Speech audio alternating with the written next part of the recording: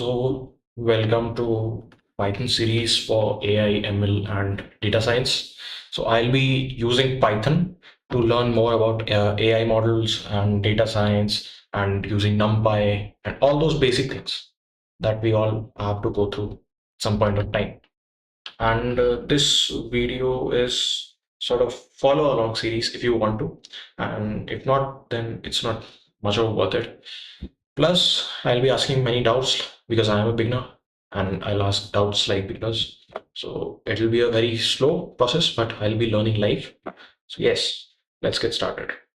So I've prompted my chat GPT model to like teach me everything and from basics. Now I have also opened Google Colab, and side by side, I am also using my Arch Linux terminal. So I'll be doing that too.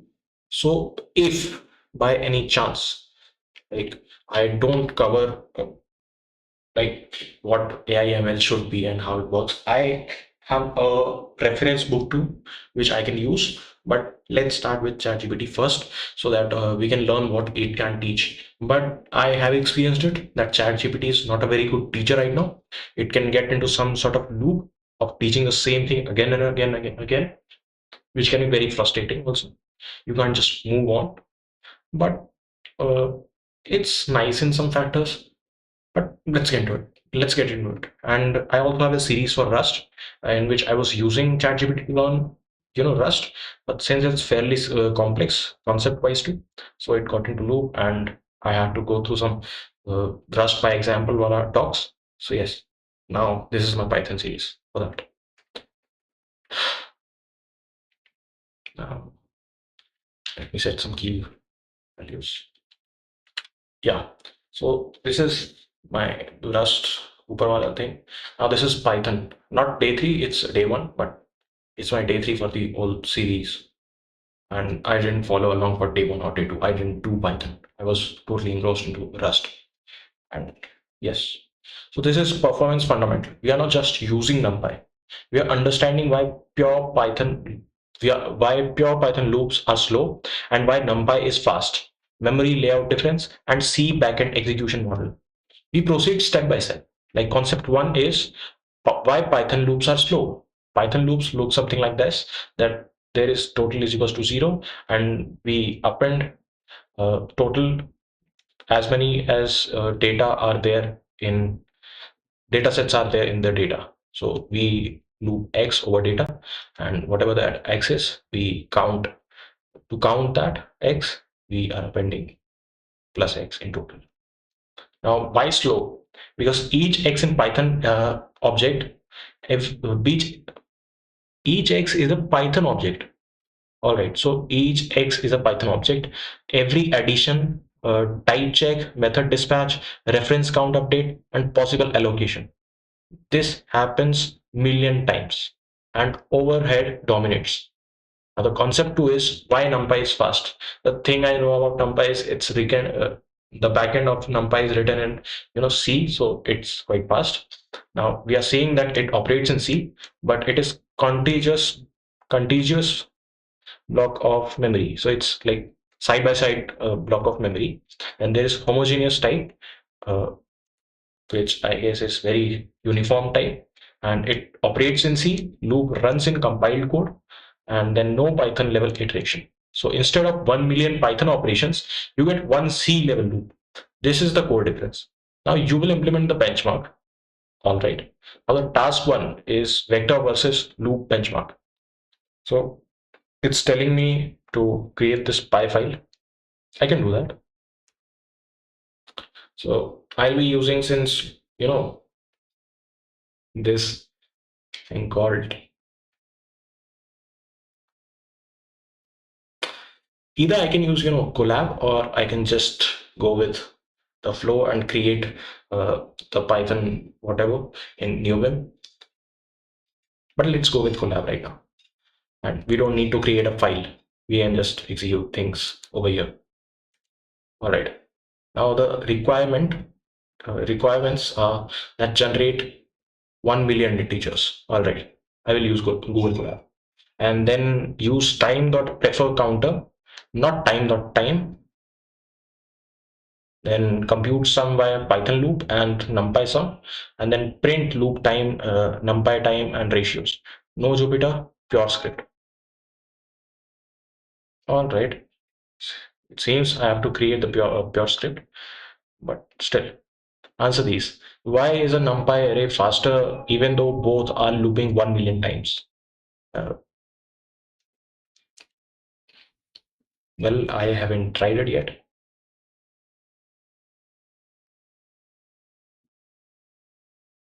So it's telling me to generate integers, which is 1 million integers. So I guess I have to do it. For that, in my setup, I have to use terminal window. So it's now I'm at terminal window, and my task was to create 1 billion integers. So first of all, let's create the Python file. For that, I will be using new vim. So numpy benchmark is the Python file name. Numpy benchmark.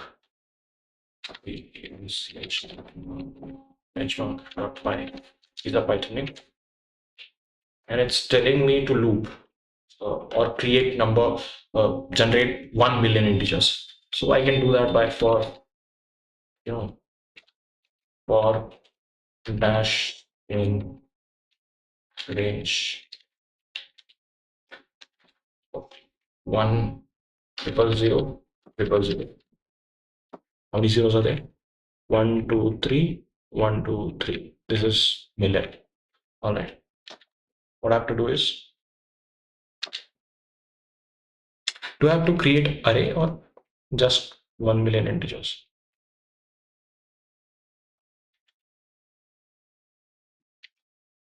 Loop time, numpy ratio. Oh, so it's just wanting to check the loop time. So I can just print it.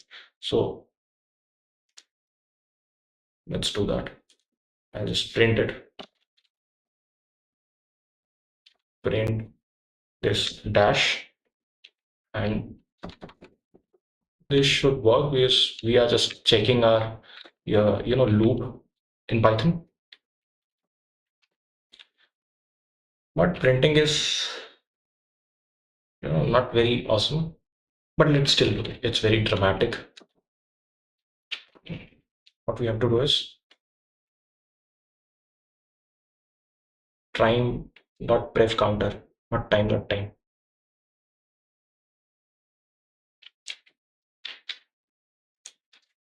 How?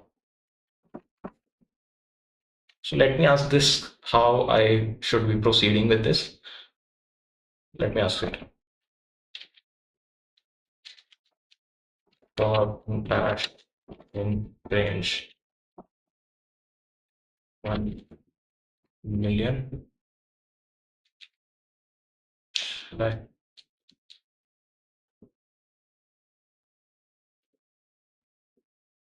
That it does not store value. You need a data structure. Yeah, so it's telling me to create a data structure and then store those values, not just print it. So first thing, it's telling me that I should directly put it into data structures.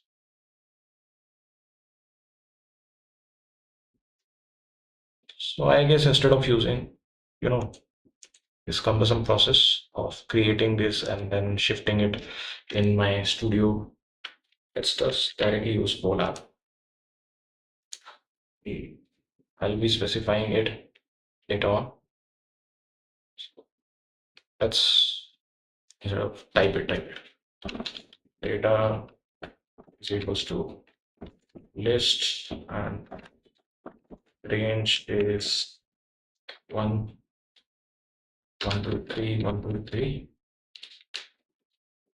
Now this creates something that we want.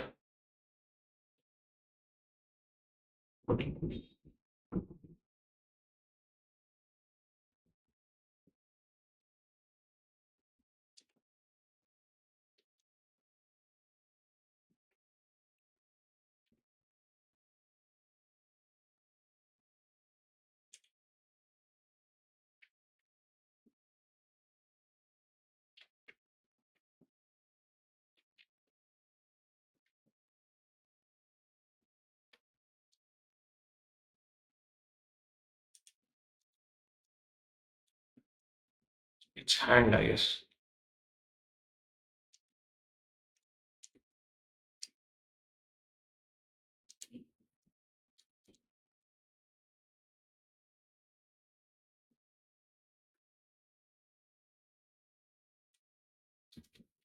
My whole project is hanged right now, and recording has sort of stopped.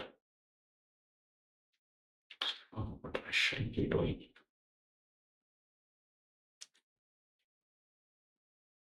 How about I just capture my screen?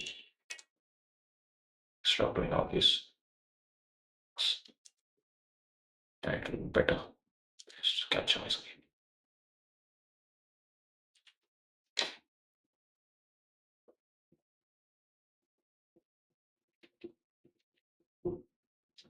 Region. Select a region. Let's say this is my region. Yeah, that seems alright. Audio mode. Yeah.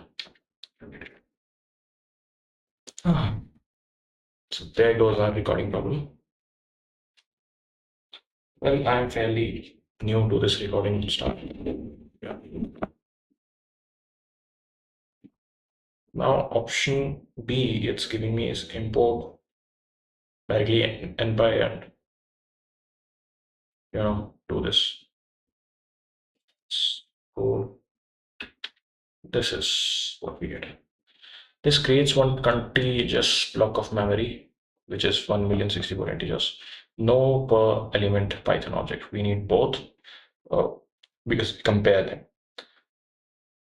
All right.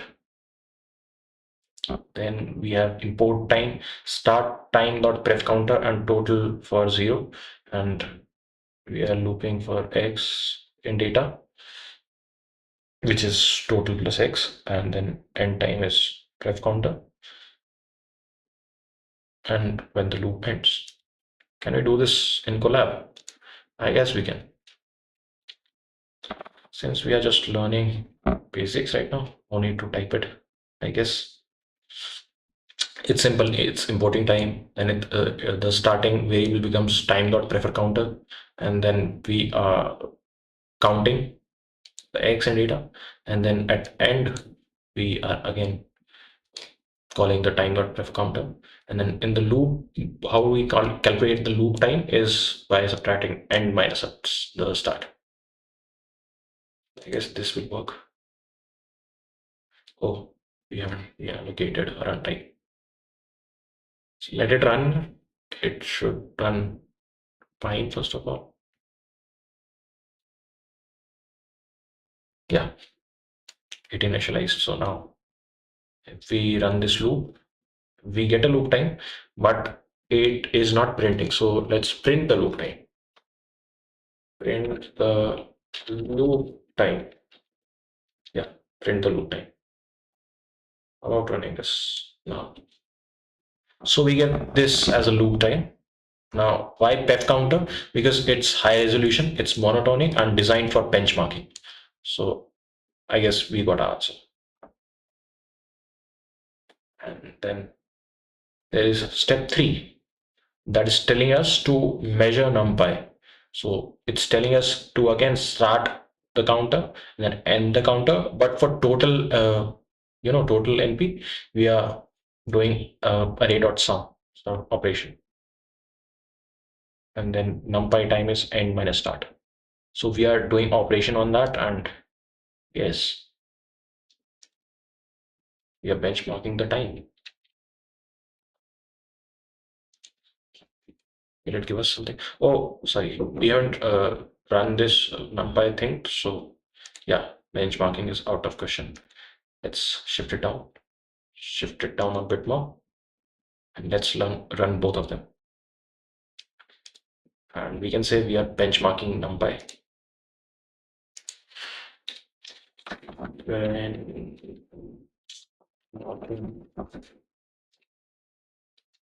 time of numpy versus Python.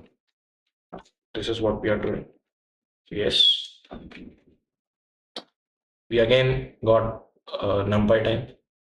We have to print it, I guess. print numpy time,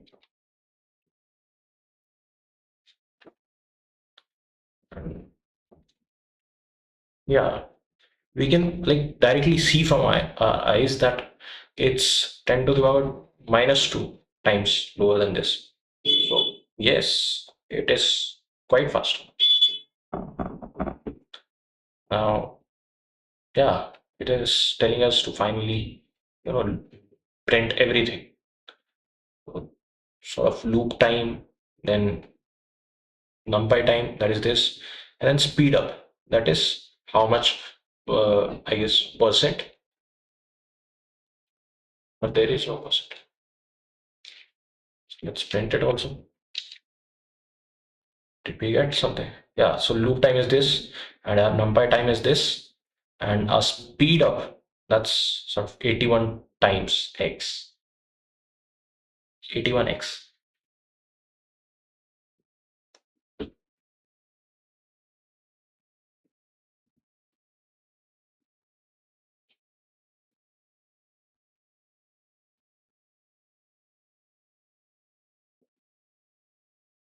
So it's 81 times faster than normal Python code.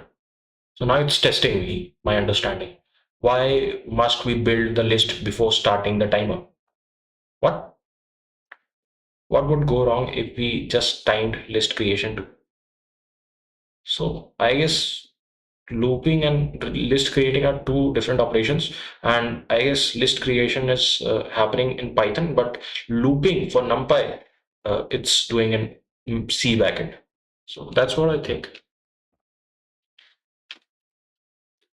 Since we are using NumPy, NumPy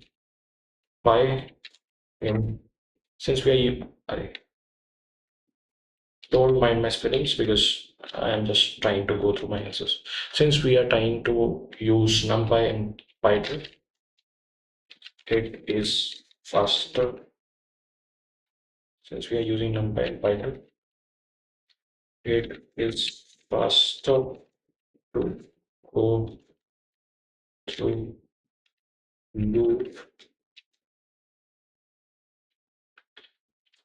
using NumPy because we see a because we see a because using C as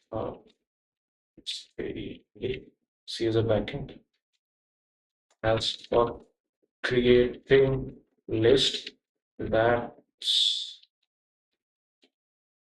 have that's in Python that's comparably similar. There goes our first answer. We won't send it right now. We will first answer all of these. Now, why is this incorrect benchmarking? Explain what is being measured incorrectly. So over here, we typed x in data and then we increase the total value of x.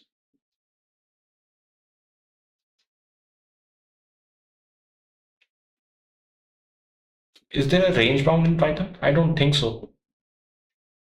So if we just remove total from here, will it just not work? It will work, I guess. And then print loop time. We got it.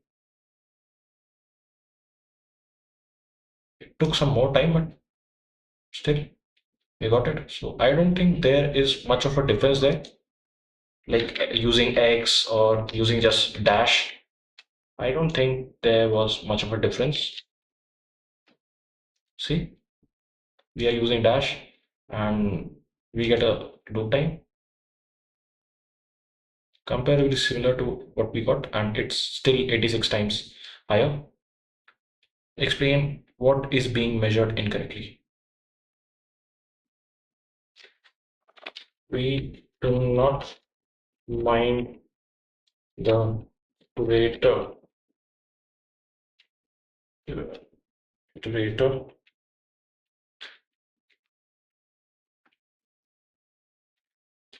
iterator in this loop. Rest is still working. We do not mind here. It's becoming mid. We do not mind.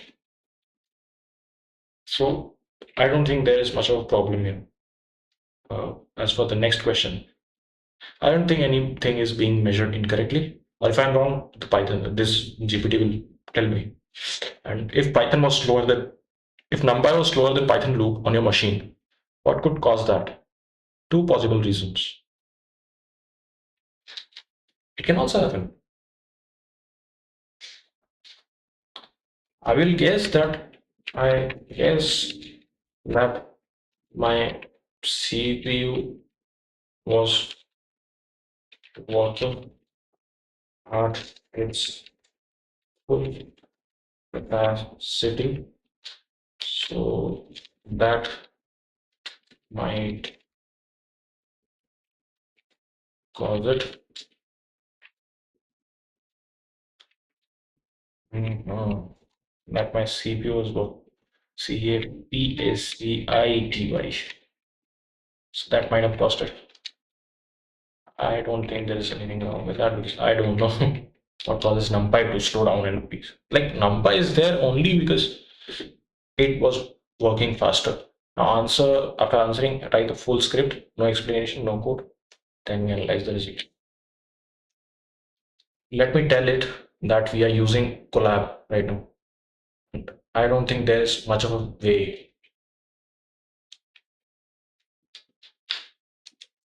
Uh, right now we are using collab.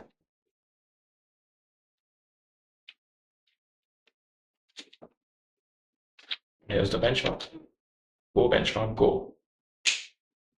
You executed, now we correct your conceptual answer strictly. All right. Correct my conceptual mistake strictly. I guess this will be my step two.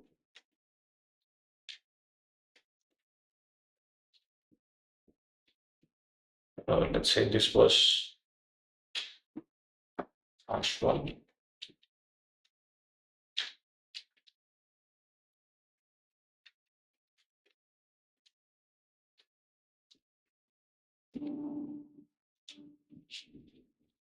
So this is our two.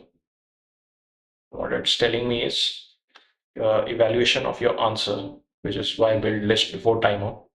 Is that since we are using NumPy in Python, it is faster.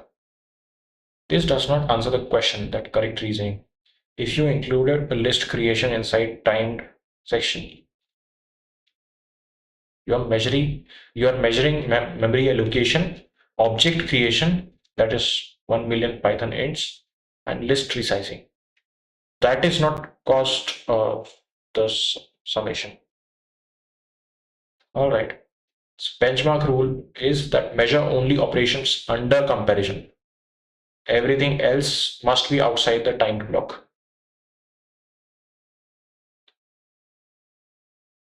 So it's telling me when we were, doing this, it might have impacted our benchmark because we were then calculating the whole list creation thing and all that. So should not be doing this. All right. So instead we have a data list, then we can just directly go through data. Let's create I. Wow, seems nice. I. How about that? Yeah. Now, second conceptual, why is this wrong benchmarking? Your answer, we do not mind the iterator in this loop, rest is still working. Incorrect and shadow. Are it worked here? Problem, this does not measure summing a list. It measures summing a range iterator. Key difference is range does not allocate 1 million integers. It generates number lazily. So you would be comparing NumPy summing contiguous memory versus Python iterating over its lightweight range object. This is not a fair comparison for the list to the list. Now, benchmark integrity matters. All right. So it's telling me that the range in itself is doing an operation that's going lazily instead of going fast. So we are comparing a lazy object in Python to NumPy that is way faster. It's like we say range. Let's see how much it bets. Right now it's 85, 86% faster. So let's try writing range in data. Then let's go through that data, isn't it? What might go wrong? Let's see. So run all of them. Huh? What went wrong? For I in range of data.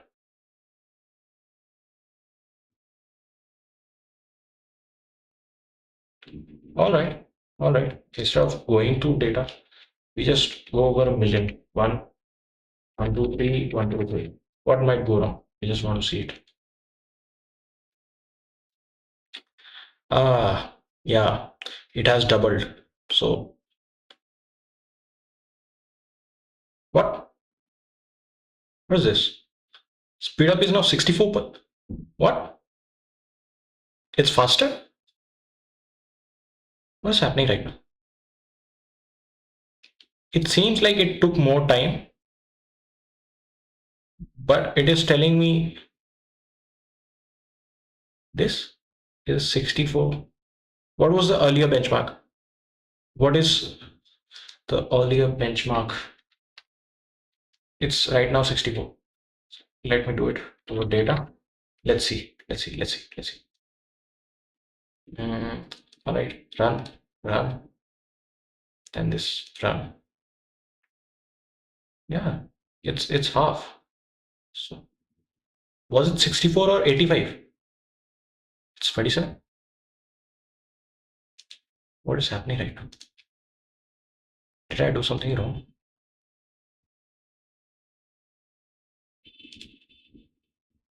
Yeah, it's back to 69.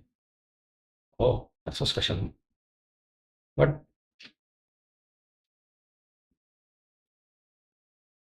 does not impact. There is not much of like, yeah, I, oh, first it was 89%. Now it's 69. Why? Why all of a sudden? Why? Now it's back to 82.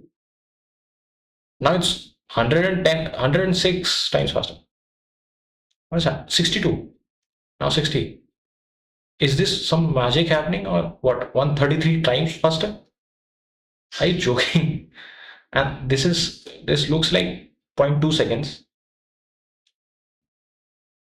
It was zero point 0.1, I guess. Yeah, see, zero point 0.1. Benchmarking is magic. No human understand. It's 42. Speed up is 42. All right. So stop playing with this. We shall move forward. Why might NumPy be slower? You said CPU full capacity. This is weak reasoning. So better answer would be small data size overhead dominates. All right. So if there is small, so let's think of it as a small data set. Instead of million, how about we add three more zeros, make it a billion. One, two, three. All right. This is now well large data set. There should be more impact to it. One, two, three. All right. Now try running it on.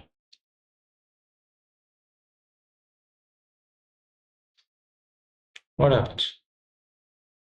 Oh, it's a billion parameter. So I guess well we can see what's happening. It's stuck in a first thing cell. Is it this low? Damn. Let me count the zeros still. These are three. After that, no, one, two, three. After that, one, two, three. Oh, session crashed. After, oh my God. It's diagnosing. Or don't diagnose. Let me just remove few zeros. Let's remove two zeros. All right. Uh, remove two zeros. How about now? Damn. My, my session crashed.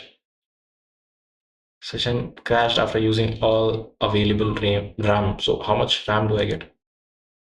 How much RAM do I get? I get approx sort of 12 GB RAM. Not bad.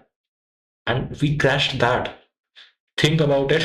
If I was doing it on my laptop, well, well, my performance is right now cooking my CPU. So my CPU is i3, so it's using, this is my benchmark rate. So my processor is cooked if I start running all this, my CPU. That's why I chose Google Colab, because well, you're not working on your machine. You're just calling some functions in a different machine. What is the problem over here? So it's telling me total is not defined. It was, and it was working fine. TO, TAL equals to 0. How about now? So it worked. Now run on.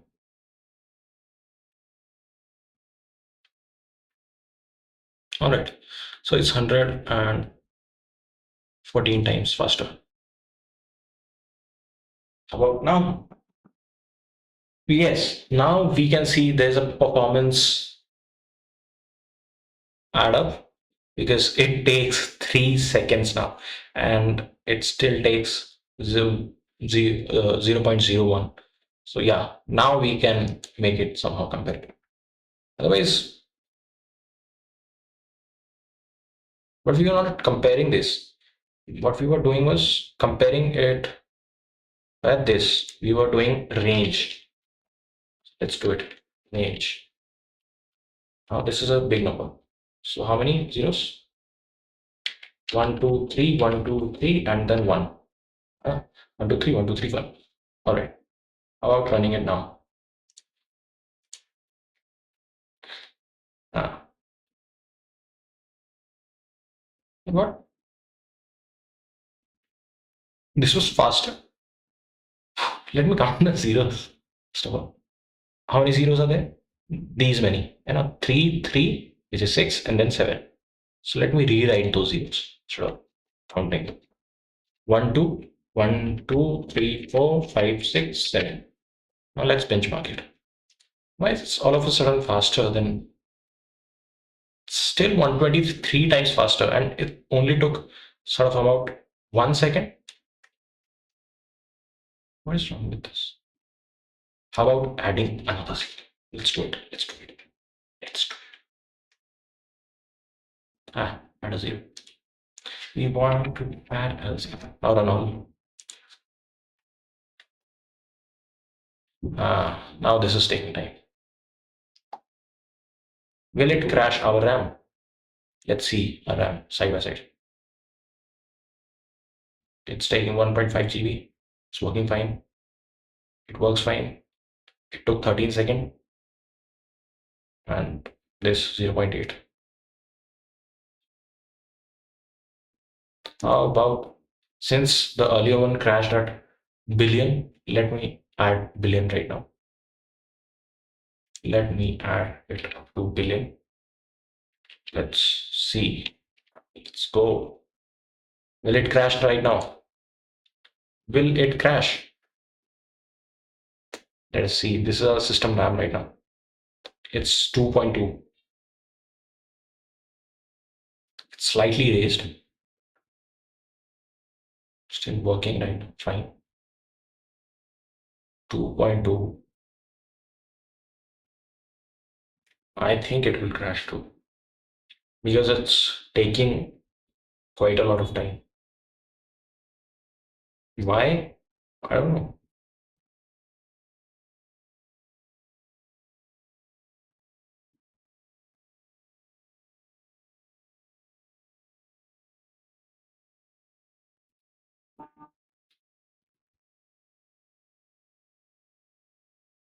So hence prove you can't even run a billion like numbers in a loop in Python using Google Colab. So think about training AI models on Google Colab. Well, we use GPU at that time. So if it doesn't work out, let me switch it to GPU. So change runtime. How about TPU? It's faster in calculations. Let's switch to GPU because earlier was so you see it's taking still 1 minute and 29 seconds. Still going on. Let me just change everything. So it'll work from the start. P4 is running now.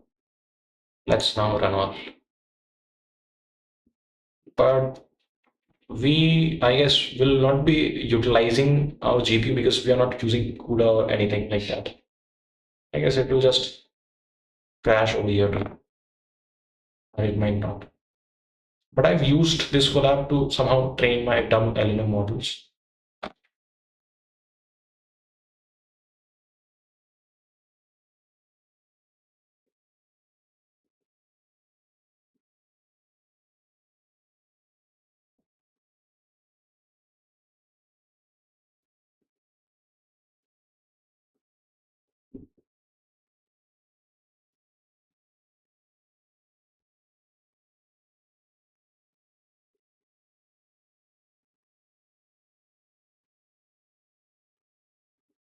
It's taking too much time. So I guess, and GPU usage is zero, so I don't think GPU will be utilized right now. Did I mention that I was using Collab? I think I did. Right now we are using Collab. All right. Till it's running, let's focus on this. So I said CPU capacity is full, and we don't see any benchmark of CPU right now. So all right, it's saying small data size is overhead dominates, but we have used large data size and still now memory cache effects, which is yeah, it got sort of cached into. It took 106 seconds. This took only oh now here it is quite evident. Something in NumPy took only less than 1 second, and the same thing in Python took approx, you know, 106 seconds, which is like a minute, which is see, oh, it was so sudden that it suddenly went up to 9 GBs. Oh, so it was therefore not reporting what went wrong. Let's instead of doing this in range, let's do that in data. So we know this took 1 second, isn't it? We know no, not 1 second. This took 1 minute or more than minute or 30 or minute or 40 seconds. Let's see because while we were doing it with the data, it got crashed, and somehow we are still using that range function to list in data. Why did it crash? Nobody knows. This is a billion, so 1, 2, 3, 1, 2, 3, 1, 2, 3. Total of 9 zeros. This is also 9 zeros. So now run all and let us see our benchmark of RAM. It's 9. Oh, it crashed again. It crashed again. So how about running it all on a fresh system? And oh, it spiked to 7.1 GB RAM. Damn, it's so sudden. It crashed again. So somehow using directly range and then 1 million to just benchmark works. Whereas doing this is not working at all.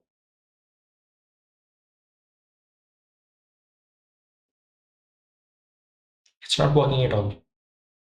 It crashes every time. Just take one thing at a time, not run the whole program. Let's do one at a time. Now it's telling me now VL. No, it says small data size, whatnot. JIT warm up, environment noise. It crashed again. So I don't think this will be useful. And I don't want to explain it to my Python. So I'll not be doing this. Instead, I'll be taking more of the zeros over here so that we know this is the dummy data. You're not using data after all.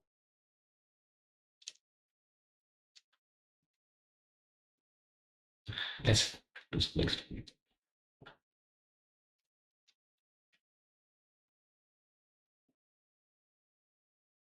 We can do this loop on data, but since it's crashing every time, we haven't crashed on range for 1 billion. 1, 2, 3, 1, 2, 3, 1, 2, 3. So let's add a zero. How about that? 10 billion. So this is 10 billion. Now, here also we'll make it 10 billion and run all. Ah, it's right again. 8.7 GB. This is working fine. Yes. Will it crash? Will it crash? Will it crash? I hope not because it's stabilized at 8.7 GB. Yeah, it's dropping now, 8.6. So it will not crash, I guess. But let it analyze. We now analyze your data. That loop of 0.11 seconds and numpy took this many seconds, so it's 86 times faster. Now this is correct magnitude. So I guess ChatGPT can be wrong sometimes. Why so much? Because Python loop, there is 1 billion Python objects addition, whereas numpy, which is C loop over contiguous memory. This is the structural difference. Now we go deeper. I test conceptual depth. In memory, how is a Python list of integers stored? 64-bit integers or 1 million pointers to object? I guess it hopes like this is what gets stored in C, but since Python is different, but it shouldn't be so different here.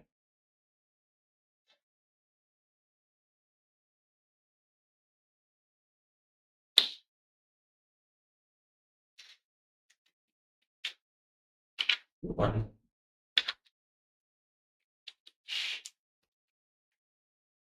What to explain in that? How is Python list of integers stored?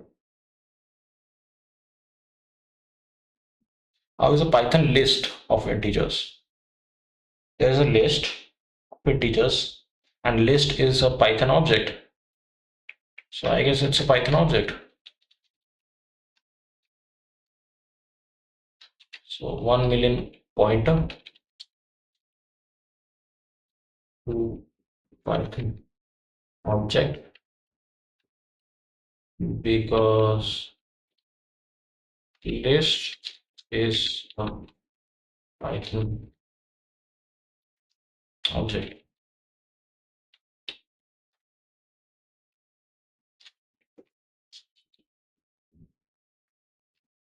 Power 2. So it's a lot of theory that we have like never seen something like that. Why is benchmarking important? We have never like took it seriously in any of our lectures. Now it all of a sudden has some value to it. And NumPy, why? What is D type of NP arrange? It's 1 million by default. What does that? Why does that matter? What is D type? I've seen it while training those AI models or running it on. It says D type is outdated. Use something like that. Something similar to that. What is D type? I don't know.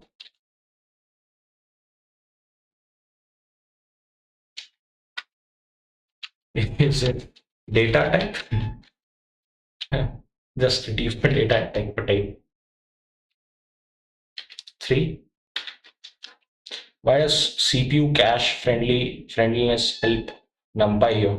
Explain in terms of spatial locality. It's still not like still taking 3 minutes and 48 seconds. But we are at now 10 billion parameters with range. Whereas here in just 1 billion it crashed. So yes, it's still not crashed. So I am very optimistic about this. Third question. Why does CPU cache friendliness help NumPy here? If something is cached in memory, it's easier to access it. If something is CHE in memory,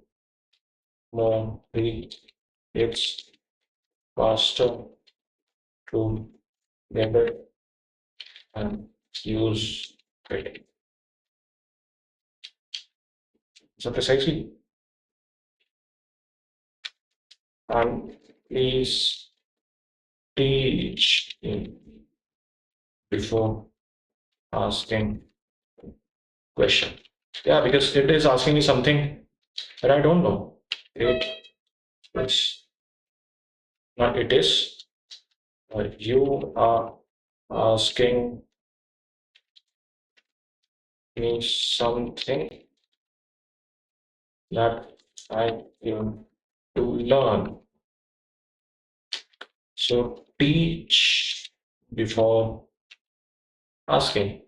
That's what happened when I was trying to learn Rust and advanced concept of, you know, it's not advanced, but still basic thing in Rust like boring and all that. But it got into loop that I didn't know and it kept asking questions, not trying explaining it at all. Good. That is fair. So using LLMs can sometimes be quite annoying and it just asks stuff and expects you to answer it. Uh, that is fair. You are right. If I test something you haven't been taught clear, do you want ChatGPT sound warmer? Or anyway, I need ChatGPT, not warmer ChatGPT. You are right. If I test something you haven't been taught, that's poor sequencing. Now we reach properly. Concept one: how Python list stores integer. When you do this, this is not stored as a raw number. Python list is dynamic array of pointers. Each pointers Python list is a dynamic array, all right, of pointers, and each pointers point to Python integer object. Memory layout is something like list object, and there is pointer, and the pointer is pointing towards integer. Same here, same here, same here. So this pointer is of 1 million entries. Each integer is separate heap object. Heap is sort of runtime memory. I'm hoping. No, no, no, no. There is heap and stack. Yeah. So stack is in while using GCC or Rust, we are using stack. This is called compilation memory or compiling memory or something like that. Heap is runtime memory. So this is what we are getting, that each integer is a separate heap object and has metadata like type info and ref count and takes much more than 8 bytes. So summing in Python means that follow pointers, load object, read its value, and then perform Python addition like type check, overflow handling, etc. Now each iteration involves multiple layers. Then concept two is NumPy memory layout. So when you do that, array is equals to NumPy dot arrange. Now NumPy creates a single contiguous block of memory, no fixed size element, no Python objects per element. Say memory layouts look like this, like 1 million or something. So let me do that next time because it takes sort of less time to do this, and it is taking, I don't know, 1 minute or whatnot to do that. So whenever I want to create some arrays and whatnot, large arrays, I will just use NumPy. And now I know the reason why my AI creation went so smoothly, LLM creation went so smoothly in Google Colab, because it was not just stuck at creating a loop of 1 billion or whatnot, 10 billion. It was processing something. Now, each element is same type, fixed size, typical 8 bytes for in 64, I64. I32 is also I32, I64, and then U64, U62. These are all types in base Rust right now. Right now I'm learning Rust. So yeah, each element same type, fixed size, typical 8 bytes for inst4. No pointers per element of them. This is called contiguous memory, meaning all elements sit next to each other in memory. Now, like 8 byte, 8 byte, 8 byte, and let's say 10 billion memory. And we have 10 billion memory. It's greater than 10 billion, I guess. Warning, you are connected to GPU runtime but not utilizing. Change to a standard runtime, but I don't want to right now because it already took 9 minutes and still going on. I want to check how much time it takes. I want to see it breaking, but it's not breaking yet somehow. It's just taking lots of time. And this is the implementation of how it's storing list in NumPy, whereas this is the implementation of how it's doing in Python. Not using even range, using this data list range. But yeah, it's the same thing. It's the same stuff. But then we were looping through data. We were not creating those data. We were just looping through. Now we have to just create data first of all, create all those pointers and whatnot. Because range is also an object which is lazy object, I guess. It's taking lots of time, but not crashing on us. That's good that it's not crashing, but it's bad because performance wise, it's not viable to spend 10 minutes of Google's GPU and RAM. Well, GPU usage is 0. That's why it's telling me to change my runtime. Now, what is D type? Okay, so concept 3, what is D type? D type is data type of element inside NumPy. So I guessed it correct. So D stands for data and type is type of elements inside NumPy array. So inside NumPy array, it's D type. So it's like array is equals to NumPy dot arrange. This is what we are doing here. Uh, array is equals to NumPy dot arrange, this 1 million, and then print array dot D type. Print array dot D type. What it does? Usually this line. All right. So I guess we shall stop it now because it's going to keep going. It's not stopping anytime soon. And I want to test my new code. So let's change it. Change runtime. Process will get automatically killed. Yes. Let's change some zeros. Let's make it 1,000.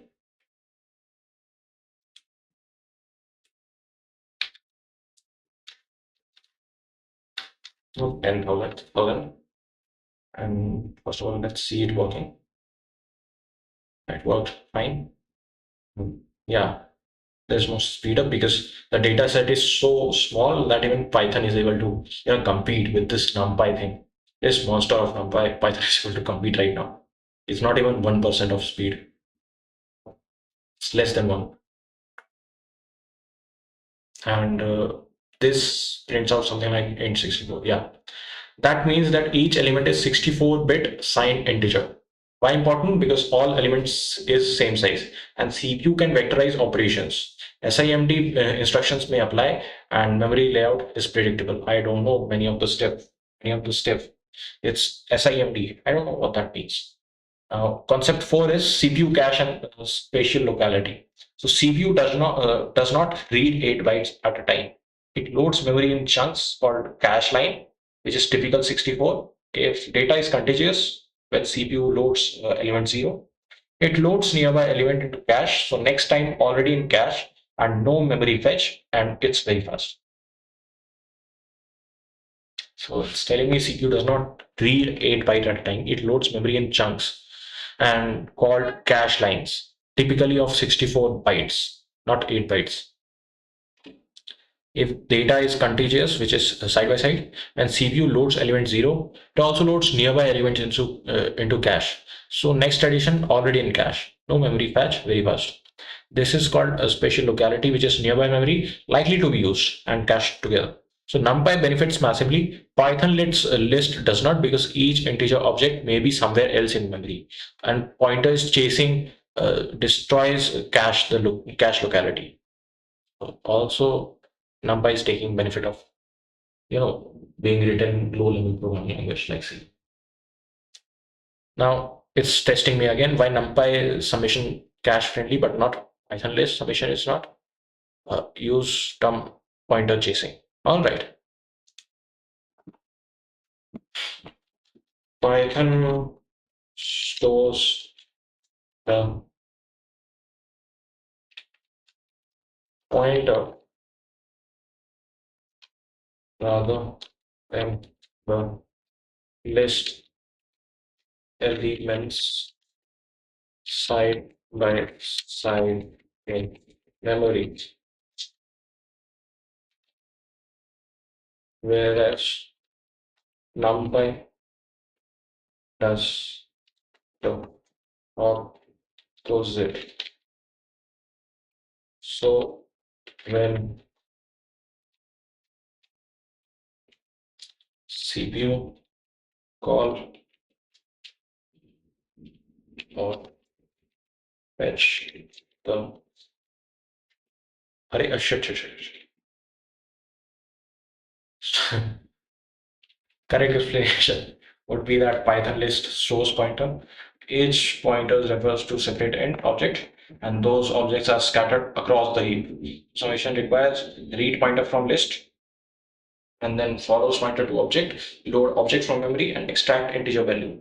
This repeated memory jumping is called pointer chasing. Why bad? Because objects and all that, objects are not integers and in memory.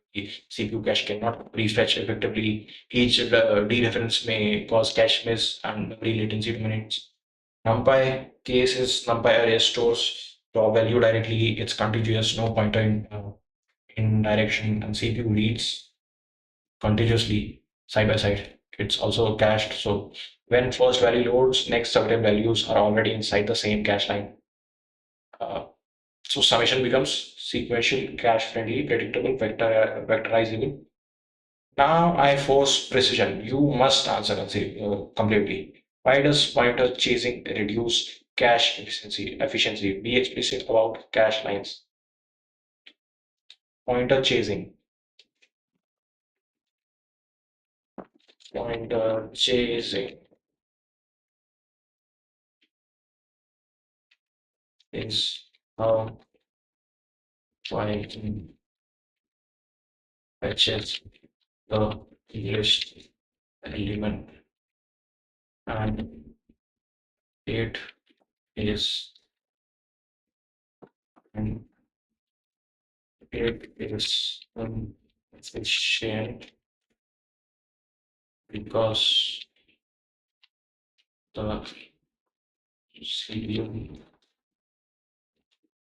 can not cache CA in cache the next elements in the list.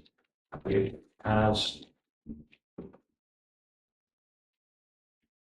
to where pointer points and fetch first element. So it stores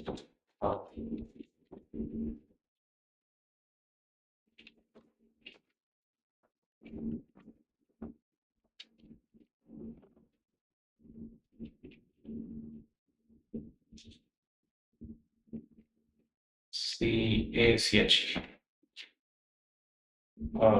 To if Python list stored raw 8-byte integers continuously, would it become fast as NumPy? Well, it should become fast as NumPy.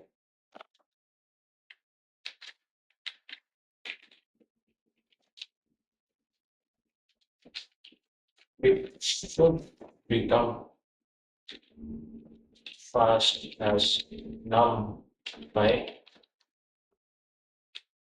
If not, what overhead would still remain? Is there any overhead remaining?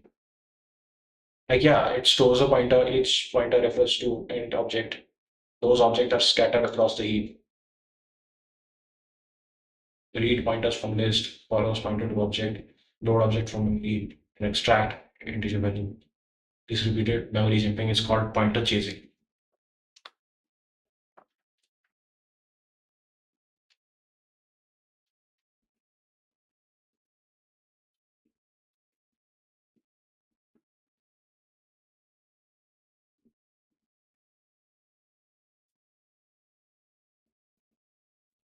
Yeah, I don't see a reason why this cannot happen.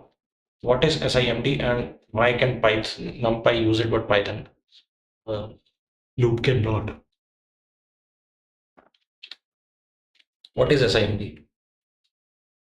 It mentioned SIMD but never told what is SIMD.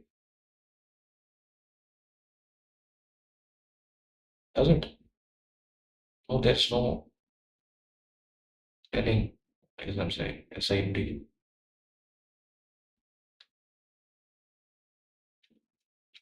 I don't know.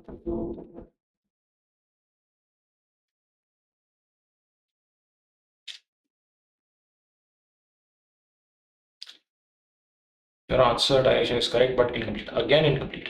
A precise explanation would be CPU load memory in cache line, typically 64 bytes. If data is contiguous, loading elements I also loads element I plus 1, I plus 2, etc. because they sit inside the same Python list, stores pointers contiguously. But each pointer must point to integer object located somewhere else in memory. Those integer objects are not guaranteed to be near each other. So the CPU loads fast, follows pointer to heap location. That location may not be cache. I will just paste it again if it asks me again. Would raw 8-byte integer make it equal? You said it should become faster as NumPy. Not fully correct. Even if Python stores raw 8-byte integers contiguously, it would still be slower because Python loops run in the interpreter by iteration, execute byte code. Each addition is Python operation. Dynamic time handling is still happening. NumPy runs compiled C. No Python bit code can cause SIMD. Now it doesn't explain what SIMD is. You said you don't know. Good, learn it now. So SIMD is single instruction multiple data. So modern CPUs can add 4, 8, or even 16 numbers at once using special vector registers. My example is conceptual. Like instead of A0, B0, A1, B1, A2, B2, A3, B3, CPU can do this A0, A1, A2, A3. So it's like adding matrix in one instruction. This is called vectorization. All right. Why NumPy can use SIMD? Single instruction, multiple data. So instead of doing this, CPU can do this. This is SIMD. Why NumPy can use this? Because data is homogeneous, data is contiguous, types are known at compile time. Loop runs in C. Python cannot because types are dynamic, objects are scattered, execute, and better, no vectors possible. Let's two primary reasons NumPy is faster than Python loop. It's a different question, but still.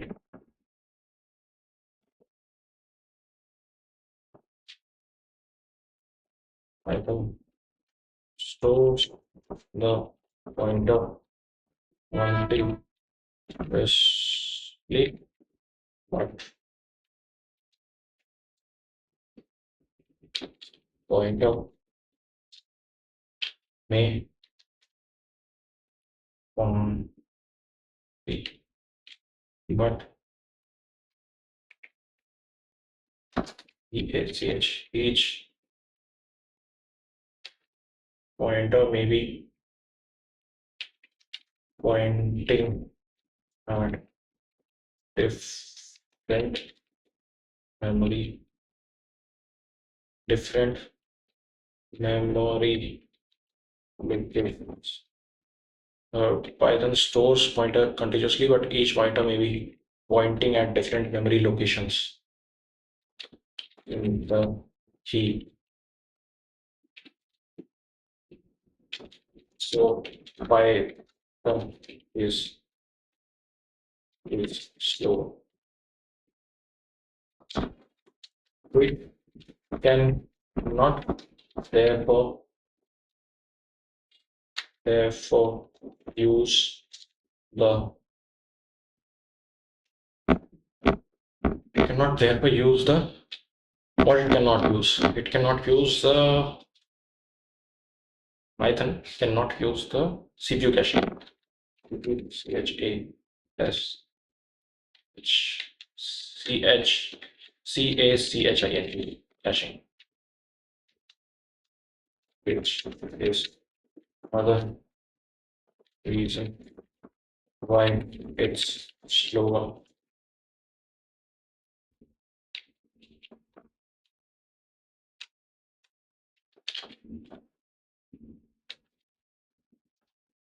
Why does dynamic type prevent SIMD using Python? Because data in Python is not in a continuous manner. So when SIMD, it's single single input multiple. What was SIMD full form? SIMD is single instruction multiple data. Single instruction multiple data. P is P. Oh, I instructed to consider asking me in NCQs instead of me writing all these data, because data in Python is not continuous manner, so but infinity, not so in. It should be but in SIMD, single instruction multiple data. If data is continuous, it may just do those variation and once, like adding matrix or vectorized add. I guess this is good enough. Page.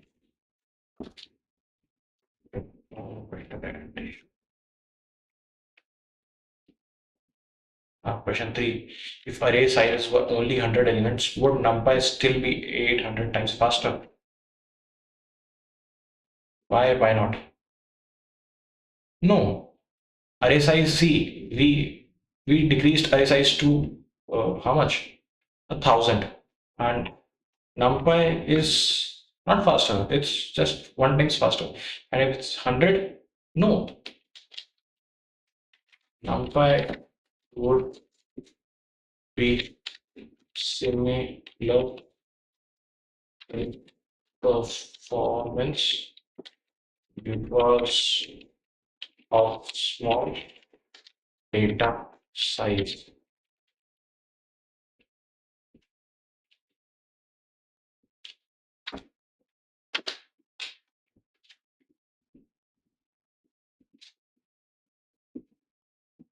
Better, but it's indeed C. Slightly confused. Retighten your mental model. So there are two primary reasons. NumPy is faster, only focuses on memory layout. There is one reason. The two primary reasons are data layout is NumPy contiguous, homogeneous, fixed size. Python lists pointers to heap, pointer chasing, and execution model. NumPy compiled C loop, no Python bytecode per element, and Python is interpreter executes bytecode per iteration. Even if Python had continuous memory, it would still execute load fast, load attribute, binary add, store fast, reference counting, type checking per iteration. That overhead dominates. You must separate memory efficiency versus interpreter overhead. Both matters. Okay. So two reasons. One is memory efficiency, and NumPy is better at that, and interpreter overhead. NumPy is better at that because it's written in C. So yeah. Now, dynamic typing and SIMD. You said because data in Python is not contiguous. This is not the main issue here. The main issue is Python loop must handle, could this be int or could this be float? Could this be user defined object or what is the method for plus? SIMD requires known fixed size numeric type, known memory alignment, no dynamic dispatch. And Python loop cannot guarantee type stability. Memory alignment, raw numeric buffer, so compiler cannot vectorize it. Dynamic typing blocks vectorization. And small data case, conceptually, ये तो सही है. Now your conceptual base is stronger. We move to next task. Matrix multiplication benchmark. All right. So instead of doing this, we move to a third one, which is 3. Oh, it should be in text.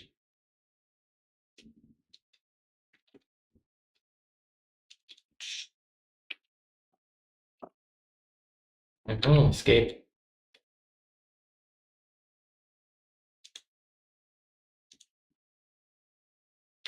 So what now? It's telling me use np.aa or a at the rate a. What?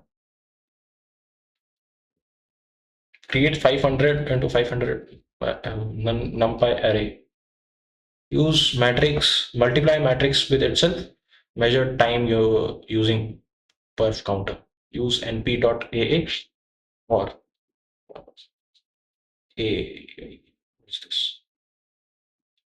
Before coding answer, why will matrix multiplication show even larger advantage compared to Python loop version? And why algorithm complexity is matrix multiplication? Why does NumPy can call optimized PLAS library? Why does that give you? What does that give? What's supposed to? Then write the script addition. So why will matrix multiplication show even larger advantage compared to Python loop version? Why will matrix multiplication show even larger advantage compared to matrix will be considered as the same object, I guess. And what algorithm? I don't know. I don't know.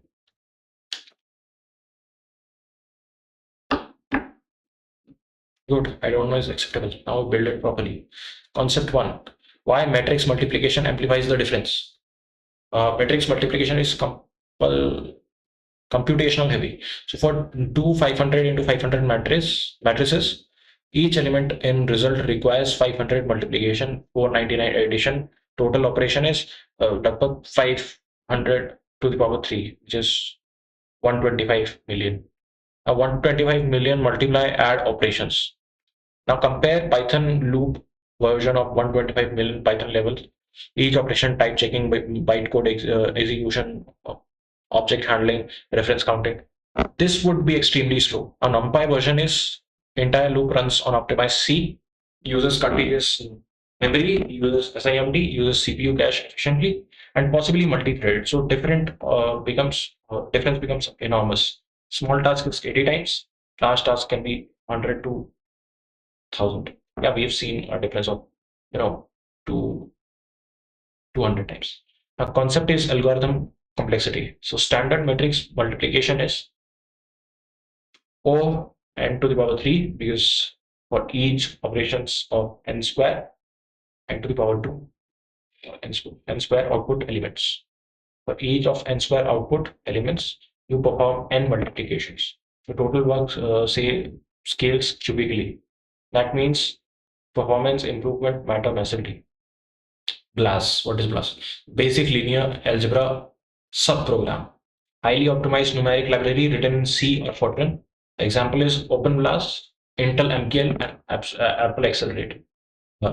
Basic linear algebra subprogram. Now NumPy delegates heavy operations like dot to BLAS. And what does that give? The vectorized SIMD instruction, cache blocking optimization, multi-threading, architecture specific tuning, and you are not just calling C, you are calling export level optimized numeric kernel. This is why NumPy dominates heavy linear algebra.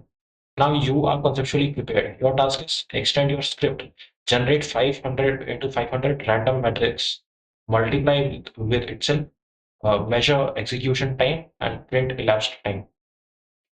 Use A is equals to np dot random dot rand with 9. All right. So it's telling me to do all these things, but instead of array, we are creating just an A with itna matrix, and then result is this, and between them we have to use we have to use yeah buffer count.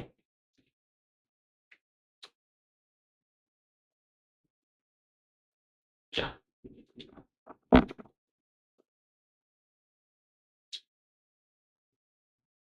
So how about we just copy it? We just copy it, or can we duplicate it? Delete style, delete cell, copy cell. Yeah, paste it over here.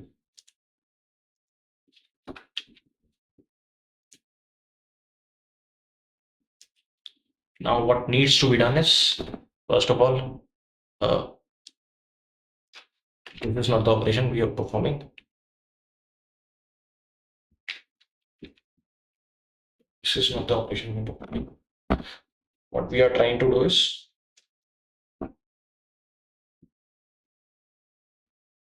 hmm, A is equals to np dot random dot and then 500 comma 500, and then we are checking the result, that is A. I guess this stands for multiplication. This at the rate, not arithmetic error, not stupidity.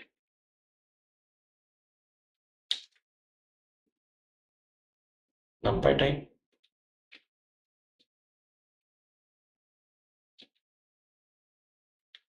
uh,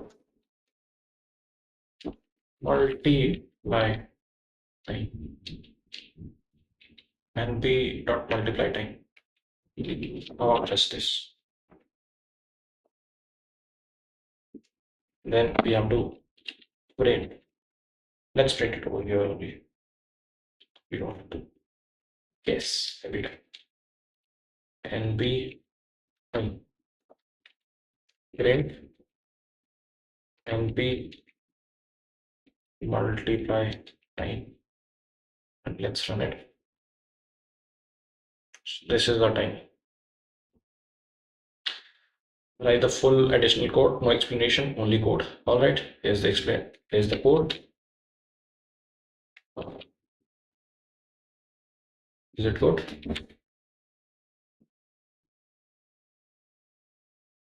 Good, but benchmark is flawed. You are measuring two different things together.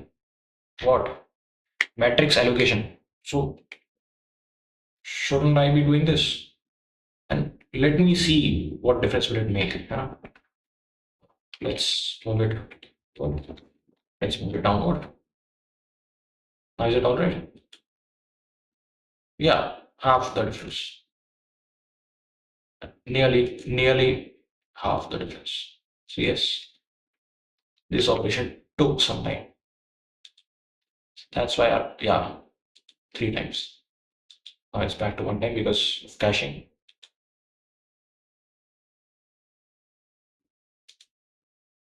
And if you don't cache, like we run something like this, then try this. Oh, still caching.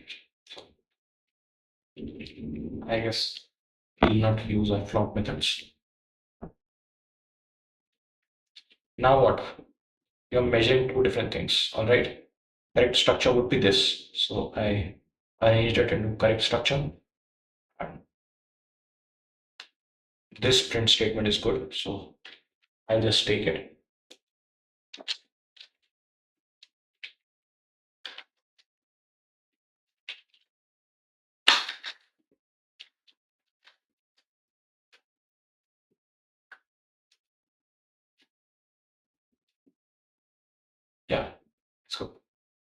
Now you're measuring only multiplication. Why this matters? Because np.random.rand allocate memories and fills the random numbers called underline RNG may involve extra overhead. We are benchmarking multiplication, not randomness. Right. Now I test you.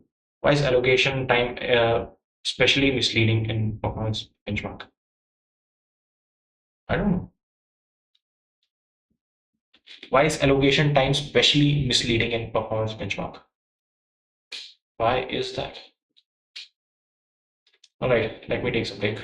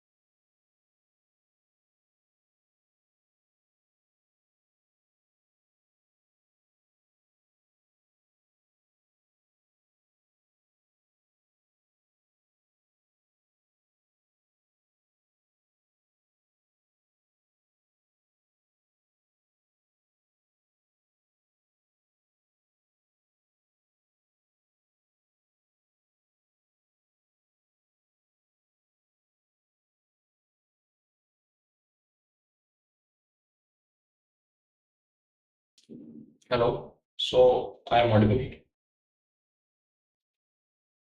So what I did was that it was getting into again, loop over the benchmarking stuff and some theoretical stuff that we are not so much interested into now. So I, reprompted it to get back on track.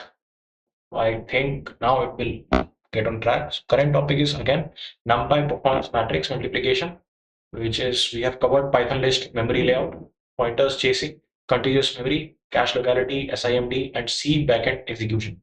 And now we focus on why matrix multiplication magnifies the performance difference. So the concept one is that matrix multiplication actual does like for two matrices C is equals to A cross B multiplied by B. Each element like Cij, I is let's say row and J is column, and I is row for A and K is row for K is column for A. Same here. So what it's doing is for each element, it is uh, adding from 0 to n minus 1, all of these. I'm multiplying them first and then adding all those. That's how multiplication happens in matrix. So for n is equals to 500, 500 multiplications and 499 additions. That's why n minus 1, isn't it? So n is equals to 500. So per output cell, we get 2,500 output cells. So 2,500,000. 2,500,000. No, this is 25 to 250,000. Yeah, which totals up to 125 million, 250,000, 250,000 or 250,000. Same thing. This is heavy numeric workload. And concept is why NumPy excels here. There's three reasons that compiled in a loop. The heavy loop runs in optimized C, not Python bytecode. And then there's cache blocking, which is class implementation, reorganized computation, so that the chunks of matrices fit in CPU cache. And this dramatically reduces memory latency. And then SIMD vector registers, multiple floating point ops per compute CPU instructions. And then concept three over here is why Python would collapse here. If you wrote naive Python triple loop like for I, for j, for k, and then this, you would execute 125 million Python level operations. That would be catastrophically slow. Yeah, I guess so. Now we test your understanding. Shall we do this first of all? Let us see, just for the sake of saying this. Let's see this. Let's convert this and no, not convert this.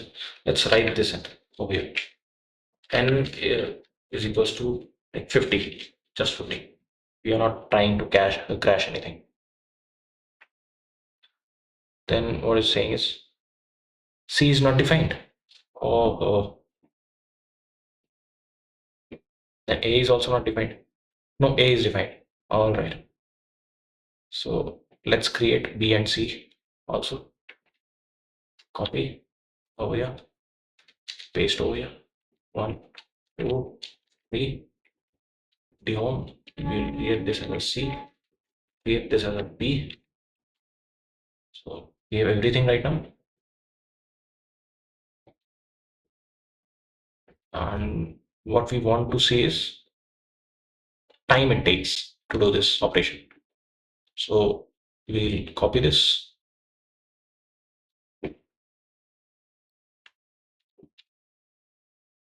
and paste it over here.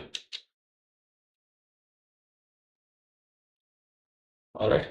And we will copy this start timer and we will paste it over here. Let's see how much time it takes. All right.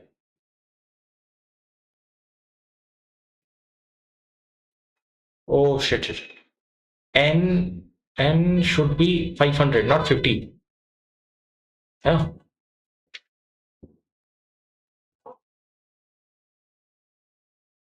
Now it's starting to take time. Yeah.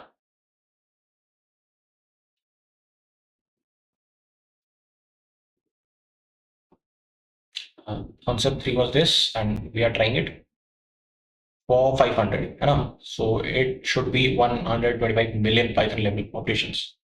And we shall see what is our time output here over here.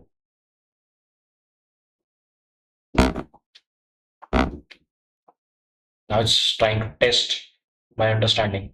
Answer this precisely. Why does matrix multiplication have O n to the power 3 complexity?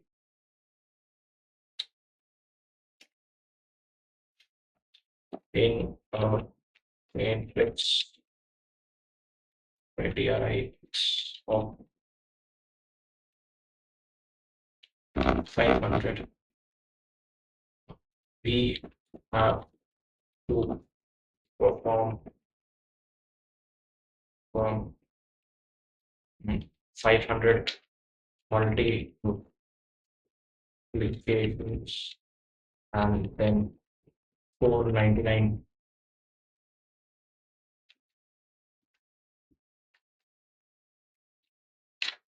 additions. Um, 8 more counts down complexity of O and Q.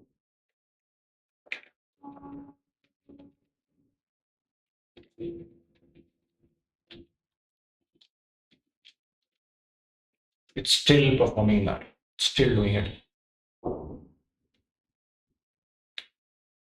Now it's telling me to explain structure key.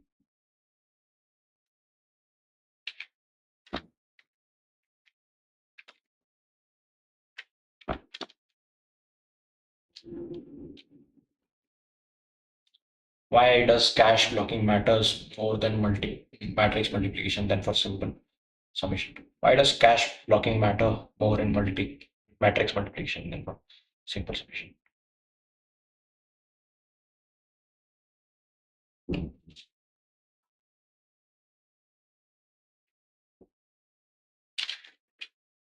pH cache block matters with with of that fetch each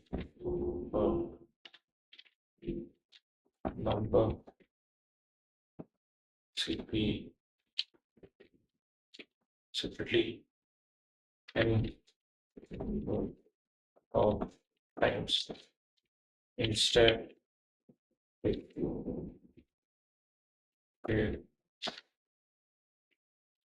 would just use a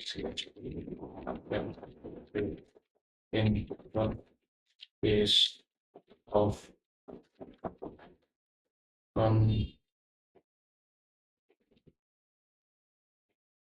constraint and storage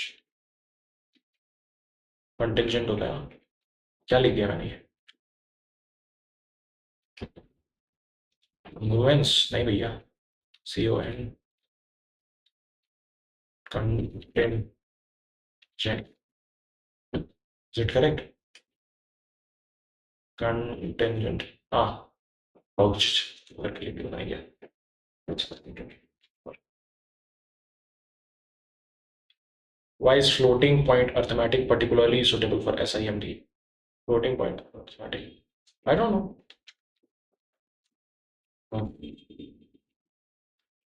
And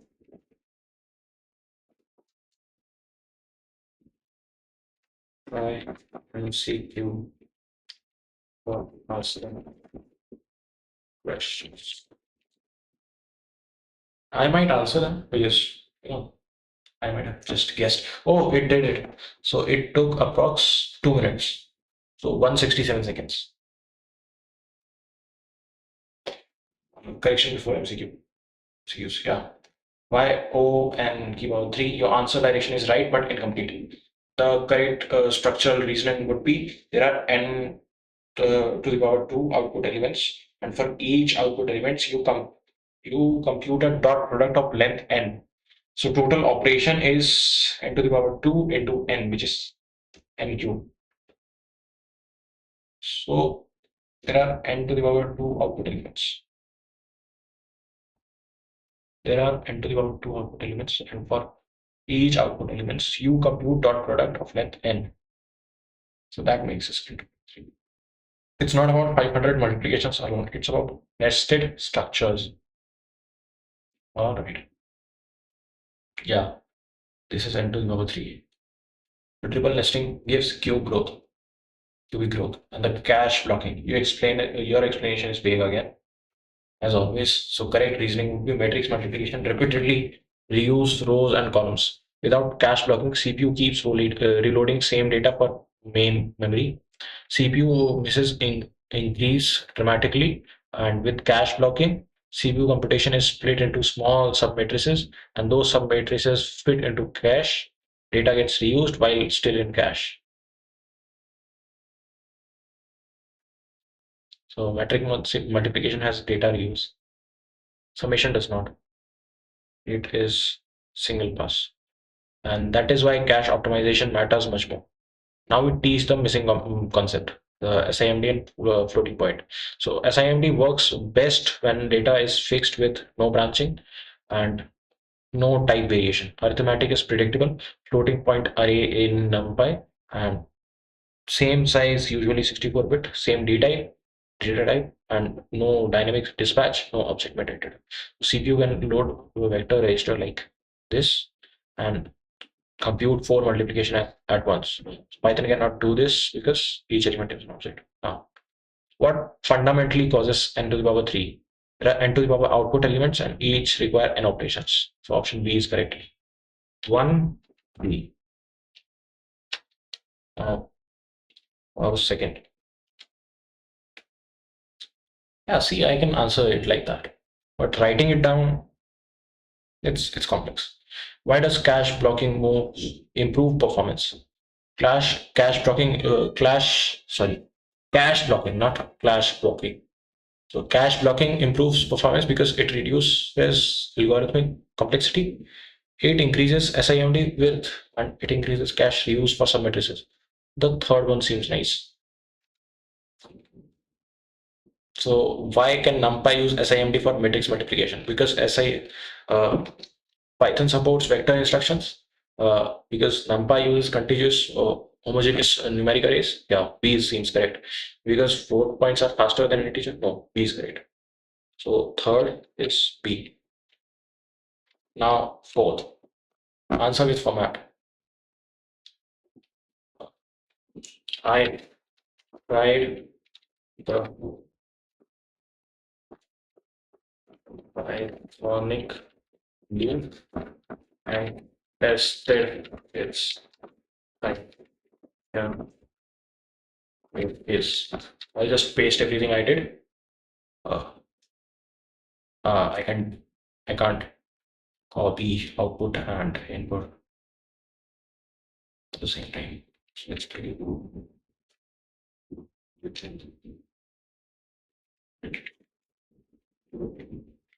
Here I did.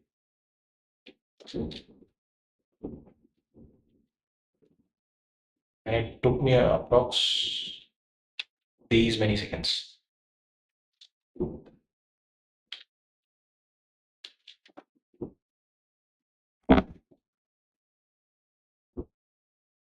let's see what it's saying. Yeah, see, now all my MCQs is correct because I understand the concept. It just you can't recall the right words to say it. Now we analyze your triple loop experiment. First, you just executed 125 million Python operations. That's n is equals to 500 and operations are 125 million. Multiply and adds. Multiply minus add or multiply adds? Don't know. Multiply and adds, I guess. Each iteration involves Python index lookup, Python float object access, Python multiplication, and Python addition, Python attributes resolution, and bytecode dispatch, then reference count updates. That took 167 seconds. Now that is expected. Now, important correction is you wrote np dot random dot rand 500. Uh, Two subtle issues. Issue one is numpy indexing.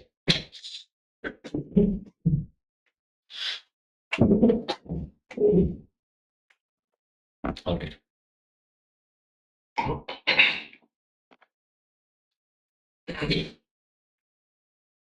There are two issues. First one is numpy indexing inside Python loop. So CI/CJ does something like CI returns a view, CJ index into that.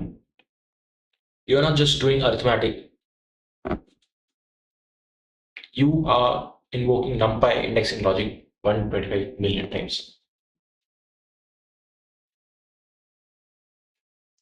That adds additional overhead. But I did not start the timer at that point of time. So it doesn't work like that. It doesn't. Issue 2, memory access pattern. Triple loop is also cache unfriendly. Oh, accessing BKJ means jumping columns. That creates poor spatial locality. This is another reason for optimized BLAS is far faster. Now, real comparison would be something like this. Okay, I guess I've done this. Yeah, see, I've done this. So it took how many minutes roughly? Uh, Very less, I guess.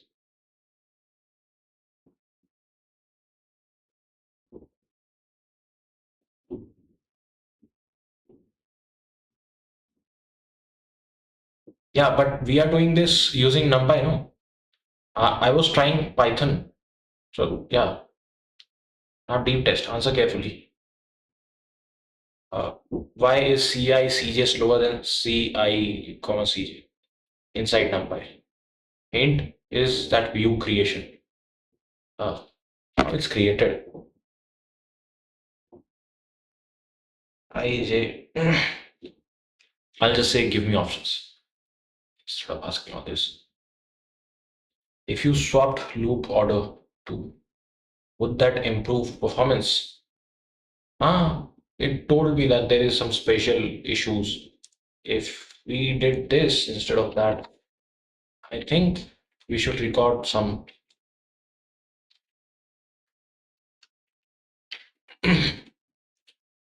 So it's 167 seconds. We remember that. Done it. 167 seconds. Three. Yes.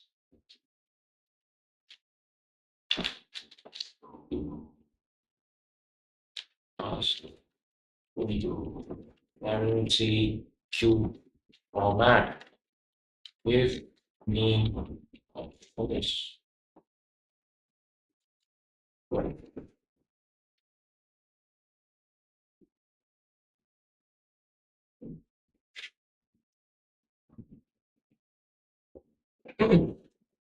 Now it's asking me again why CI/CJ is slower than CI comma J. Because CI/CJ creates temporary row view first. Because Python dislikes double bracket. Because NumPy copies entire matrix. Because CI comma J uses SIMD. I don't know. I don't know. So I will just guess A for that, which might be wrong. Why does BKJ hurt cache locality in matrix? Because column access jump across in row major layout, because multiplication is slow, because NumPy stores column continuously, because Python reorders memory automatically. Let's see. If we change loop order to yes, it reduces this. It improves row-wise memory access for BC. It removes dynamic typing. It enables automatic SIMD. No. So 3 का it's B.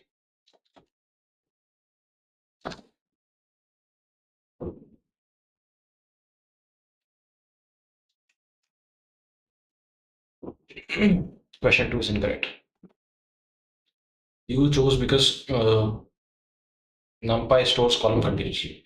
That is incorrect. NumPy default layout is row major, so C order, meaning that A00, A00, A01, A01, A02, 02, then 1, 1, 1, 1, 2, 1. Now rows are continuous, columns are not. So the correct answer would be because column access jump across memory in the row major layout. Because column access row major layout jump across memory in low major layout. So when you access B, K, J, you are iterating over K while keeping J fixed. It also took 2 minutes and it's taking more than two. So I guess there's not much of a. Okay, so it was 167, now it's 164. There's a difference of like 3 seconds, but all right. 3 seconds is major right now. Benchmarking. Huh? It becomes complex as soon as we make it 5,000 or 5 million. So yes, I think okay. I'll go with it. Now you are iterating over K while keeping J fixed. That means you're walking down a column. In a row major column, elements are far apart in memory. That causes cache misses, poor spatial locality. Now I did know poor spatial locality, but I don't know what that meant. But yeah.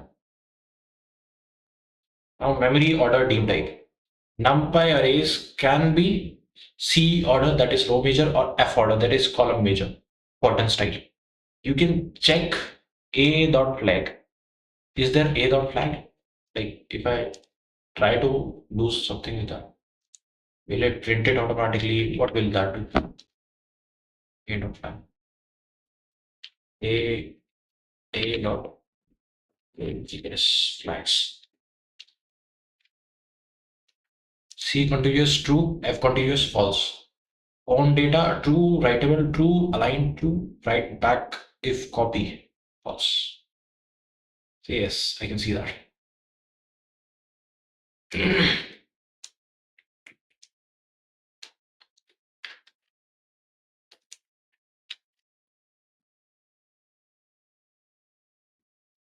Now, next MCQ, deeper understanding.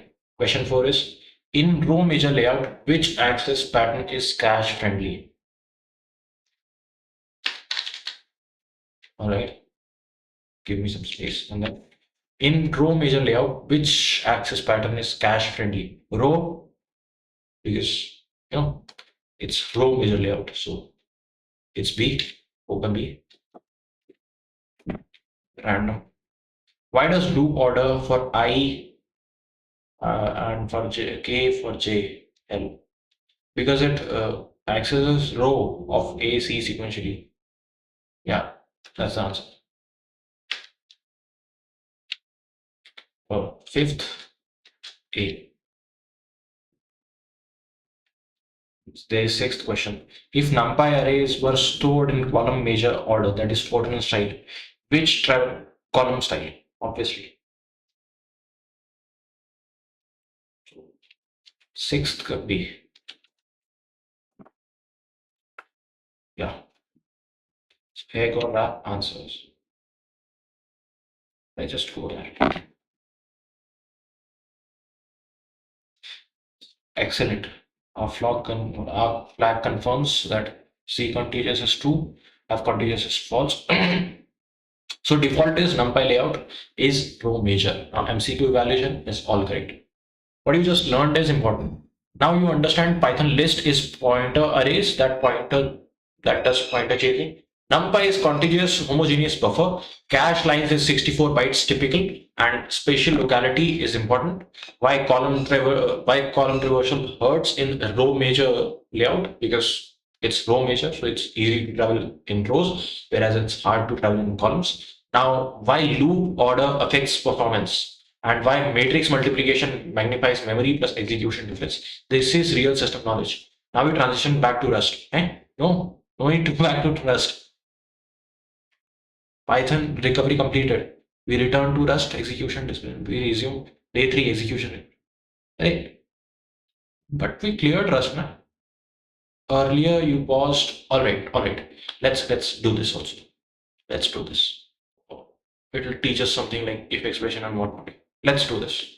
So day three execution recovery. We continue if as expressions. So earlier you paused before implementing fn classify number num type is I32, which gives a return of 10%. That is static literal sort of. Now we execute that properly. First of all, let me clear, is it called static literal or is it called what? First, let us clarify what this is called. Static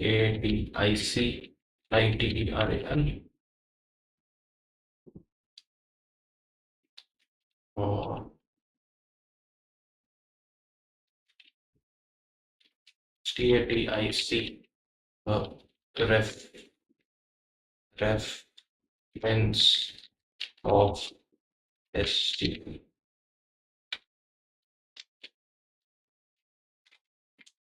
first.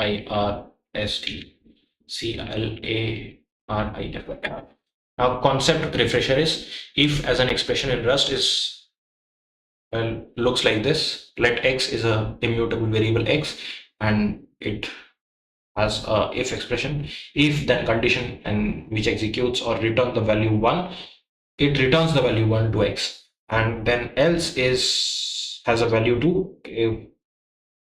If doesn't set if doesn't satisfy, we get a return of value 2. So important rule, if returns a value and both branches must return same type. No trailing semicolon on final expression. So no return keyboard needed. Your task now. It's telling me to create a control flow main.rs and then implement this function. Rules is that use if expression, no return,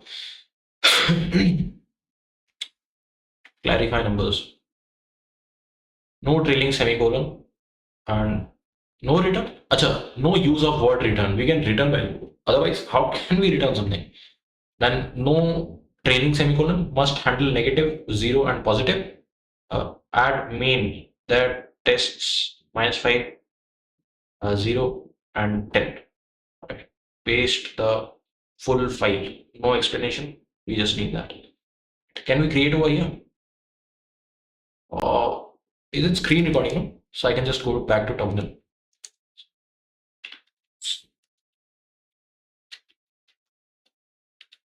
First, day three. Let's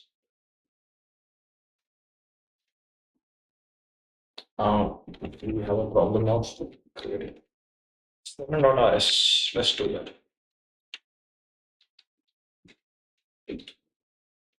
So let's first of all, get into insert mode and create main. This is our main, and then we have some function to take. Let's take this function. Sorry, we have a function.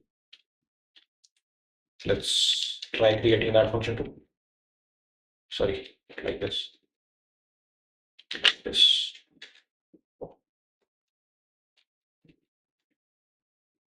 Static start.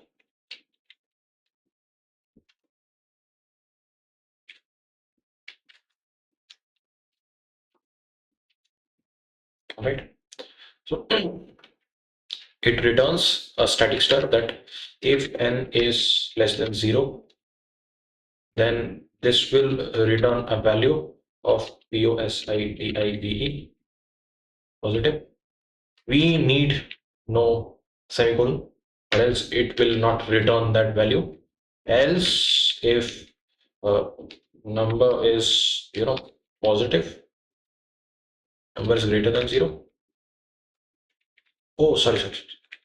Number is greater than 0, then it's positive. If number is less than 0, then it's negative, and else is 0. Yeah, so this is our implementation. Uh, let's create a number 10. We just created println and all that. Uh, let another number be, -5. It will create it. Now let another number be 0, and it creates it. Does it satisfy our, -5, 10 creation? Yeah, it does. Println expression, if somebody doesn't know what this is, so the number is, then this will take the 0th index from here. So this is 0th, it will go there, and this will take the first variable over here. So this will give us the first return value over this case. So let us quit this program. Since this is 7.rs, we'll use Rust C to compile 7.rs. Oh, we got error. Not found in this scope. Negative, not found in the scope. 0. So 14, 16, and 18. Why is there error? 14 positive. All right. So it's a string. You have to return a string. It doesn't return. Yeah. We are returning a string, so that should be covered in, you know, these quotation marks. It is important. Hold on.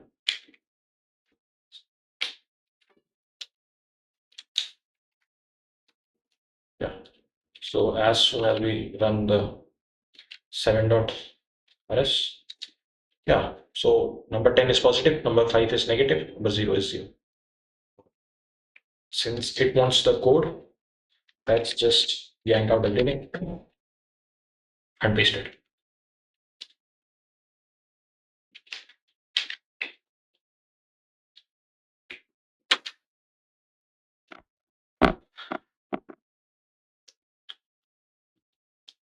Excellent.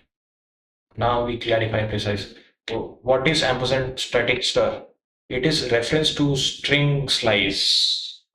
It lives for entire duration. What is stir? Stir is a dynamically sized type DST. Represents UTF-8 string data. Unsized cannot exist alone.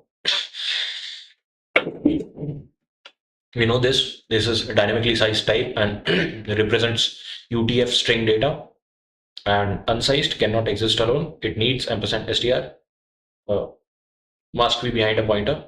That's box str, etc. So what is ampersand str?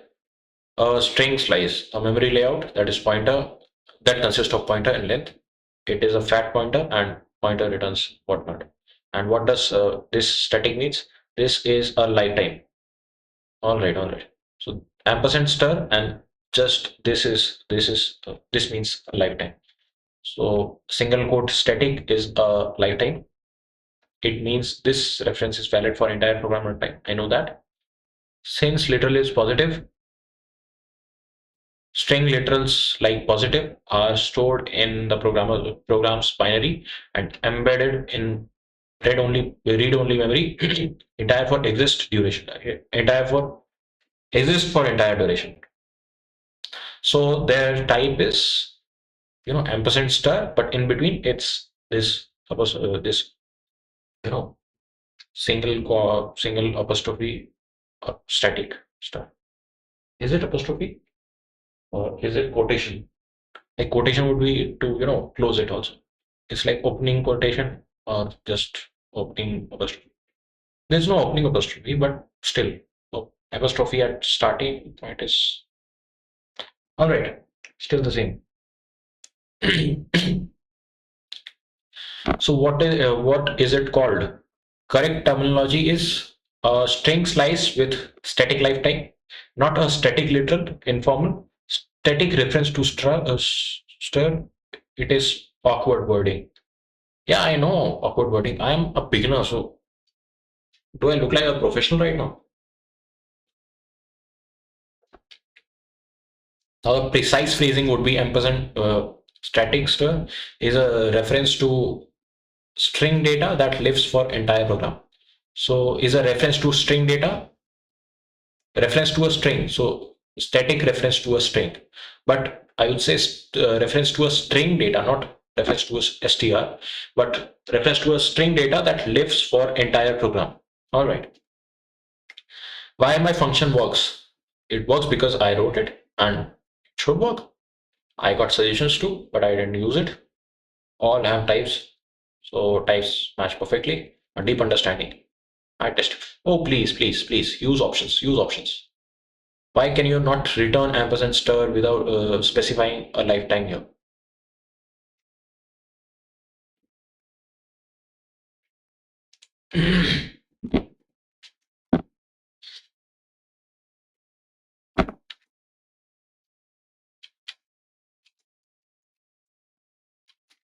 Would need to be in scope and pass the mgph, and it took what length and pointer, isn't it? Where is it? Yeah, pointer and length and pointer to the reference string.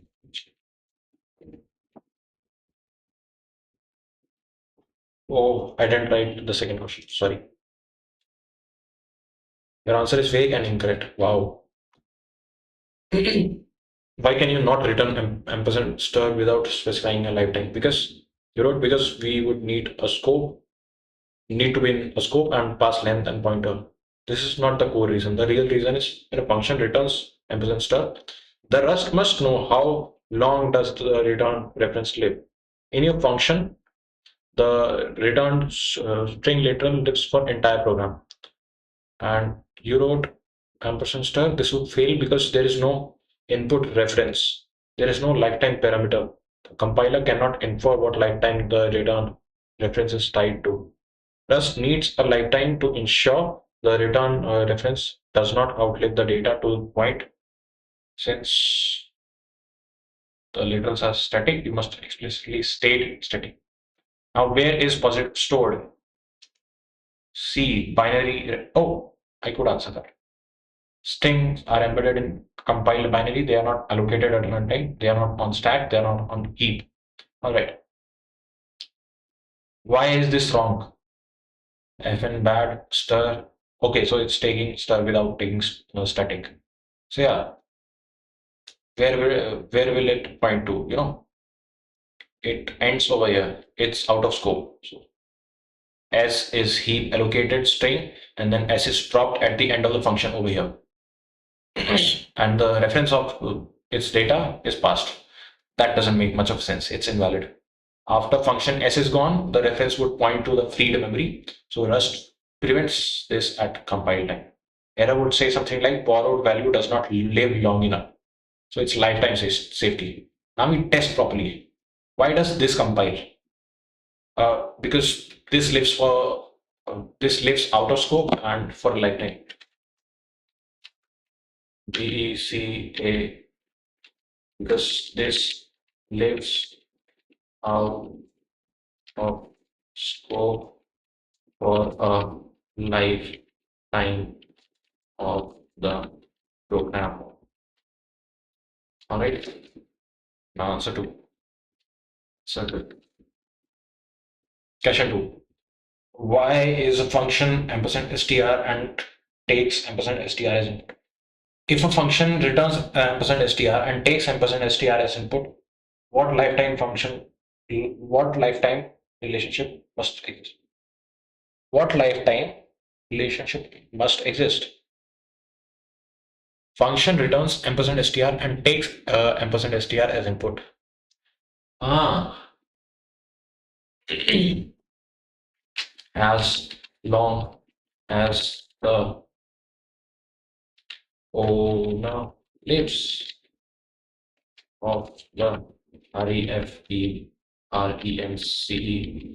ampersand str. I guess this is enough, but it will say it is incorrect or it is insufficient or I'm confusing. But just give me an MCQ. I'll take options. What is the difference between S1 hello and S2 string from hello? This is static, like this is for lifetime. S1 is static literal, so exists for lifetime, whereas S2 is pointing at a key random. S2 stores the pointer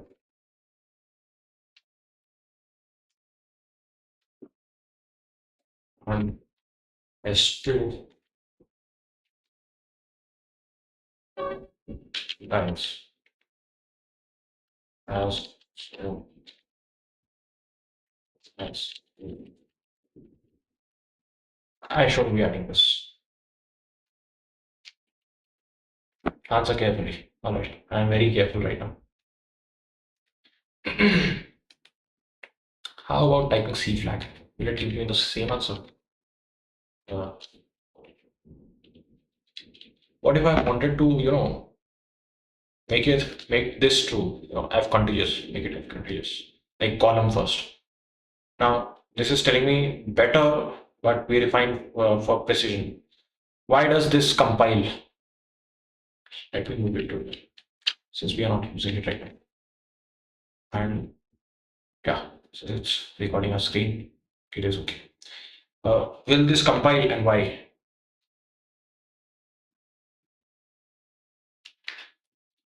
Will this compile and why? Where are you?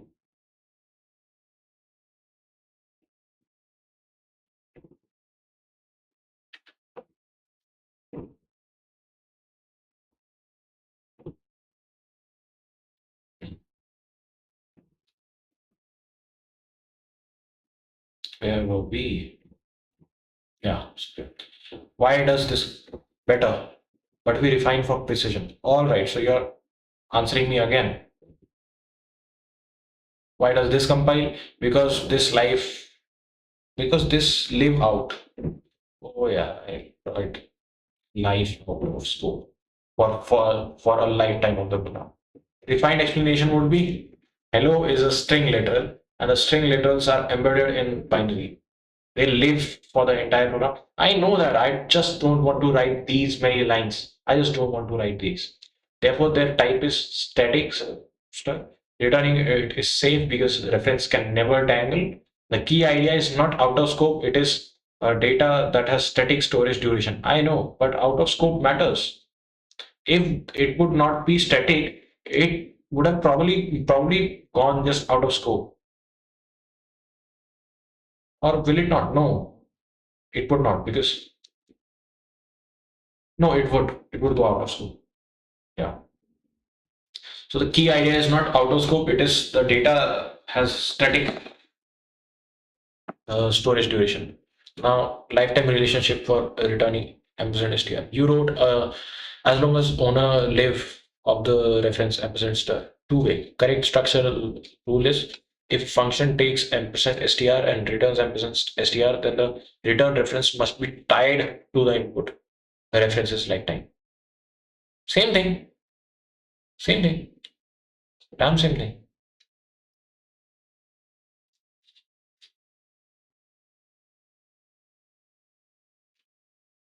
This means the output reference cannot outlive the input reference.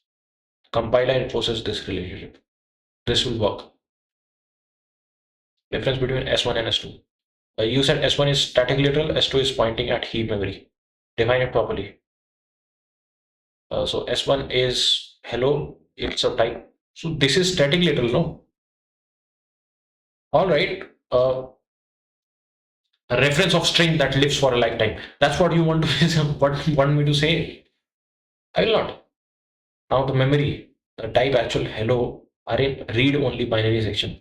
S1 is fat pointer, that is pointer plus length, and no heap allocation or no ownership of data. Where S2 is type string and memory string structure is on stack. It contains pointer to heap buffer and then length capacity. The actual bytes are allocated on heap. So S2 owns the heap memory and dropped at the end of the scope. That ownership difference is critical. Now this is the loop I'm calling up. It just gets to a point where we are just learning about the same thing, same thing, same thing until and unless I answer it in full words. So why will this compile? Will this compile and why? So foo A, and it is tied to a lifetime of A, but it is sending a static.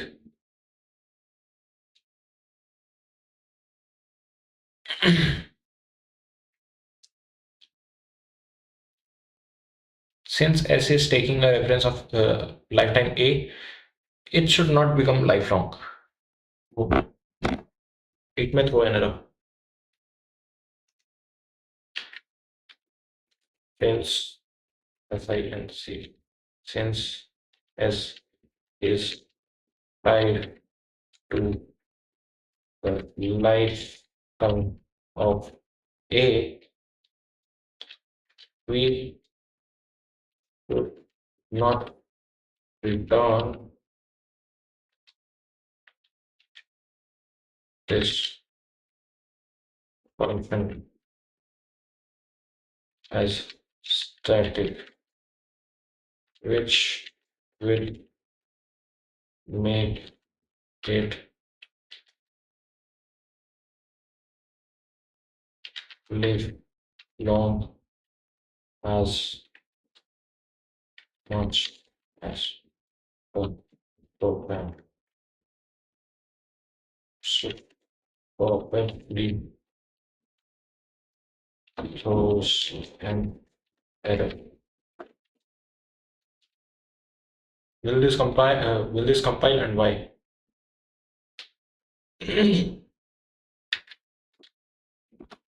Yeah,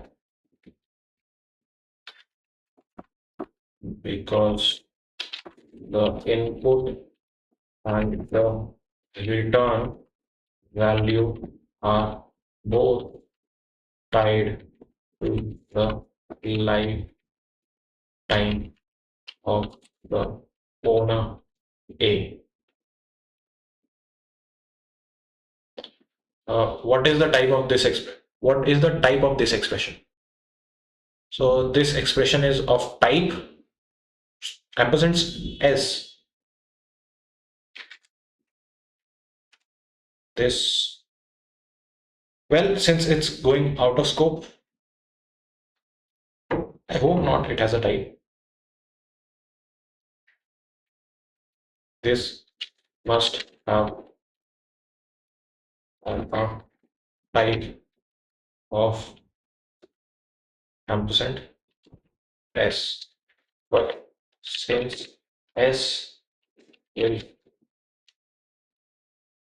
will go out of scope,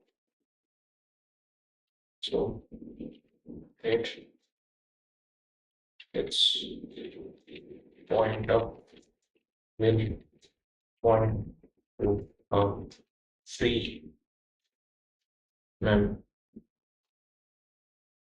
memory or just invalid.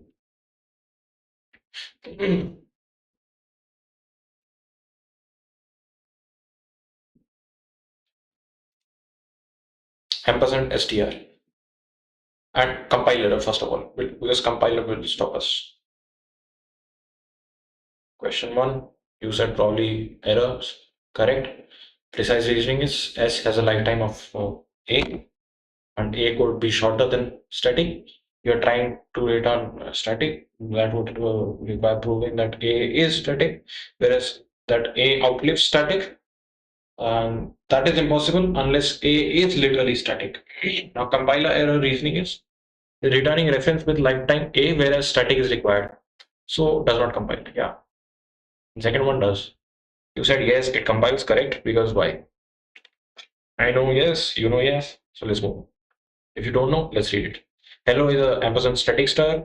Static outlives every lifetime. So static can coerce to a because static A is always true. So this is a lifetime covariance. Key rule is a longer lifetime can be used when a shorter lifetime is required. So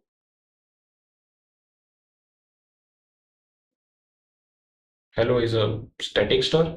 So it will outlive all these lives.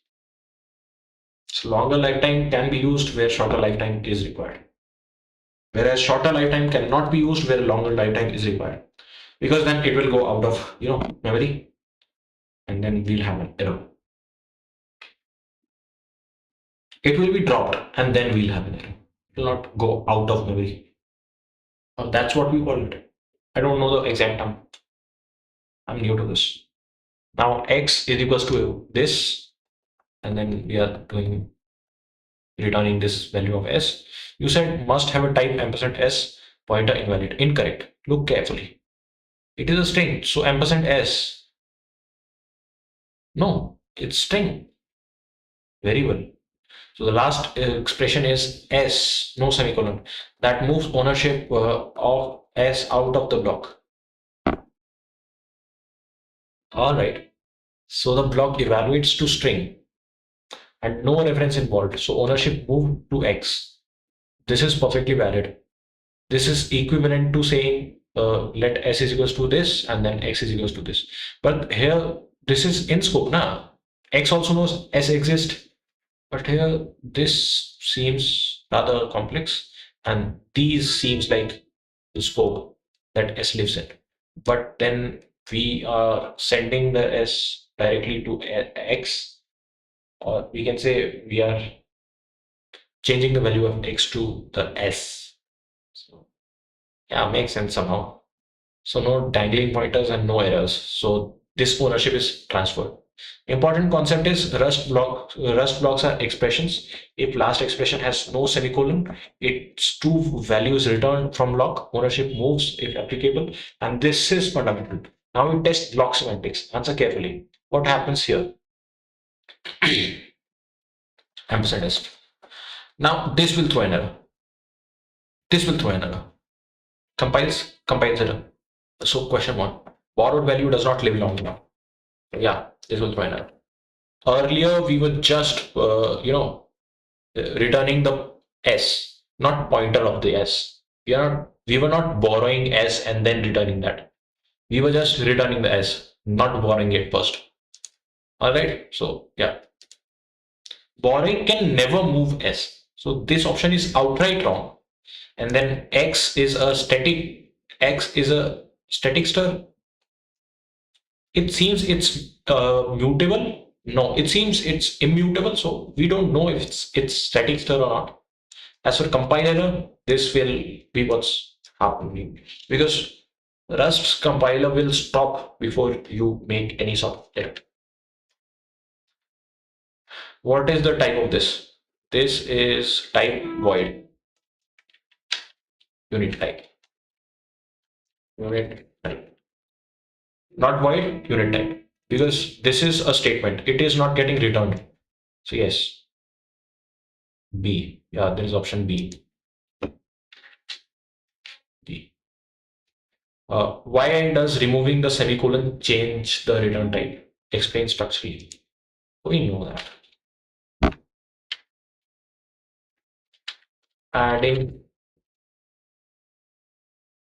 adding semicolon makes the expression a statement,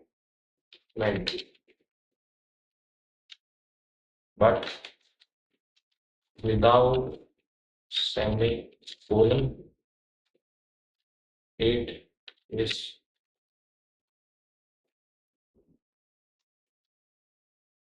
the return value.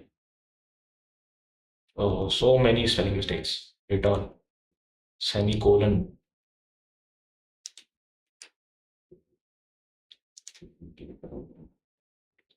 statement. See,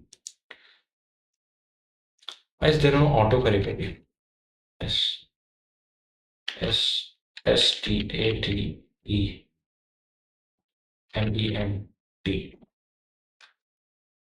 Expression. Wow. Makes the, not the adding. Adding is all right. I can understand it. Is there anyone? Ah,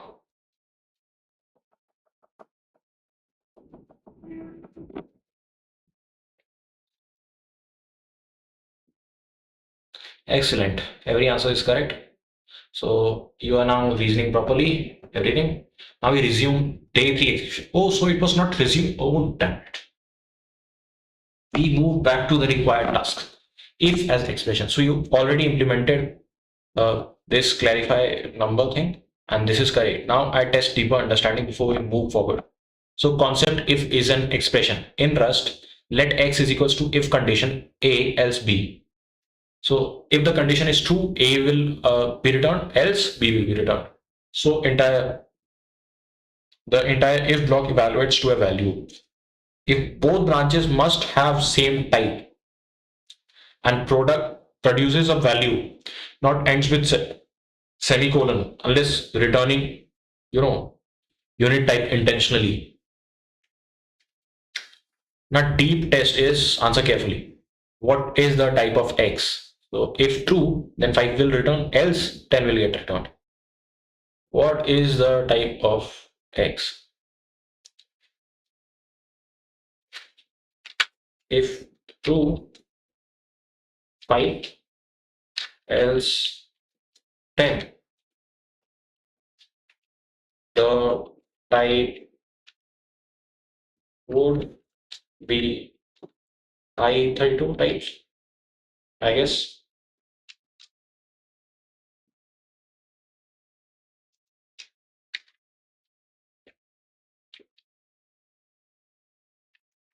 If true, so we are telling it this.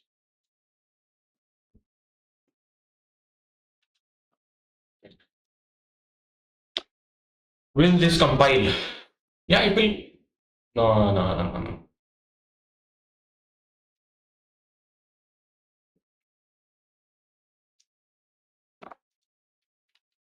Since the type is not same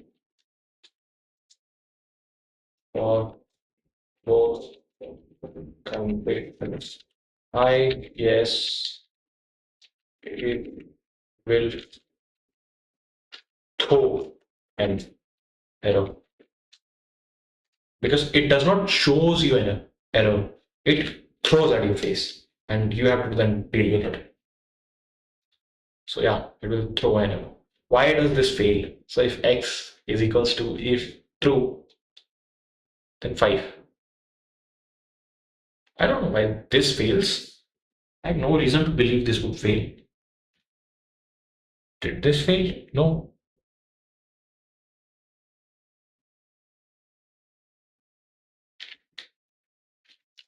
I will guess that there is no single if condition in Rust.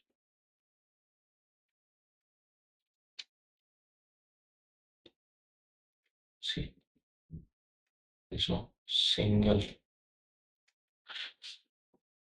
contention in CONDITI.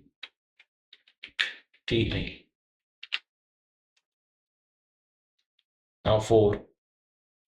What does loop return in this case? Loop break, what you do? It will return unit type. Unit type. Is there anything else?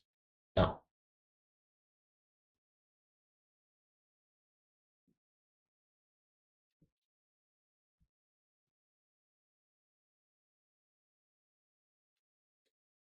Good.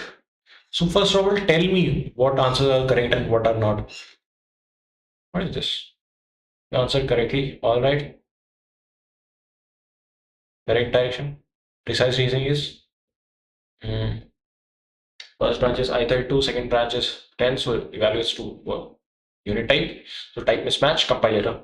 Key rule is all if branches must evaluate to the same type. All right. Question three, you guessed there is no single if condition in Rust. That is incorrect. Single if condition allowed, but as a statement, not expression. The issue is if without else evaluates to void. Oh, why is that? So this becomes void. But inside if block, the value is 5 is produced. Only if condition is true. Rust requires that an expression always produces a value. Since no else, the Rust inserts implicit else. So actual branch type is I32 and unit type. So mismatch again, and it will throw an error.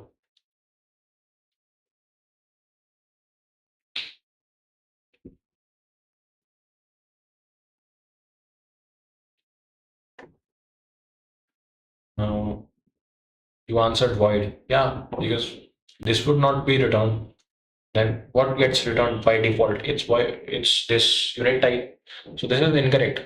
This is critical. Loop is an expression. Value breaks, returns a value from the loop. So here returns a value from the loop. So here I32, which will be 42, I guess, because break 42 gives the loop a value of 42. This is extremely important in Rust. All right. So deep concept. Loop can return a value. All right. Like example, break 5 or multiply by 2, it will return 10. So the result becomes 10, and this is often used for retry logic. Now we test again. Strict. What is the type? It just breaks. So 0. I filter.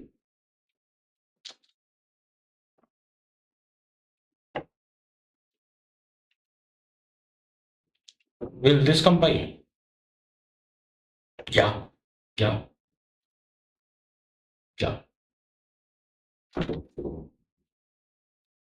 Automatic else added by the Rust also gives this and if is also the link unit type. So yes, this will work. What happens here? Yeah, what is the type of X? X is I32. X is I32. Answer precisely. I answered quite precisely as much as possible. Now it's on you whether you take this very precise or not. Take this very precise. Good. Now we tighten everything precise. Yeah, it's be precise.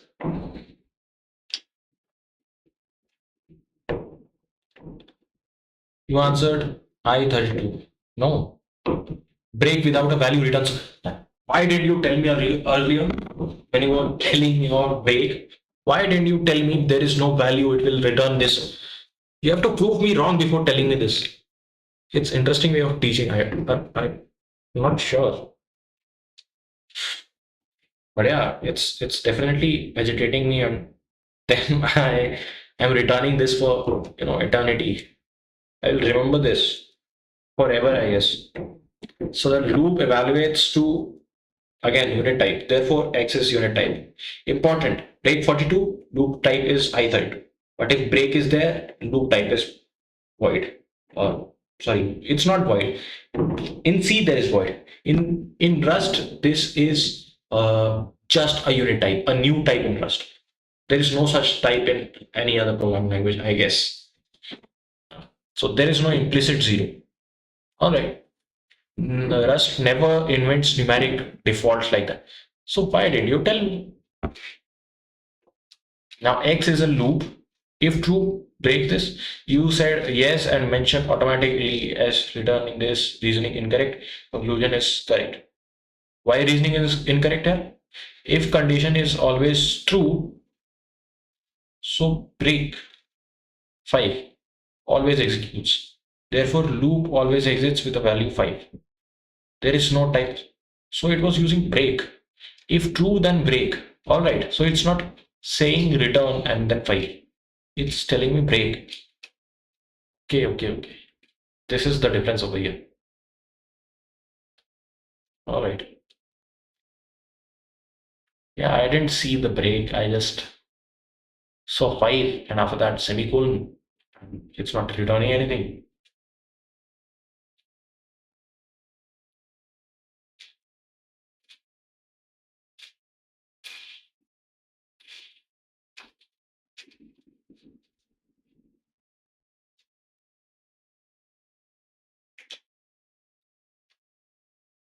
So yeah, it was a loop and it was breaking at 5. So it throws 5. So break 5 always executes. Therefore, loop always exits with a value 5. So there is no type mismatch. Then why? Because compiler can see if condition is true. So the break is guaranteed to run. Loop has a definite return value. So X is I32. Oh my God. Inside a loop, the if condition is always true. So break 5 always executes. So therefore, loop always exits with value 5. There is no type mismatch. Now, because the compiler can see if condition is true, so the break is guaranteed to run. The loop has a definite return value, that is I32, and that is 5 right now. And now consider if it were this, if some condition and it breaks at 5. What's the difference then? Acha, some condition. So it's not always true. It can be false. So now some compiler must assume some condition might be false. If false, then loop continues forever. Now this is allowed. An infinite loop has a type this, which is exclamation, a never type. So never type is also there in Rust, I guess, which can coerce into a type, into any type. So this also compiles, and that is deeper reasoning.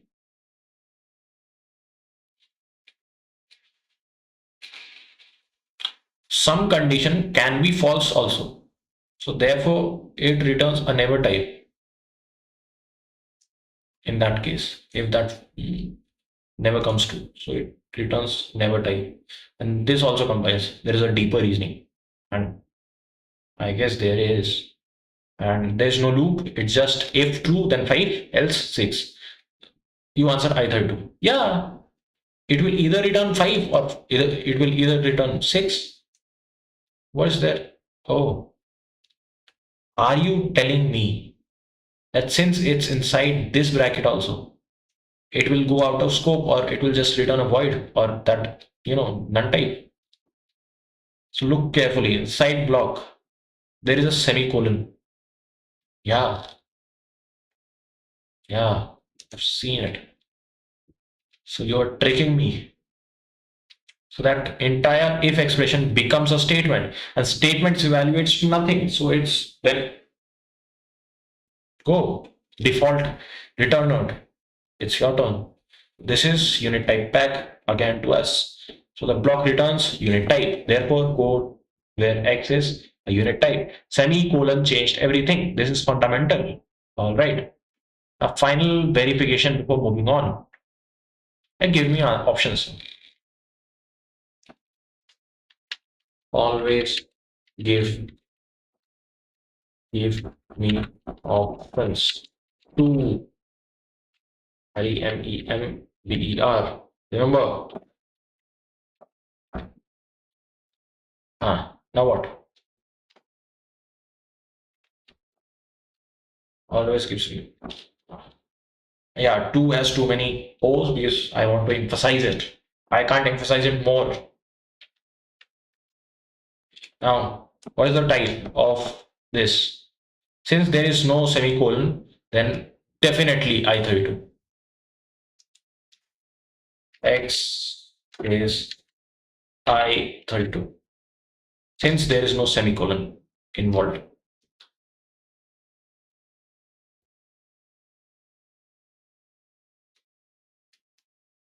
Now what?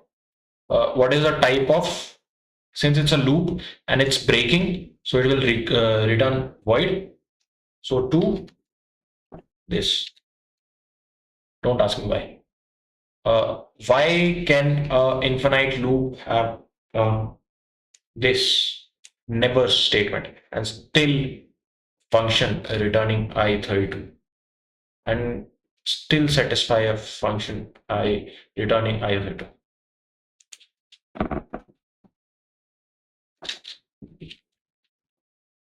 Exclamation is a never type, so it mingles with every type and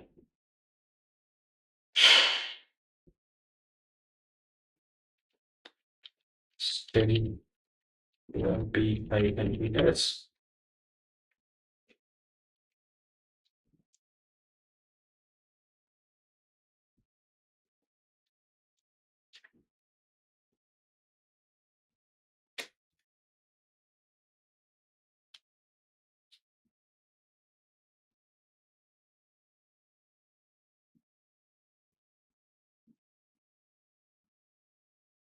Your answer B I32 is complete. Correct. This is also correct. Now this might be wrong. So you said is a never type, so it mingles with every type and still compiles, not complies. Damn it. Correct direction, but refine. I don't need refine. I need practicality. The never type exclamation means this code path never produces a value. It never completes normally because it never produces a value and it can coerce into any type. Yeah, mingle, coerce, same. Because it never produces a value, it can coerce into any type. Example, yeah, this, where it needs a return value of either two and this returns. Compile because loop has a never type which coerces to either two. This can coerce into any type. Now understand expression versus statement, semicolon semantics, loop return value, and never type. Then type unification rules. This foundation is solid. All right, tell me. You must implement this main.rs. I am not creating any main.rs. I will create 8.rs. And then I will add some loop, some while loop, some for loop, which will have these return values. Requirement, all compute sum from 1 to n. Use correct loop type for each, no unnecessary interval variable. Add assert EQ. I don't know what that means. Before you code, quick MCQs. All right, give me MCQs. I'm ready for them. I'm born ready for them. Damn it. Go to the end of the page. Yeah. So there are two MCQs, I guess, or just one. Yeah. So loop can directly return a value via break. Which loop can return a value via break? Well, all of them. I hope so. But we just use break mostly in loop. But I hope so it returns in every case because break breaks the loop and whatever value it is it returns it. That's what I understood. And what does this produce? So for I in 1 2 3, print ln I, so it will produce 1 2 3 because there is equal sign included. Yeah, fifth A. Is there any more questions?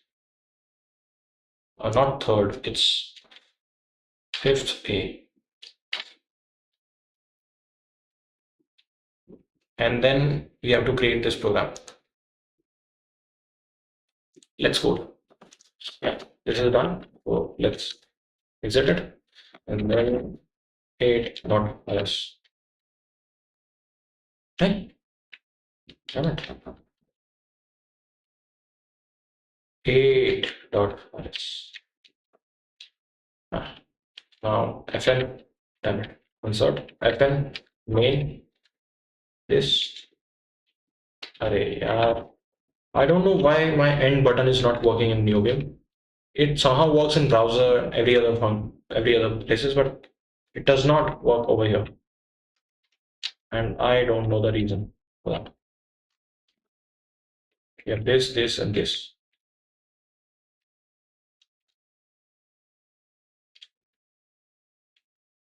Some loop, then some while loop.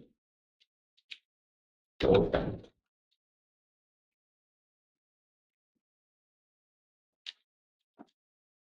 and then some for loop. So we have to create three types of loop. Here we have to create a loop that will go on for eternity, and we will break. We will break when? I don't know. So in this, first of all, let n is equals to 10, and we will apply it to some using loop, some using while loop, and some using for loop. Then we'll pass n. Now we have n. So this loop shall work. Implement the logic. All right. We'll implement it if uh, how to loop here. N is equals to 0, break, else let mut sum is equals to 0, and for sum using loop, and there is only one number. For some summation, we at least need two numbers, no? We are just adding. Oh, so we are adding, computing all numbers from 1 to n. All right, all right. So yeah, we'll break if n. Nah, if yeah, if n is equals to 0, then break at 0. Else let sum is equals to 0, and then for I in 1 to n, sum plus equals to 1. If n itself is 0, then we can't do anything about it. All right, so this is perfect. But since we have not written it, we shall do it by our own hands. You know, array, just by a tab, it gets auto completed. I don't want to. Else, now, now we'll create something called else, and we will, damn it, we will return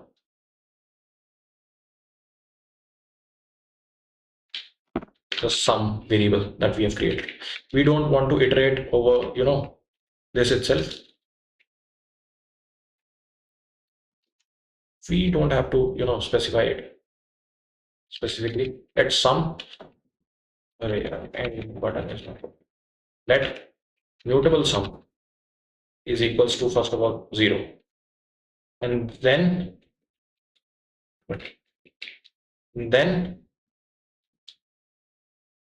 for I in I 2 and equals to n, what we will do? We will create sum plus equals 1. There is no sum plus plus. It's not C. It needs perfectly. Yeah, so this returns sum. And since it already returns sum, we shall get it. No need to return it explicitly. I guess so. I hope so. Now, while loop. So we have to write while loop. While true, while if again n is equal to 0, else the same logic will, I guess, follow everywhere. As for loop, it must be different. Uh, yeah, it is different. And I'm sorry, but I only see for loop everywhere. It's using if and else, but only using for loop to sum, calculate the sum. Like here also it's using for loop. Here also it's using for loop. You're not utilizing the while loop or the loop.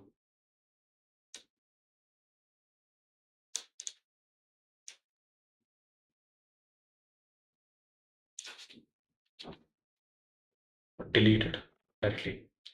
So now, yeah, this is the correct suggestion. So loop will break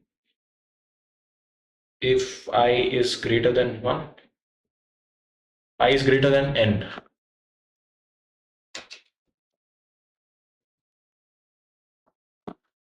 How is this? There is mutable sum, and then there is mutable I. I is right now equals to 1, and loop will break if I is greater than n.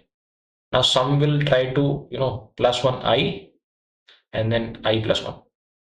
So it starts from 1 and it goes to,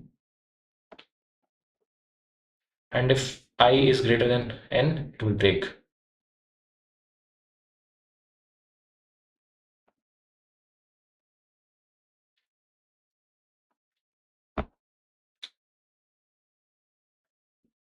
What if we pass the number n as 0?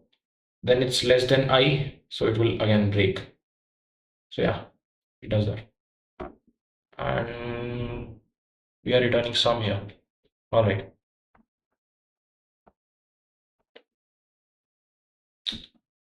What about this? This is instead of using while loop, we are using for loop inside a while loop. So it's stupid to do that.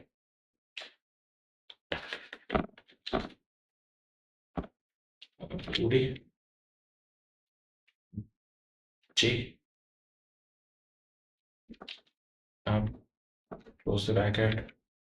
Let's write something. Let mutable sum is equals to 0, and then I is equals to 1, and then we'll write a while loop. So while I is less than equal to n, so an I is less than equal to n.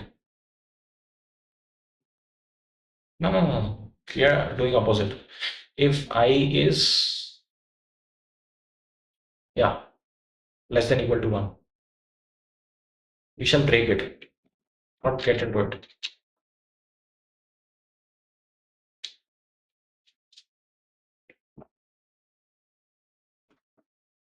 I is 1, and if I is greater than n, it takes on loop. But over here, while I is less than equal to n, so it starts from 1. What if n is 0? So I is less than equal to I is 1. So 1 is less than equal to n, which is 0. No. So yeah, I think it is right. Plus equals to I, then semicolon, and then I plus equals 1, semicolon again. Then we return the sum. Yeah, I hope this works. Uh, Rust C 8. Ah, it works. Let's see. It gives me the answer we all need. Some using loop, some using while loop, some using for loop. All right. Rust C. And then we will write it. It will not get copied now. Will it get copied? Yeah, it doesn't work because nvim doesn't open on distros and everything. We would try to paste.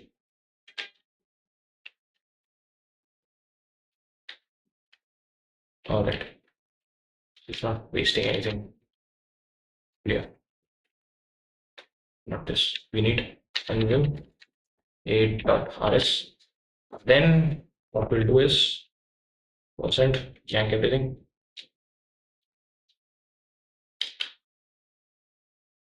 percent and yank everything, and we'll paste that over here.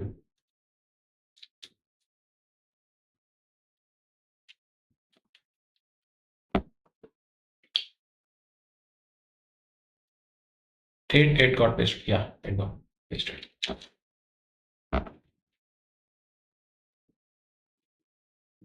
Whose time is it? Can I see the timing? Where can I see the timing?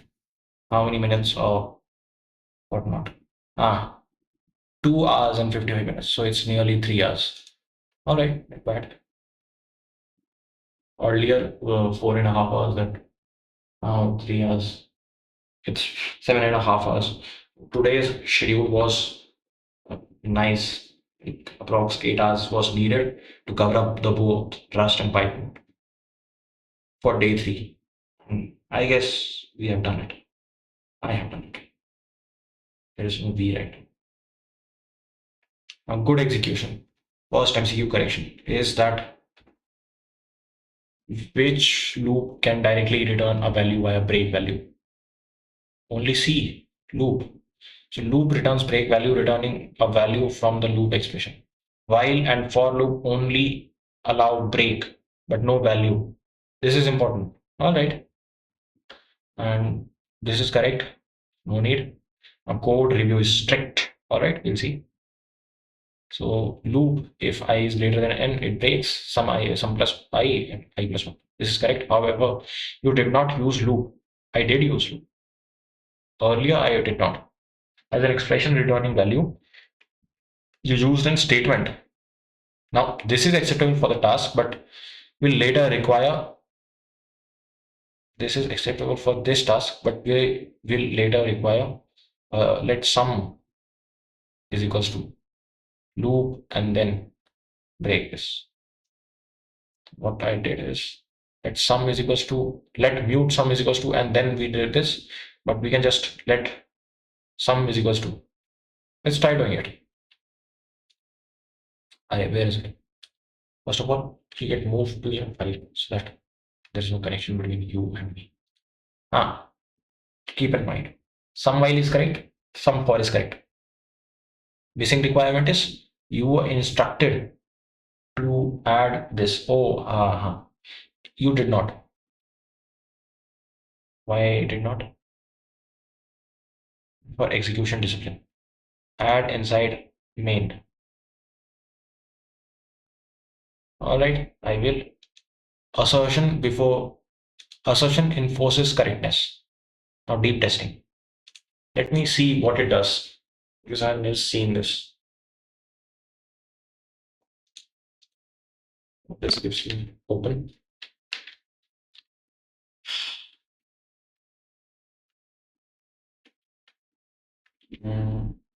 Inserted. Tab. Yes. Rust C and date products.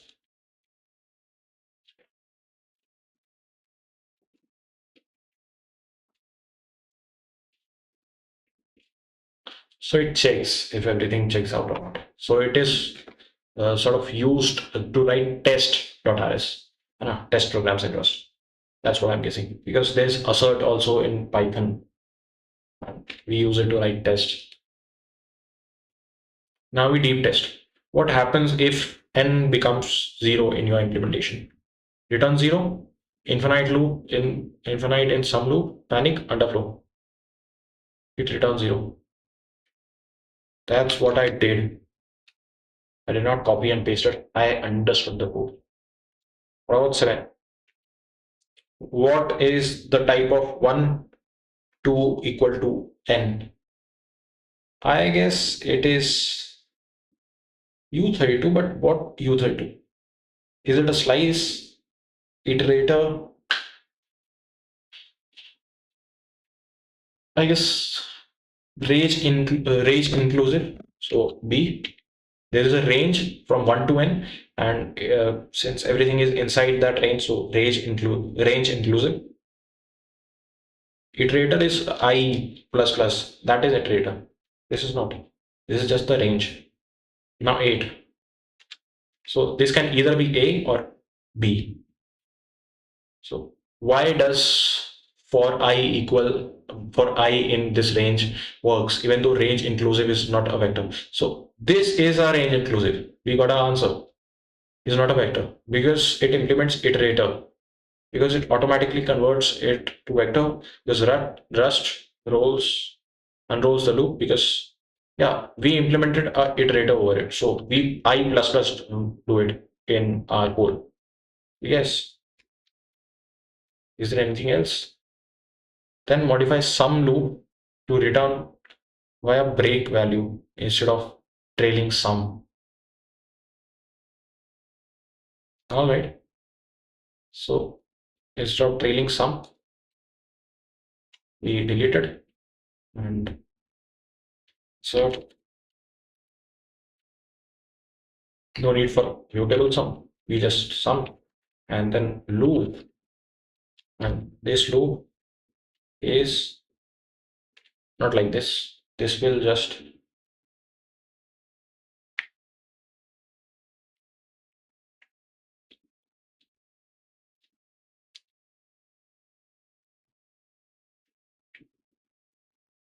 how will I break such that I have sum in my hand?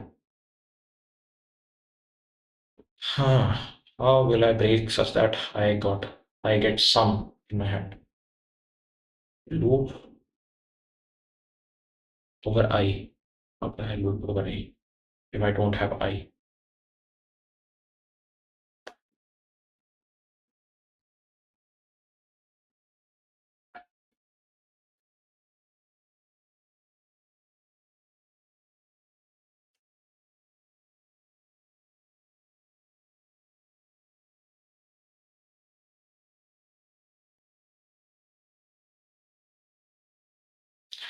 This is what it wants me to do. But then we are breaking at sum and we don't need to return it. So I guess this or not this.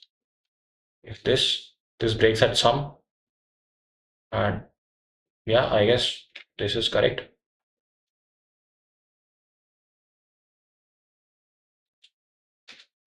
Link it. Let's paste it over here.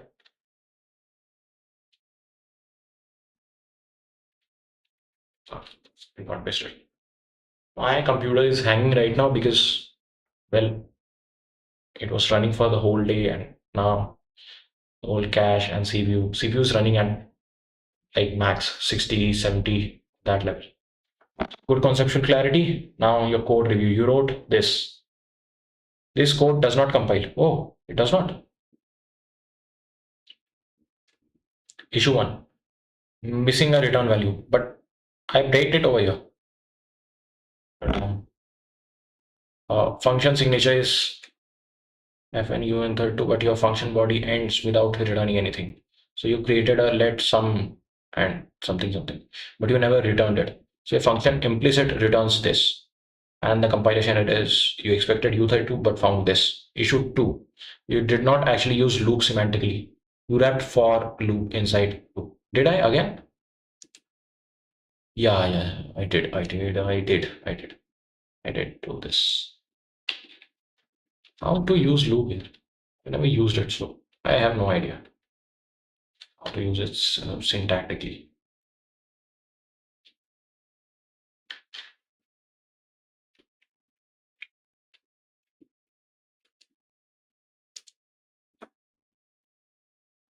Correct version would be that, yeah, there is mutable I, which is, and then mutable sum 0, then loop, and that's what I did. I guess so. That's what I did. Will it not break? Because I don't see any. Oh, there is some. I guess that's what I did actually. Let me compare it. Let me compare it. So let's go over here. Let's undo everything such that, see. Yeah, see, that's what I did. But instead of doing the break is equals to uh, insert sum over here, I returned it from here. I don't think it's that bad, but let me see what I just printed. Yeah, I printed the same thing, same damn thing. Mute I, sum zero, and this is a. Oh, I don't think there was a problem, but it thought there was a problem. Why not?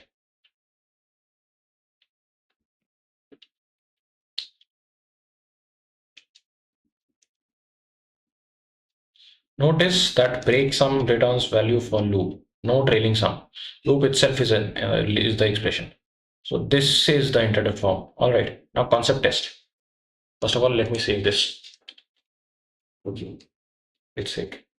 Try running it. Just see 8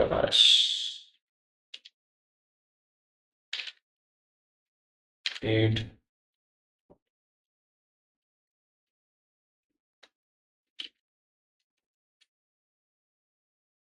How can we time on 8? Let me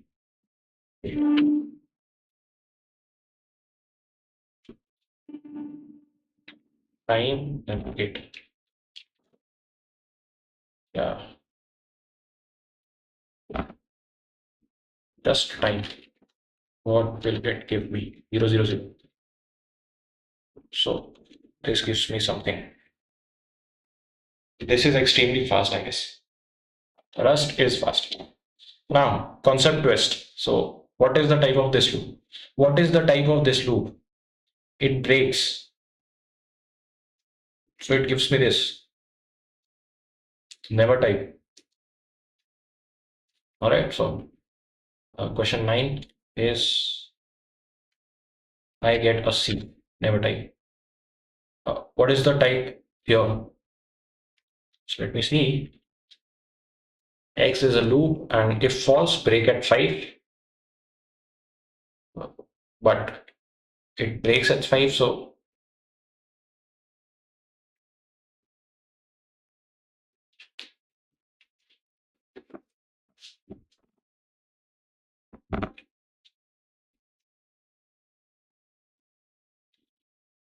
it's not that we are making the loop break. है ना?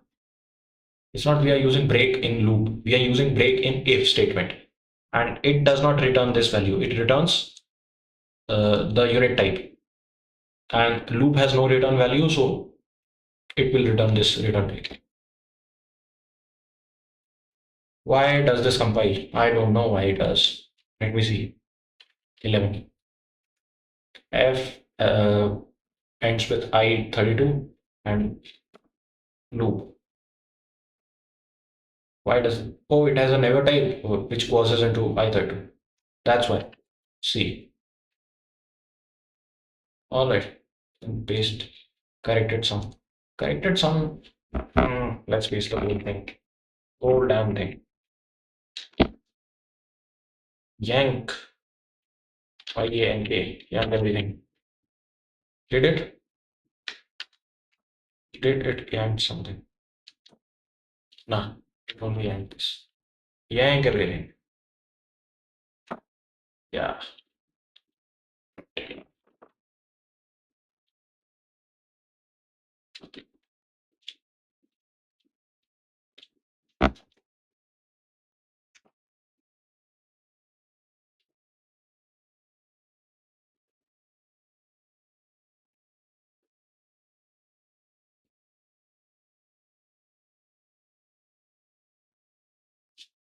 9 is your answer is C. Correct answer is B. Loop, it breaks and returns. Loop breaks and returns this. So loop evaluates to this. This only applies if loop never breaks. Yeah, this is also incorrect. Answer is B. Correct answer is I32. Why? If false, then never executes. Break. So the loop never exists. Oh my god. This means the loop is infinite and the type is never type. This is correct. Code review proper. We move pattern matching. Let's go. Let's move to pattern matching.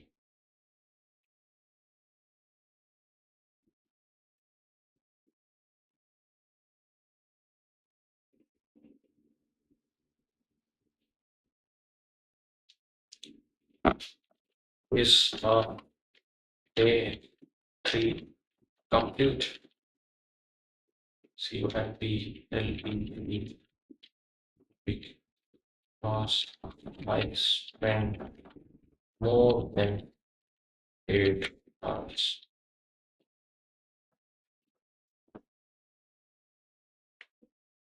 Not yet. You will say not yet. No, day 3 is not complete. Time spent is irrelevant. Completion is defined by all Rust tasks implemented, pattern matching done, option and results done, control panel observed, Python benchmark done, completed, CLI calculator built. You have completed control flow, loop variant, and Python benchmark. You have not completed pattern matching, options, return, control panic, CLI mini project. So day 3 ends only when all required artifacts exist. Compile. Now decision point. Do you want to finish pattern matching right now? 45 minutes. Stop and convert day 4 into recovery continuation. I'll just continue.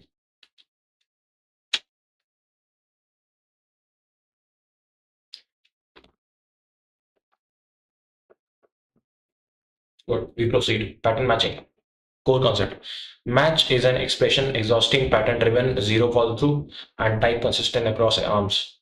A quick MCQ. What does this represent in match? Default case, any value not matched earlier, wild pattern, all of the above. I guess all of the above. D, all the above.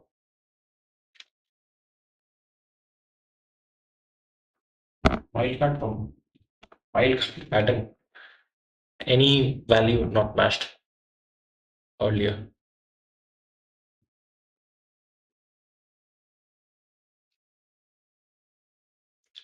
If you omit one possible value in match, what happens? If I omit one possible values in match, what happens? I haven't studied what match is, so I don't know. Runtime panic, compile warning, compile error, undefined behavior. If you omit one possible value in match, compile warning, compile error.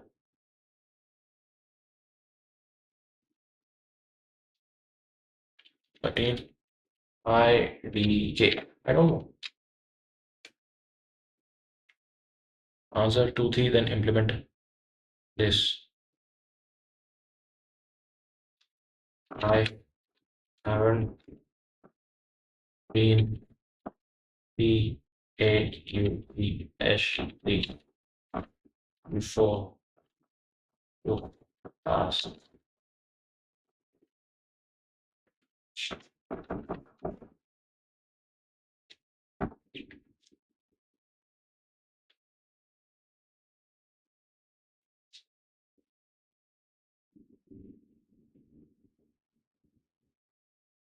Good. Then we teach before testing further. Concept is exhaustiveness in match. So Rust enforces exhaustive pattern matching. That means every possible value must be handled. If you miss a case, the compiler rejects the program.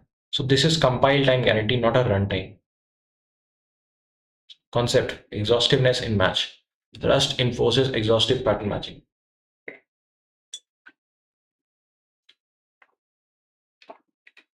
That means every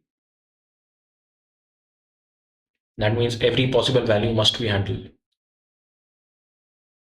All right. If you miss a case, the compiler rejects the program. This is a compile time guarantee, not runtime. All right. So match X 1 to 1. Compile error, non-exhaustive pattern. What about 2, 3, and 100? Yeah. So this pattern is called wildcard pattern. It means anything not matched before. And it is often used as catch-all branch. Now MCQs. Have you been you have been taught. So this is a wildcard pattern. Now I know it will signify everything that has not been matched before. So why can't it be this any value not matched earlier? Match anything not matched before. It means match anything. All right. So it means match anything not matched before. Huh. So it's wildcard pattern. It matches anything you give it. All right. So it sort of matches everything also. 13. If you omit a possible value, it shows an compile error. See, then implement answer now. Then implement number kind. What is number kind?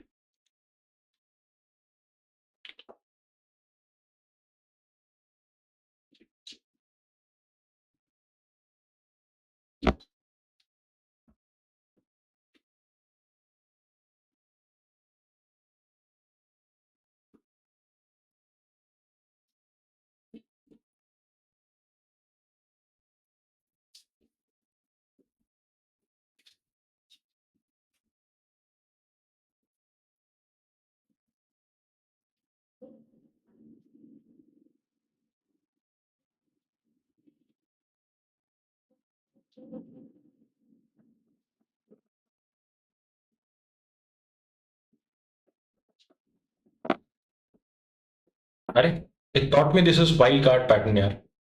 What is this? It's bullshit. This is called wildcard pattern. And now it asks me what does this represent? It represents wildcard pattern here. Now you are telling me this is wrong. What the hell? Let's define question two properly. This is a wildcard pattern.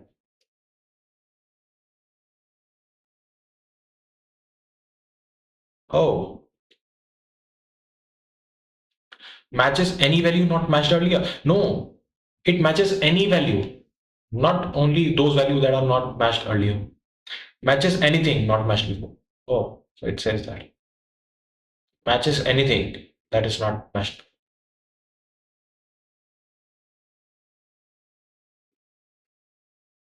Any value not matched earlier. So yes, I am wrong. This is correct. Now we implement. So implementation task is that create something.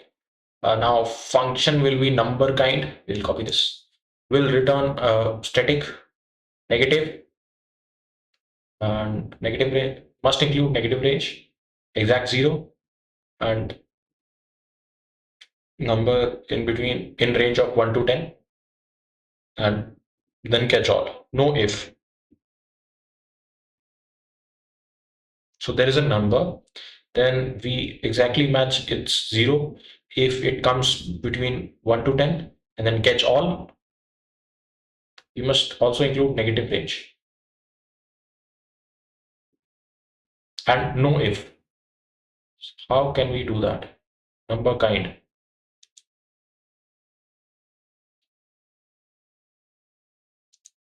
How can we do that?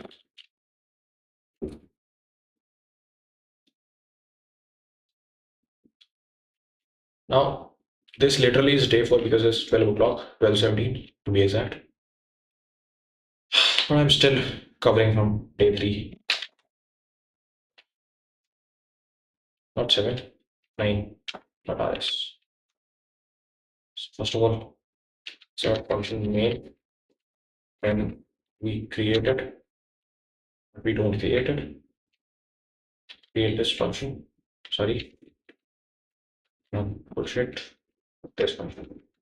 And now, no, not this. We don't want this.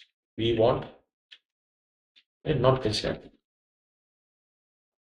It's just one tab away, but tab is also used for indentation. So what can I do? How to just reject those autocomplete? First of all, exact zero. Without if, how can we say it's exact zero? MATCH. What is the match parameters? Expression is zero.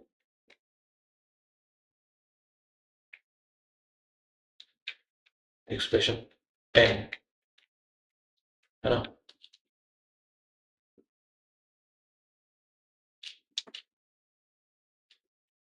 So it says zero, so it gets a value of you know string called zero. And then there comes, oh, 1 to 10, everything. Can I just not use the range? 1, then dot dot equals to 10. We'll just say this is uh, 1 to 10.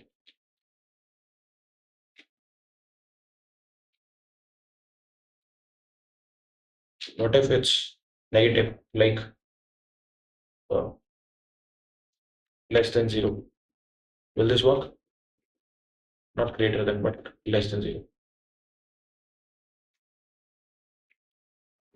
Will will I be able to say it's negative, or will it throw an error? Let's try. We'll check it and then catch all. We'll implement now catch all. This is equal to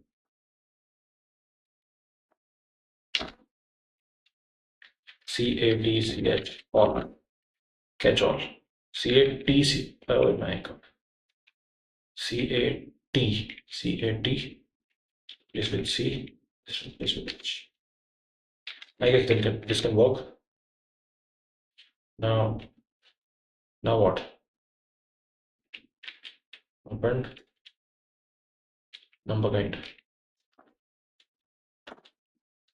Will it work? RUST C9 Rust C season of home. Yeah, it will not compile, I guess. Yeah, we got an error. This is not expected expression due to previous error. Yeah, it was expected. Percentage y, and then before you write it, oh, I already wrote it. What do you know? So which syntax matches all negative numbers? Ah,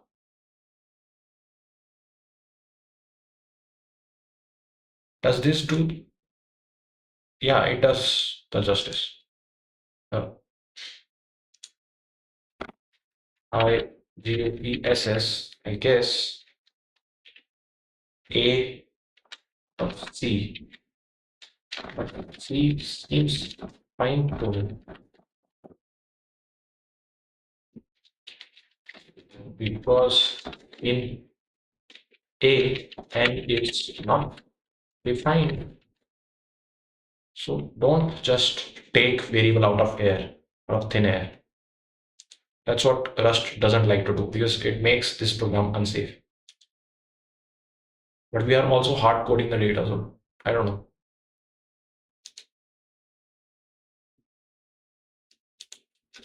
Not because I'm using Rust, not everything starts with R. It's because P is C and then A. Damn it. Spelling check.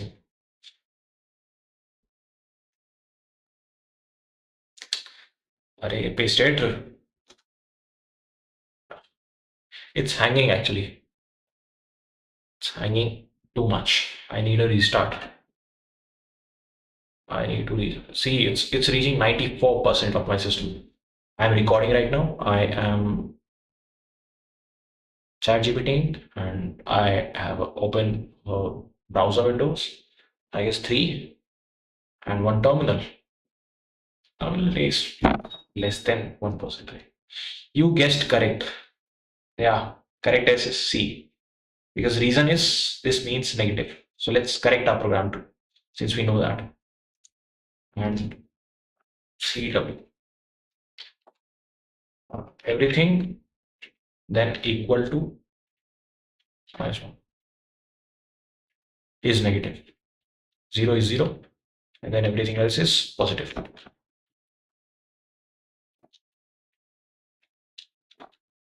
Ah, damn it. It hurts. It hurts badly. We need commas everywhere. Yeah, doesn't hurt as bad as we thought. Now I need a new Vim macro where I can just add everything like comma and everything at end. I somehow have an idea that we have to use that visual mode, but I've never done it, so I don't know how to do it. Yeah, 5 is 1 to 10.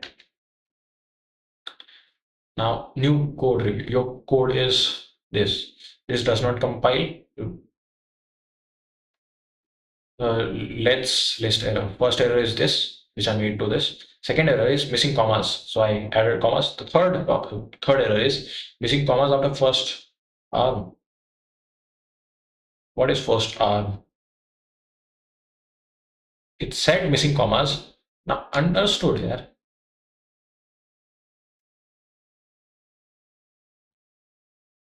Now concept reinforcement. What does this means? All value greater than 1? No, all values less than or equal to 1. 15 is B. All right. 16 is Y is required there. Required here because Rust prefers explicit syntax because Rust match must be exhaustive because integers are special because this speeds if you must explicit syntax. I guess this is the reason. A or B, but I guess A. I don't know why. 16 and 17. Not 17. Yeah, there is 17. So what happens if underscore is removed here? Runtime panic, compile warning, compile error, non-exhaustive pattern. So it gives me that it is exhaustive. I should just change it. If my question just hints me towards something, then I don't want to get this ChatGPT into some loop. So see, compile error, I know that, but non-exhaustive pattern. It's because of this that I'll get a compile. And fix your file properly and paste the final version. Okay, so cat 9.rs and then wl copy everything. Yeah, this works fine. Paste everything. Or just paste it here. It hangs. See, it's hanging for I don't know how many. Now it's done. It hangs. Damn it.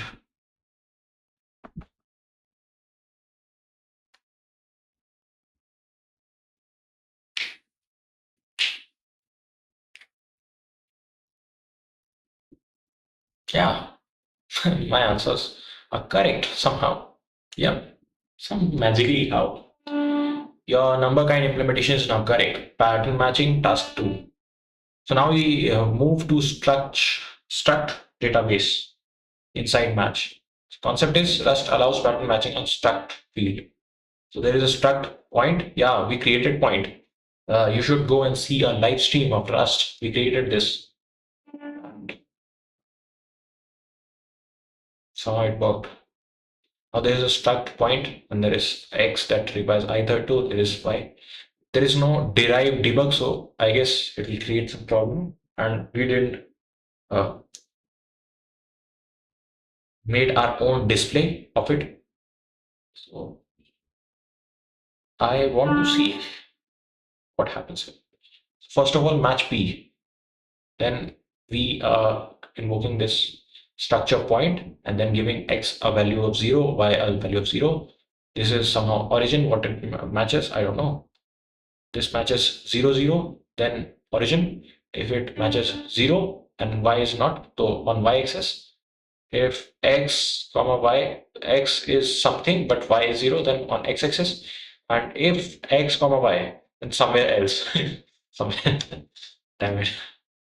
Key idea is, example, will this work? Let's try this. It should not work because, first of all, we are not, passing any values to the point, and then we are not executing match P. So let me ask it only. Key idea is here that field pattern and destructing binding unused field exhaustiveness. So first of all, exhaust all the cases that are possible. And there is binding unused field. So if there is unused field, just bind it somewhere. Then there is destructing and field pattern. I don't know what that means. Then task. In the same file, add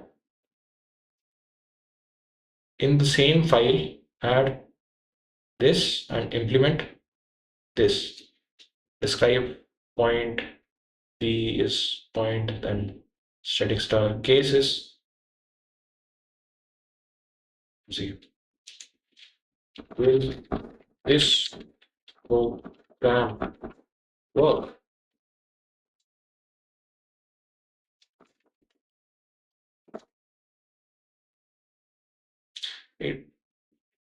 It's goddamn hanging so much. I want to restart my computer right now. I might lose focus and all. You have to set up everything again. No, this will not work as written. Let's analyze precisely. Yeah, let us analyze this problem. Match P is outside of any function. So this is not inside any main. So cannot exist at top level. In Rust, match must be inside a function or constant context. So structurally invalid. Now first thing is khatam. And problem two, P is undefined. So what is P? There is no variable P declared.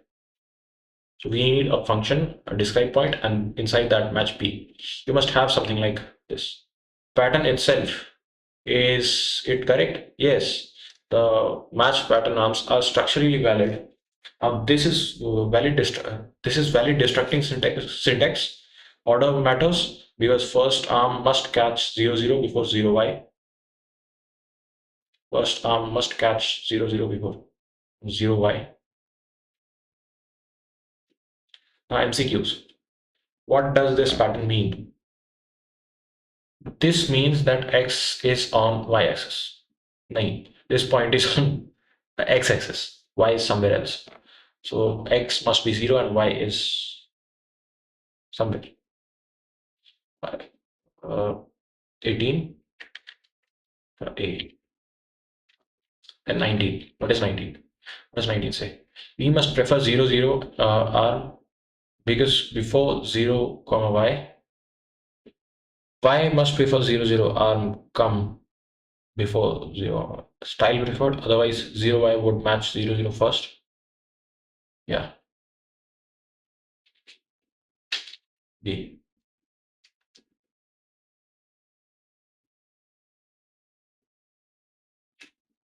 O R D E R. It's what matters. That's what you said. Then implement struct point and fn describe point with proper main test cases. Full file. We continue strictly. We are continuing strictly.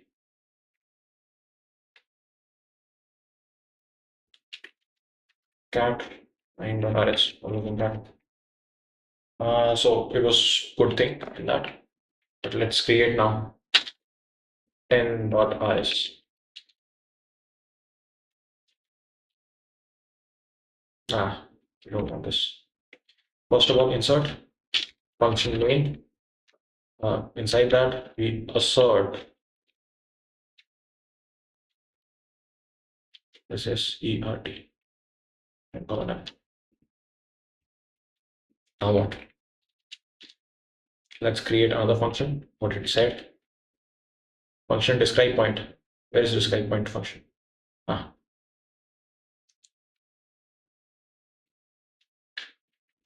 yeah, done this. And before doing all that, we have to create a as struct point where x takes i32, y takes i32. Now we have a point, yeah, and we are taking p as a point data structure, and we are returning a type of string literal or string that survives program lifetime. Now describe point. So yeah, we describe the point. So if point has x as a value of 0, and then y as a value of 0,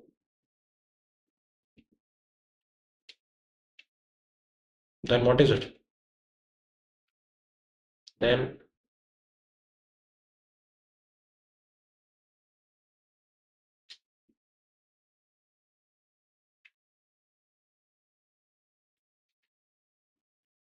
this is how we matched. Yeah, you have to do this. Then we match it to a string. This is origin. All right, comma. Now there's PO identity. Now let's make x somewhere and make the y is equals to 0. Y is, let's say, 0. Then we will have it on y-axis, not x-axis. See, whatever it's telling me is rubbish. Y-axis. There's no comma. I remember that. Point x 0, and then y is something. Then what we have is on x-axis. Yeah, that's telling me something too.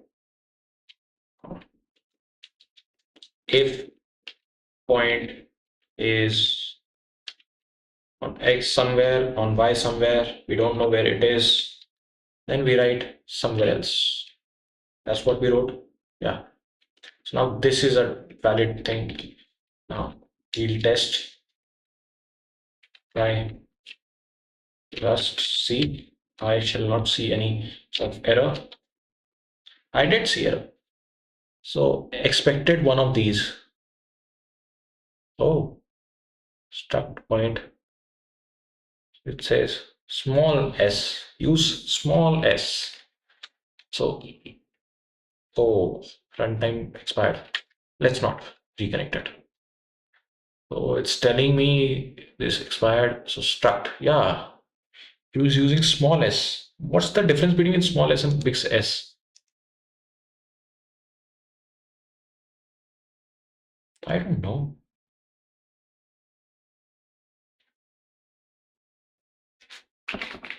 What if we just the line one insert small s instead of big S? Yeah, it all makes sense somehow.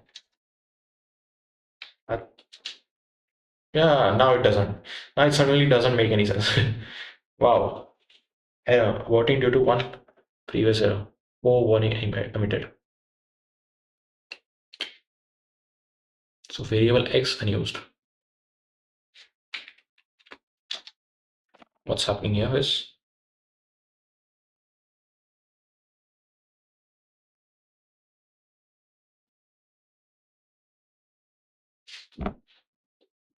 This is not how we should assert about D. And then we can assert equation and describe point. Inside that, we give it 0, 0, and it will give us something. We give it 1, 0, it will give it something. This and this somewhere else. Yeah, this is how we test our program. And we shouldn't be seeing any errors. But we are seeing an error. And there is no 10 version compiled. So it's not only throwing us warning, it's also throwing us now the point X. Try ignoring the field X. Or, or what can we do? What else can we do? Let's just first of all do all sort of mistakes and then tell our helper to just makes everything right. I will first of all yank everything and paste it. Press enter. It hangs so much.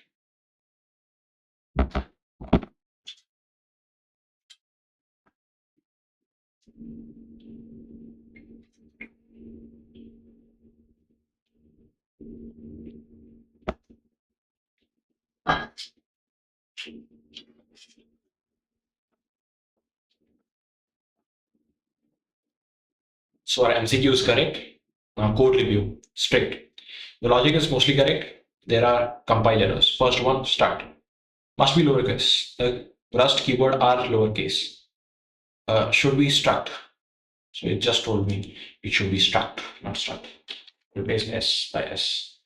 What else? FN main, missing the parenthesis. Oh, am I? No? Oh, yeah. I am missing parenthesis. Why am I missing parenthesis? Nobody knows. Now, will it compile? It does compile. Wow. So, yeah, it did compile and didn't throw any errors. And logical correction.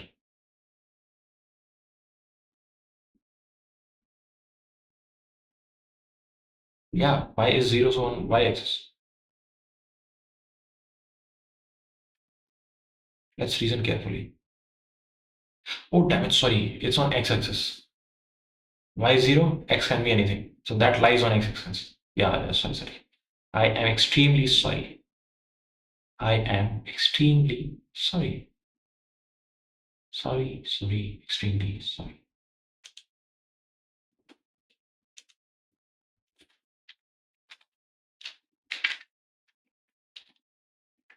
Mm, Percentage P A S T. Is there a paste? Percentage P.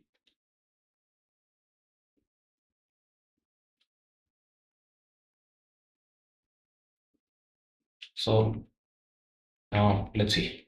X is something, Y is 0. So it's on x-axis, not y-axis. Now this will be on y-axis, not x-axis.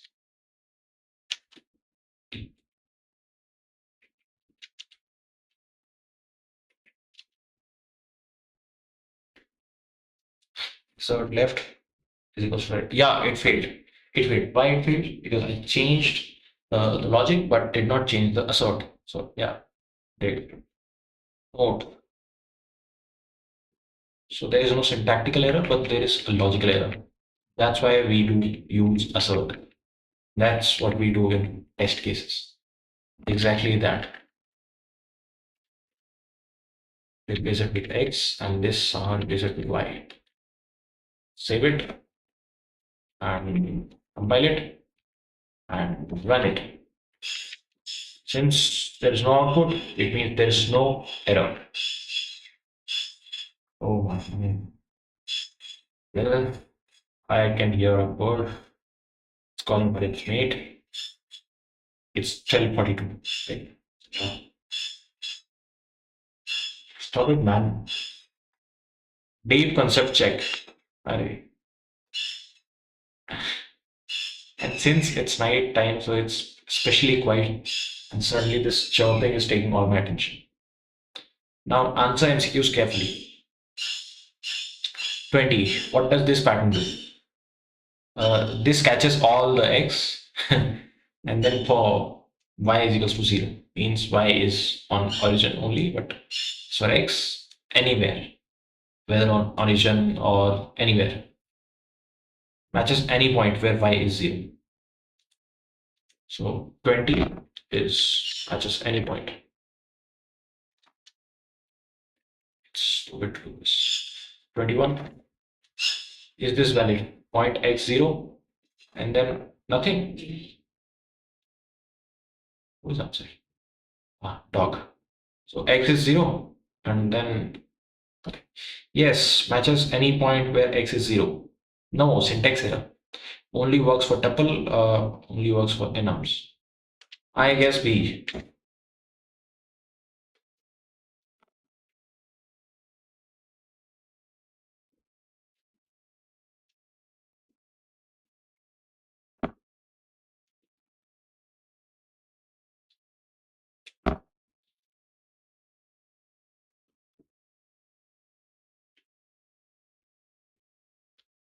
Correct answer is first of all B, 20, then 21, A. That is ignore remaining fields. Or equals x, y versus y is equals to 0. Which is any point, that's all.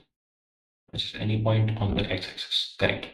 Now this is incorrect because this is a valid syntax and it means ignore the remaining fields.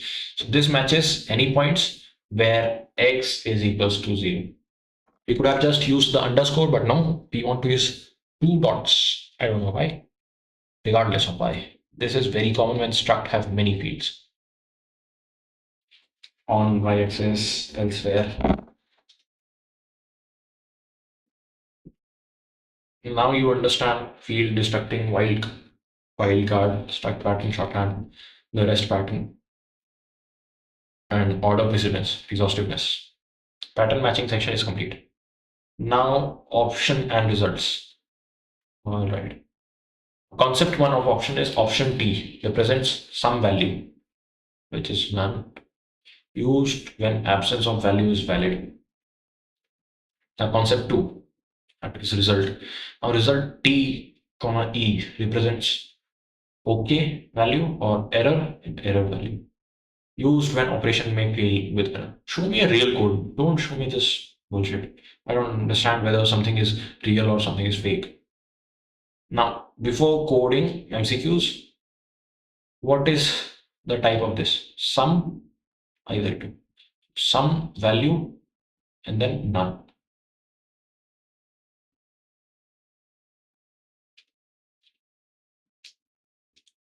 Option either two. I don't know. 22. A, I guess. 23. What does none represent? What does none represent? Uh, represents null pointer or absence of value in option or error or zero.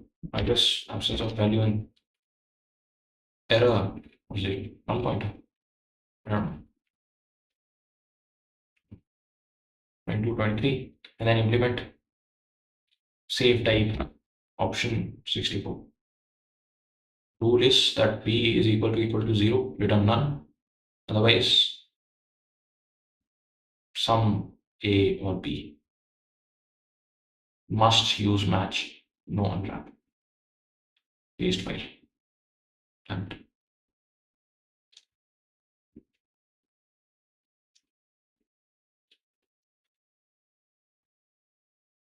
result T represents OK, and the option T represents some value or none.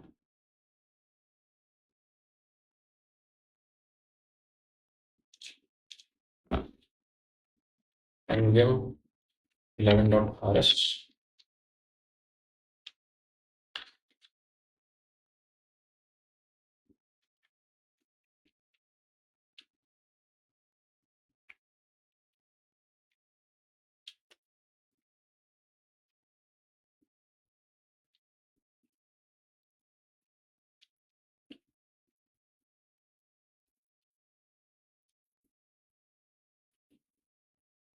Let a is equals to 10, b is equals to 0. Save type.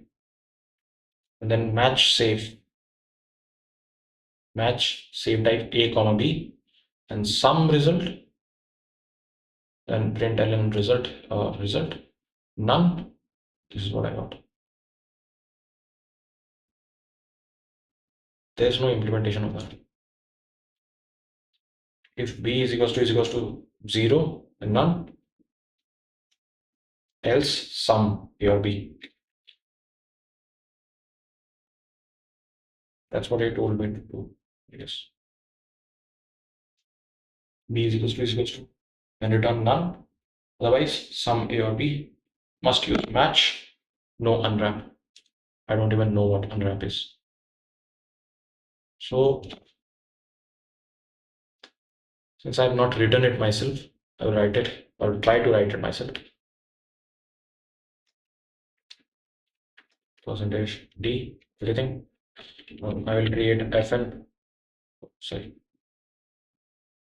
first of all, fn made. I will leave it empty, and after that, I will create fn. What's the name of function? Save type, save div, SAFE layer, save div. Oh, sorry, save div. Yeah. What it does is it tries safe division, save div, which takes first of all a, which is a type float 64, and then it takes comma b, which is again of type float 64. Here a is getting divided by, and then we get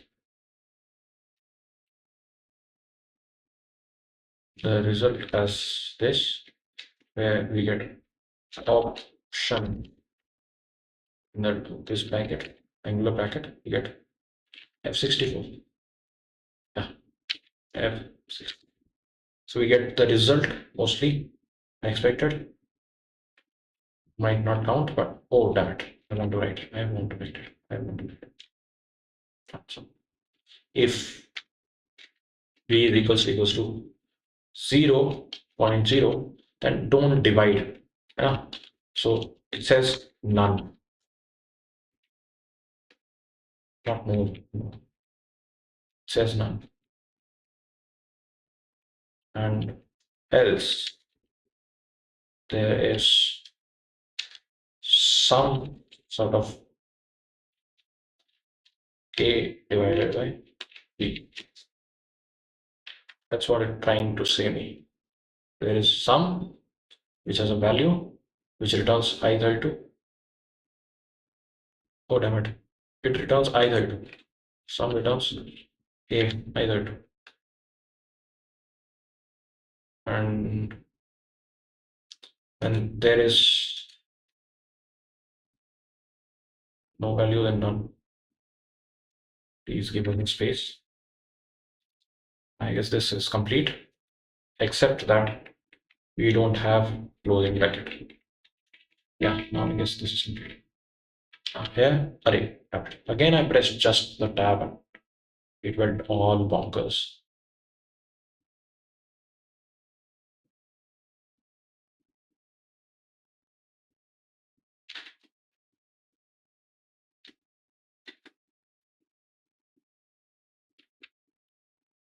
First of all, assert equal save div. In that, we give it a value of 1 and comma of 2.0, no, 0.0, Will it do implicit conversion or not? I don't know. And then we should get, you know, some 0.5. That's what it's suggesting. Some some 0.5. And if we assert AFSA RT, then equate it is a macro, so exclamation mark. Then save inside that save div. We'll now pass 5.0, comma 0.0, and we should get a none. Yeah, that's what we should get. Now let's save it. Let's yank it and let's try to run it. So rust c 11.rs. Yeah, gets compiled means it runs. And if it throws no error, yeah, we are getting what we expected.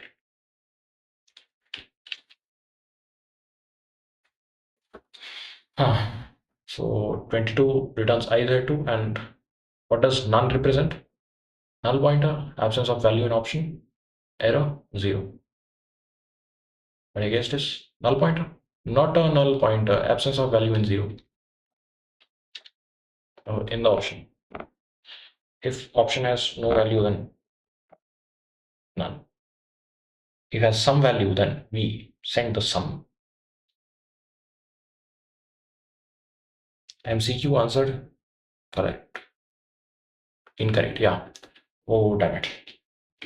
I should have written option I32 that was earlier. And sum 5 is not I32. It is option I32 because sum is a variant of option T, and this is correct. Code review strict, your function is logically correct, but you violated instruction. You must use match. Okay, okay, okay. So match B is equals to 0. How? We are training pattern discipline. Correct version using match. Match B 0 0, then none. Everywhere else it's, yeah. So it's not using match. Yes, I used this. Now I will create another function uh, called the same thing, just a different save div m8 with match. So we do the same damn thing. If it suggests me a same option B is again 64, and now we have option 64 as the return. Option F64. That's what we get.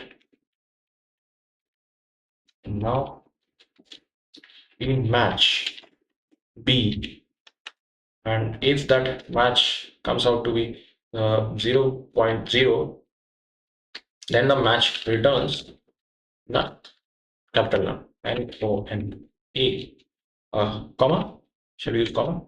And for underline anything that is wildcard, we get some value of A divided by B. I guess this works. How about just yanking everything else? And then saving it, trying to run. We get an error. Can we solve that error? Expected one of these. Match B. Help a local variable with C.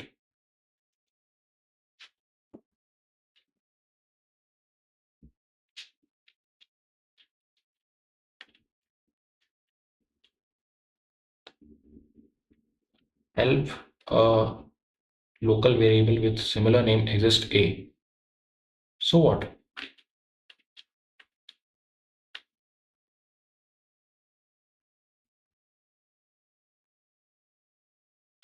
This is correct.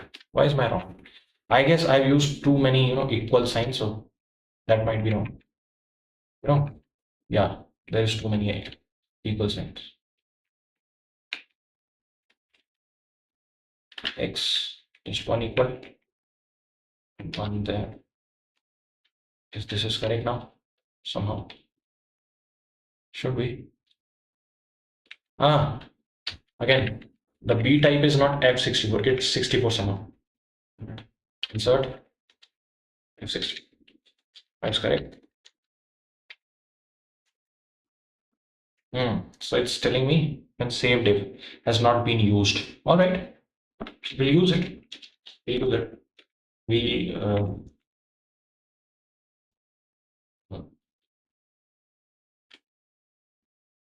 do yank J, then we paste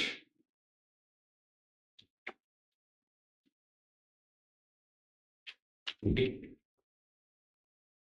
D, and this is PD.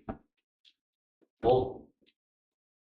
Then here we'll type save div, MATCH. Here also we'll type ATCH.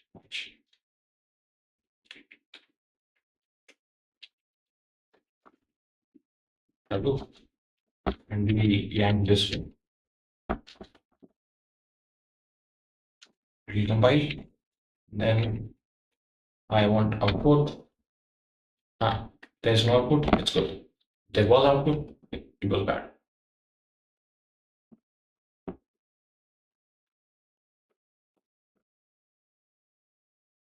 Done. And it's in place. Yeah. No, I didn't. Sorry. I was getting paranoid. Now it's asking me. So 24 is another type of none alone. Again, A, either if it's sum, then it's options sum, and if it's none, it's options none. 25.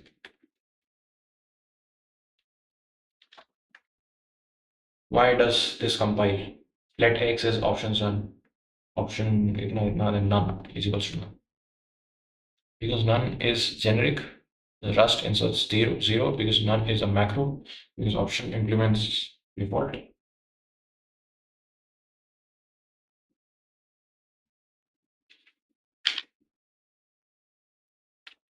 IDK. I don't know. Why is the memory layout of option either two? Same as either two. Larger than either two, I guess. So 26 is C.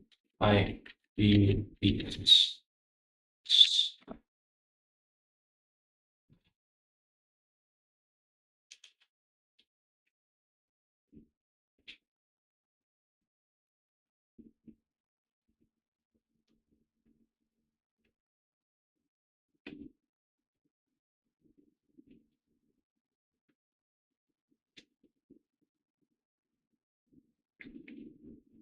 Good code first. Your saved match is correct. MCQ evaluation. So 24 is incorrect. Depends on the context. So none by itself does not have any concrete type. It is none, but Rust must infer option D from context. Like example, X is none, the compile error, type unknown. But if option either two is none, it works. So none is polymorphic. We can morph in any form. So 25 answer A is correct. None is the generic over D. So when you write this, the Rust refers none as either two. 26. You answered C, but B, it's same size. I thought I32 was passed to an option, so option must also take some pointers plus I32. So that's why I thought it will be greater than I32 size. But it's same in I32, so it's not something to worry about. So this is very important that Rust uses null pointer optimization, that is NPO, and enum layout optimization. So option is either two. So either two cannot represent all bit pattern, and Rust uses a niche value to represent none. So size of option either two is equal to size of either two. This is a major design feature. Now Rust now result implementation is save div result is something I F64 and string. Implement this. We want to implement this. Let's implement it. So use match. If b is equals to 0, then error, that division by 0 to string. This is otherwise okay. And all right. So I'll implement this in the same environment. I don't want to create many files to just implement simple ideas. Not here. And now we'll do this. And I mean DCH match, not mean match. No, match for B. Now if B 0.0, oh, not open 0.0, then it's telling me that I should send it arrow and division by 0 dot to string. Yeah, that's what it's suggesting me to do. Arrow BIBISI division by arrow and then to string. Not this, not to string. So I guess this is a method that converts things into strings. Method in a class. Yes, so and otherwise, like in all other wildcard cases, just give it some or okay, right? O okay, and what a divided by b. Is it okay? Now add assertions like these. All right, I'll just copy this and paste it because it's just assertion, like test cases. If I don't see any, you know, I don't see anything printed out on terminal, then our code is good and working.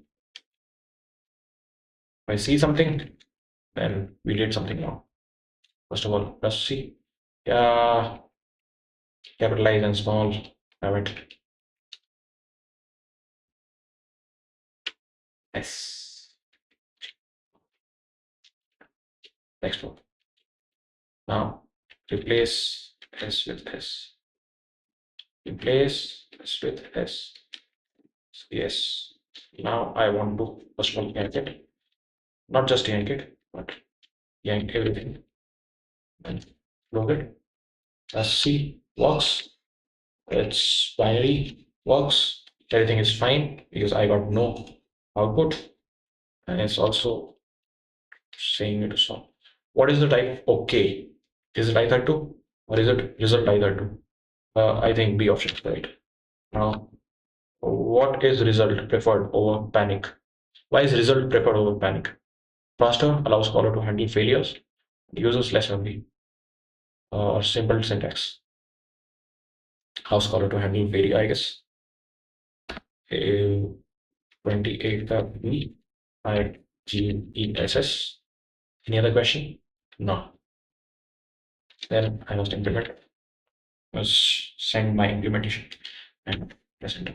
It gets hanged so damn much. Like I can move my mouse around, but I've already pressed enter, but now it's getting sent. Now we are here. So I guess my browser is like no. Why? I don't know. It's 64% of my CPU and 20% of my RAM. RAM is 16 GB memory, so I don't think it's a RAM problem. I've never seen RAM go over 50%. I've never seen even RAM goes even over 50%. I don't know that. Code review, strict. Your saved div result uses match, returns error properly, uses strings. Yeah, I copied and pasted from you. Assertion is correct. Everything is good. This section is complete. Now, controlled panic. You must experience failure before behavior. So add, like for a crash example, let X is option I32 is none, then X dot unwrap, then call it once in main. So of observe panic message, then comment route. Before writing it, conceptual MCQs. I don't understand what this means until and unless I apply it somewhere.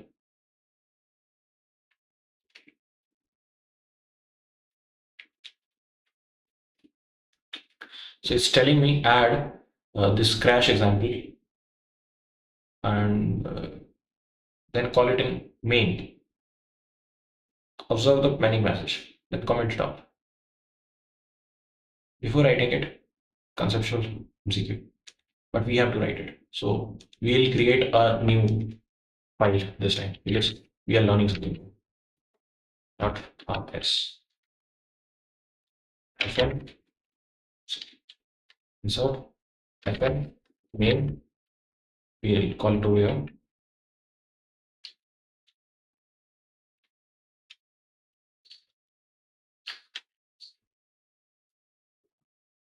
We'll see crash example. We'll see the speed 12 rs.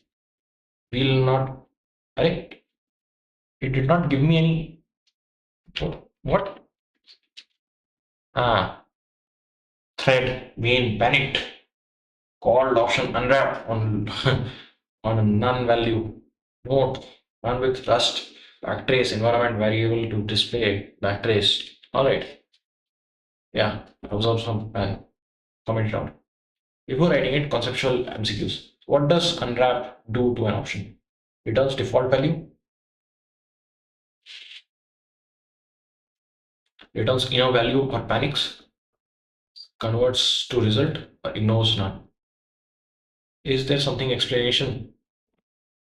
Is there any explanation? Is there any explanation over here? Option unwrap on a none value. So run with Rust backtrace environment variable to display a backtrace. So I know that unwrap needs a value if it's returns a value, returns inner value or panics. So I guess 29's B I B U E. I guessed 30. Why is panic different from result? Panic stops program immediately. Panic is slower. Panic uses heap. Panic returns none. So I have seen that panic is returning none.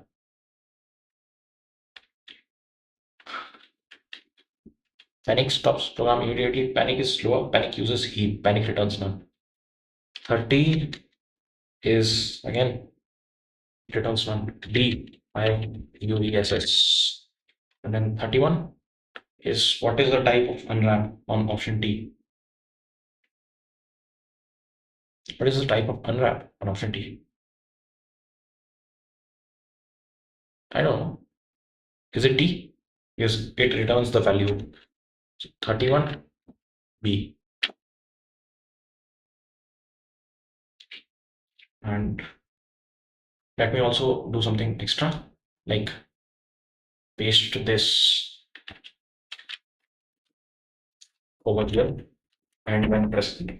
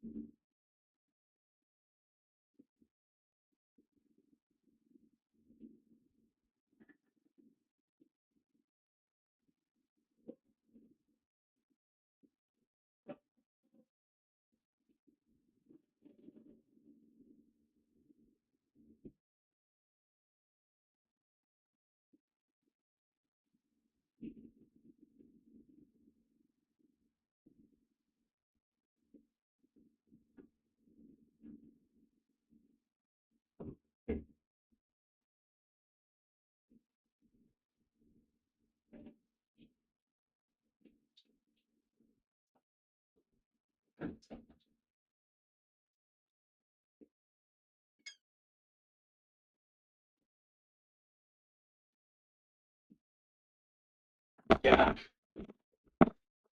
So I feel that 29B is correct, whereas 30, you answered D. But correct answer is A. Panic stops program immediately. Oh, it does. All right. I just had one thing, so I guess nothing stops for me. There's panic. Hmm. Unwind stack by default. About current thread cannot be recovered unless caught rare.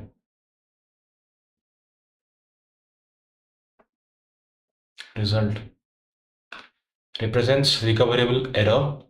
Caller decides how to handle and very different semantics. Let's go through it again. First question.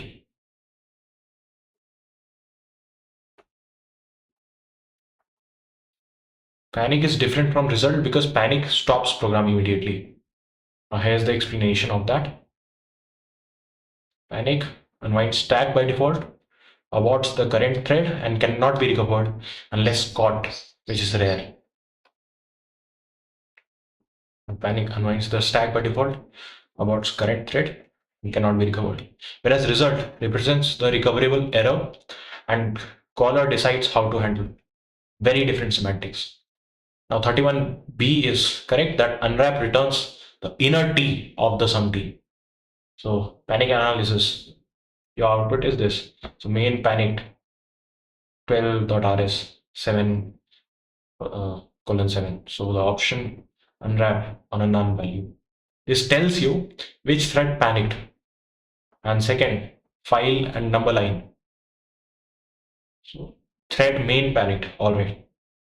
An exact reason. So if you run Rust backtrace cargo run, you will see a full stack trace. This is extremely useful in debugging. Let's try running it.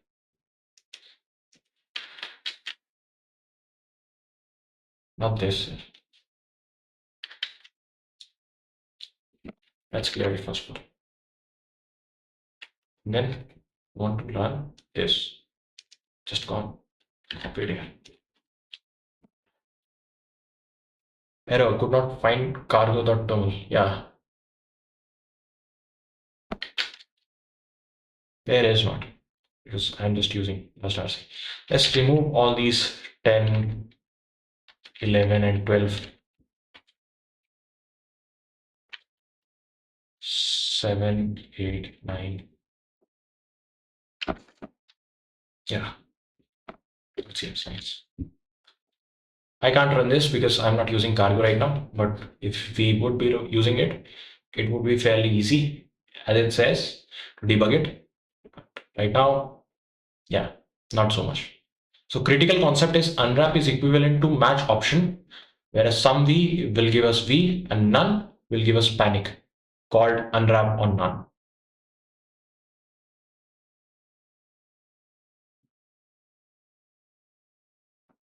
Unwrap is such an option which matches option, and some on V it returns the value V, and on none it returns this.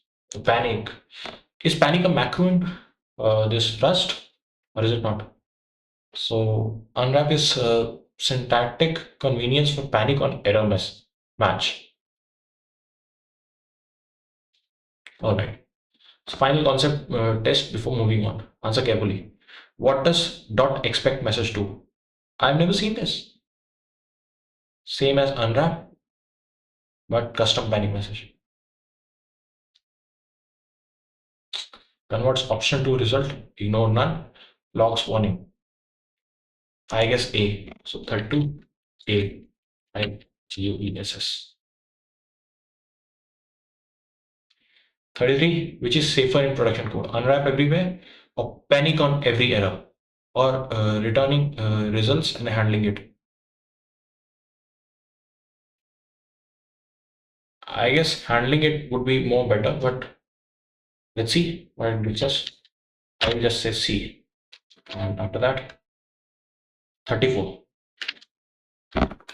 See, I've typed everything, but it's still typing, right? What is the type of this? So let X and that None, not unwrap. So it's unwrapping on none. So it'll show me an error. So it's definitely compile error. No. Is it a compile error? D? No. 8 EHR and error.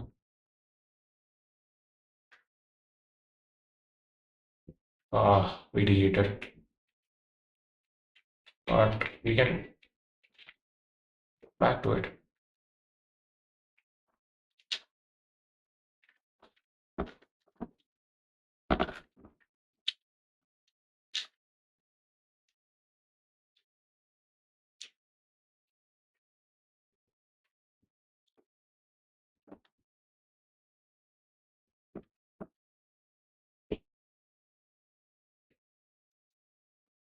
Not this error.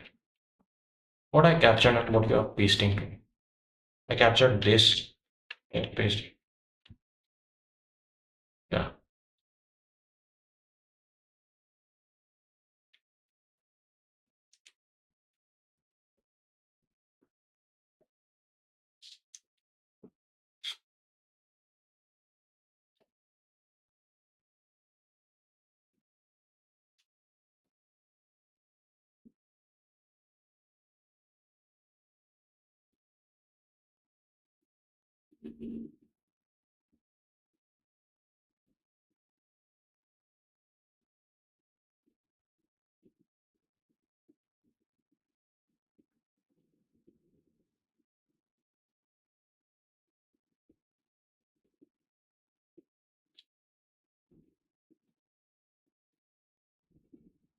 So it says 32 is A, which is correct. Expect message is equivalent to unwrap, but panics with your custom message. Wow, what a nice thing to have. Panicked here, something like that. And then 33 is C, which is correct. Returning result and handling it idiomatic or production safe approach. That's what I would expect from someone in production safe approach. Is you need to uh, see the errors and then start handling it. That's what you do in production safe approach. And 34, I answered D. It's subtle, but this is compliance. It does not cause a compile error. This compiles, sorry, not complies. This compiles and it does not cause a compile error. It panics at runtime, and the type of this expression is never expression or non expression. I don't know what it is. Never type. Why? Because unwrap on none always panics, and panic expression has never type. So if something happens always and it doesn't have a type, so it gets into never type. Because unwrap on none, like loop on true, was always true. So it also gave me some never type. And unwrap on none is always panics, so it also gives me never type. So never type can coerce into any type, so the compiler allows it. Now this is important. Rust distinguishes compile time safety versus runtime panic. All right. Now final task. CLI calculator.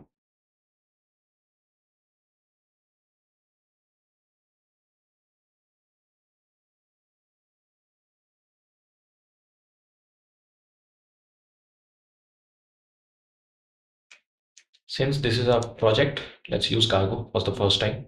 Since it's also telling us to use cargo, we use cargo. Now we have to CD into cargo now. Mini calculator. And now let's open it in new. We see what? We see there is source, there's cargo tool. See what is there? Mini calculator version this, addition this, dependencies, none. All right, let's go back to three. The three tab. Whatever this is.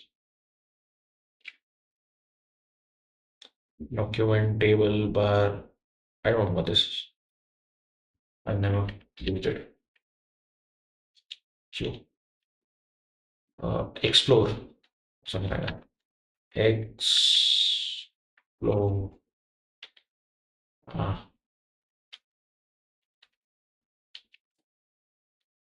Uh, explore. Yeah. Source. Inside that we have main.rs. We have main.rs. What do you want to do? How to close this tab? Directly?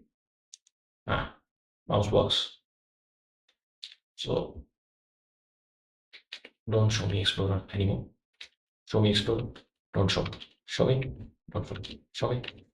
Oh, I have. I don't use much of Explorer. I'm not much of an Explorer guy right now because I make simple programs. I am fairly new to New Vim and Vim, so yeah. Vim doesn't have Explorer, I guess. New Vim has, and it is quite stylized too. Nice one. It looks like IDE right now, like full-fledged IDE with time over here, 124 percentage line. What is this 20? Right. And a main branch, normal, this code. Wow. Now it's telling me what is this? So instead of printing this, what I want to do is inside src main, first of all, read CLI arguments using this. First of all, we have to import this. So how do we import it? I've used it in my life that you import it using this. Use this. Now expect three arguments. Requirements. Expect three arguments. Number, operator, number. All right, I expect that. Supported operators are plus, minus, multiplication, and divide. Return result F64 on a string and no unwrap. Graceful errors. I don't know about errors, but I'll try to do that. Before you code, what does environment argument returns? I don't know. Array or a slice? Like, let me see some hints. So we have a float and we have a string. So either it's a vector string or iterator over string. I guess vector string. 35 IDK. So IGESS guess A. Capital A. 36. Why should we not unwrap CLI arguments? Unwrap is slow, arguments may be missing because string cannot unwrap. Arguments may be missing. That's why. That's why we don't want to use right now. We are creating it now.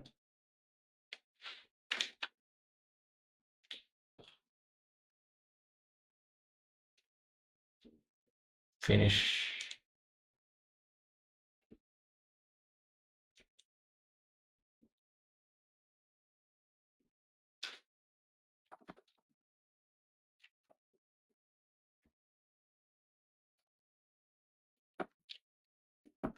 A is equals to. So it's telling me argument dot nth expect please provide an argument. All right. Print hello dot a. Let's first of all run this if we get anything. How to run it? Yeah. Cargo run. Cargo run. Do I have to specify main src? Let's see cargo run. So I have not added. I have not added what? I have not added a semicolon.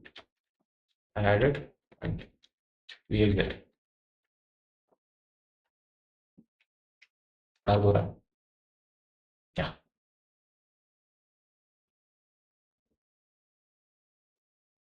It's running, but where is it running? It is better using, Rust C. Now I don't know how to use it. Cargo run, cargo. What else? Cargo. What else can you do? You can run, you can paste, you can fetch, you can do what? Install, locate project, login, logout, metadata, owner, package, publish, run, search, tree, install.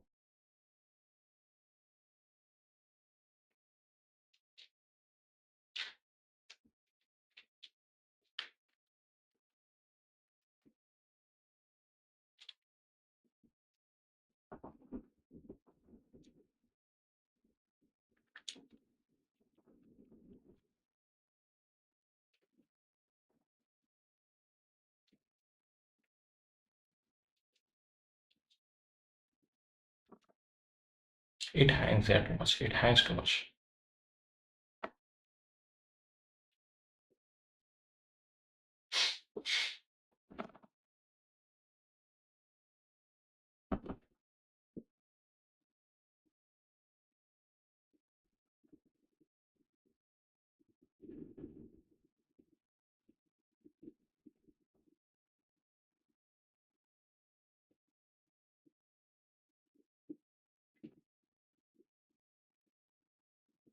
So I guessed wrong. At 35, uh, where's 35? Yeah. So 35 was iterator over string. All right. This iterates over string. And what else? Correct. Although I'm missing, but unwrap expects and causes panic. Bad UX. User experience. Yes.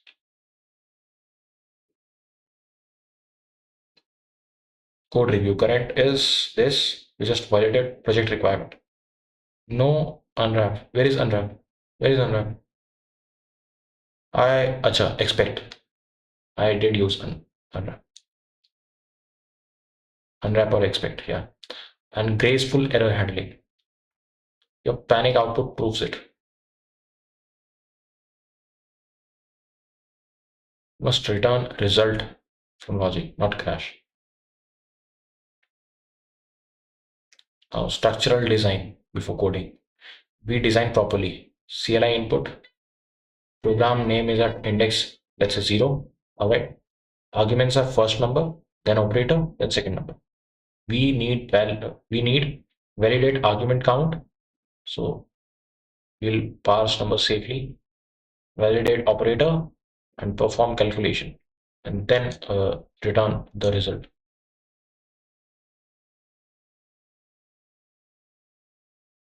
Now, before coding MCQ, what does 10.parse F64 done? Option F64 or a string.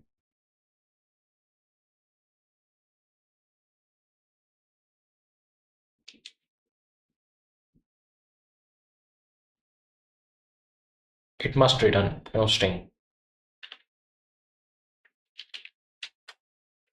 Okay, 38.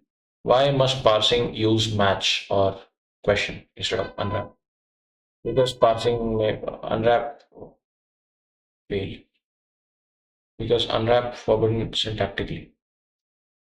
नहीं, तो किया है मना क्योंकि there is some reason behind it. So passing may fail, and instead of resolving that, we just get error thrown at our face. I am expecting how to run. Please provide an argument. Oh, so it ran actually. It ran. So cargo run actually runs. This is, yeah. Please provide an argument. Is something we wrote. What is inside target? Debug, catcher, build, done. Quit. I quit. Sorry.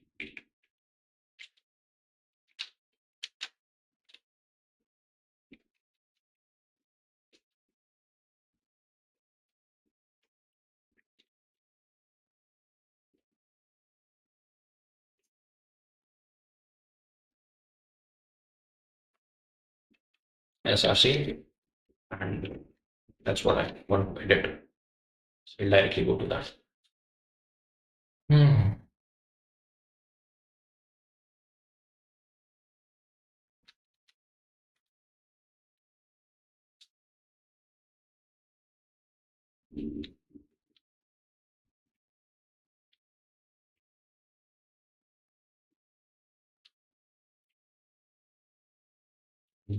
Right.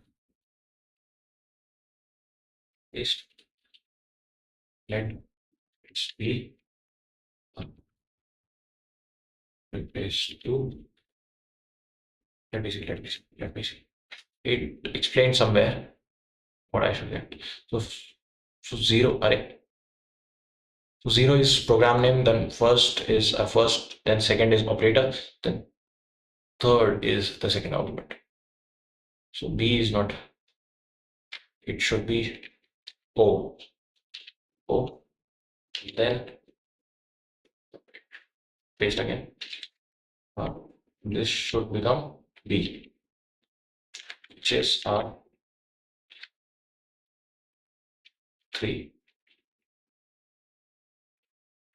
Then print hello 1.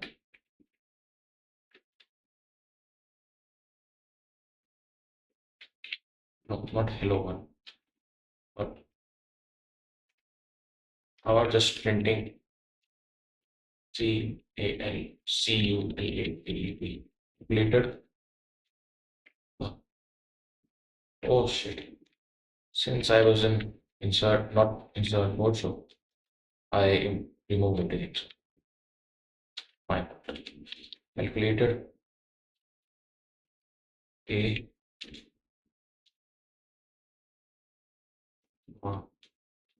B and C. Syntactically, it's equals to. It's not there. And then that close. First argument is A, then operator, then B, and then we say in a function that calculate calculate AOB, and whatever that return may be, send it over here. You don't need this. Yeah. So now we have to create function called calculate. Inside that function, we have A as option string, B O as option string, C as option string. Oh, man. We can't use unwrapped, so this is still invalid. So we'll delete 15 lines. 15 DJ. Oh, sorry. 15 DJ. Arey, not J, yeah, sorry. 15 DK. Oh, damn it. Arey, the hell. Now I had 15 DJ. Oh, get this back. Now let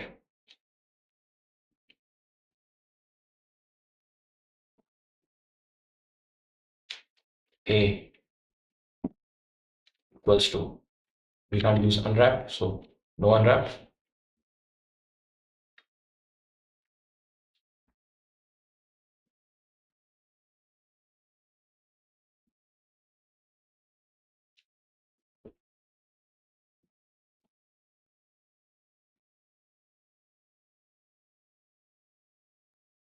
No unwrap, no expect, graceful error. There is no unwrap, no expect, no graceful errors. Use result.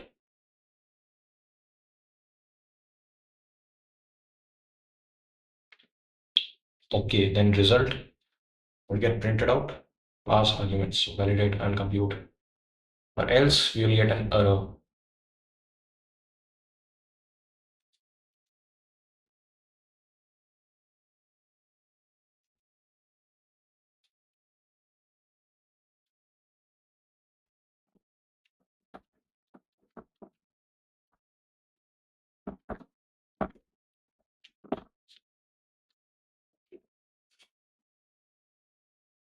So doing which is not valid.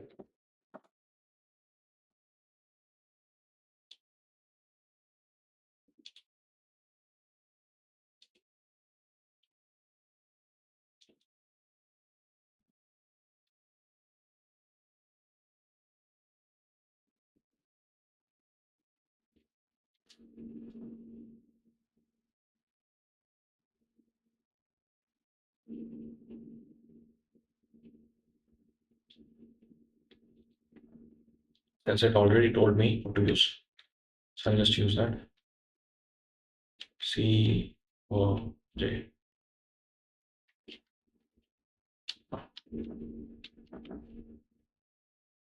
Now what may TCH match, calculate, and whatever will throw an error. Match calculate. Say that. If it's okay, then we will send the print RINTLN result and then the result.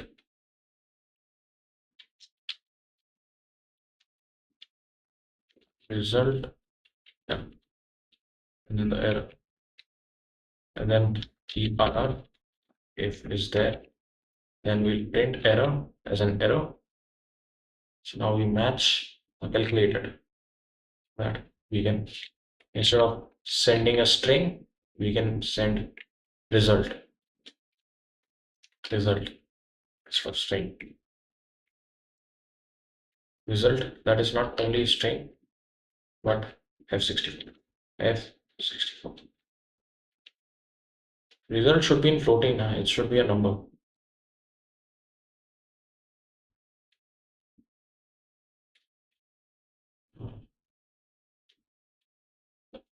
Also a string. Why also a string? I don't get why it's a string. Pass arguments, validate, compute. So if there is any error, what would we pass? I don't know.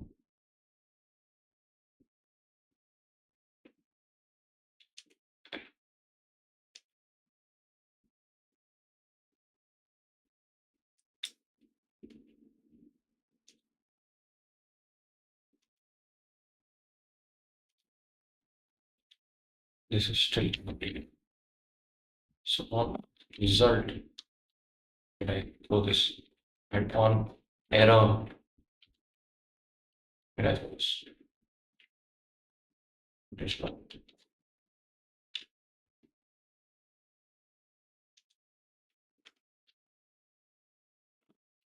On this.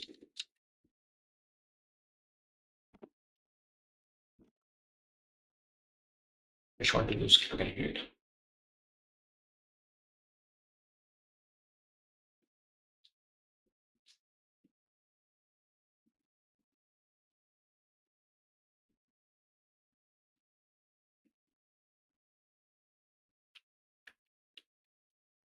And where were we passing something to calculate? Passing here? We passing it on run? We didn't. We just ran the run. Good. This is the exact kind of structural question that matters. Both versions are invalid, structurally incorrect. Now we analyze precisely. First of all, this one, first attempt, nah. Arguments main calculated. Problem is that arguments called multiple times. Yeah, but on different elements. So on n, 2, 3, yeah, each called to 1. So create a new iterator. AOB reads from fresh iterator. This is logically wrong. Better would be that argument is equals to standard ANV arg.next, which scripts the program name. All right.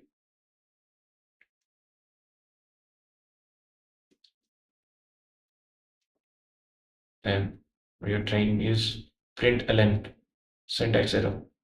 Before it, comma after format string, where you're telling about this. I've already deleted it, so I don't know where I've forgotten comma. Then you're telling me optimize string cannot be printed directly. No, option string cannot be printed directly.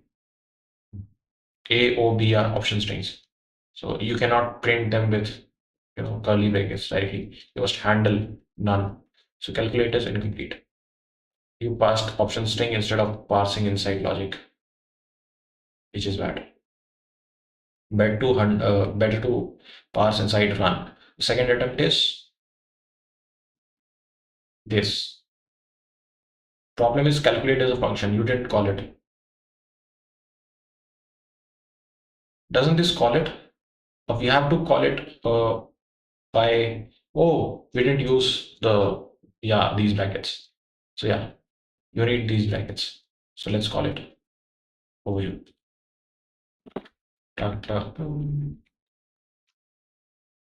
Inside that, we will send arguments.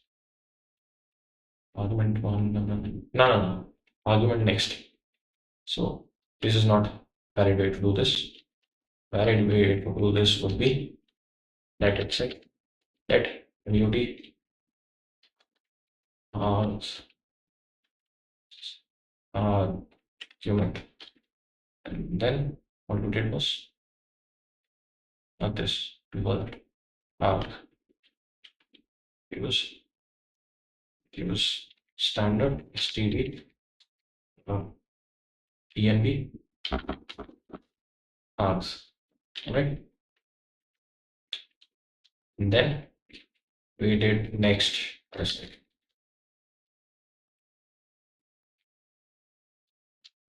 we did next. How next? Skip program name. Args dot next. Args dot next. Args dot next. A is equals to args dot next. B is equals to arg. C arg dot next. And we then pass A comma O comma B. Is that what it was? Is that what we pass? A is equals to whatever it is. Let now we should match. If O is plus, O is minus, so we should match. Match what? Match O. If it's it's plus, and return something called okay, and then pass A dot parse.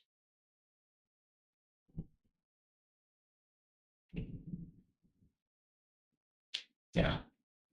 If it's minus it. If it's multiply it. If it's divide, we divide it. It's nothing, invalid operator. Now instead of doing this, how about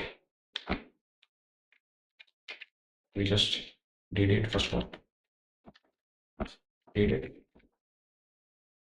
it. Open it. Show you. Oh, yeah, we need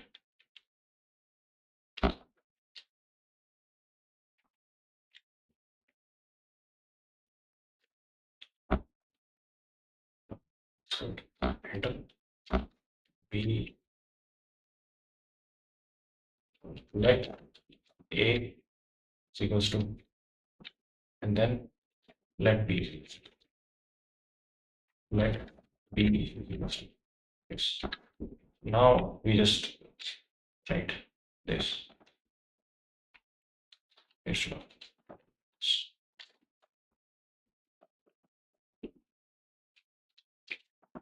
Will this work? Or will this not work? There is only two conditions, whether this will work or this will not.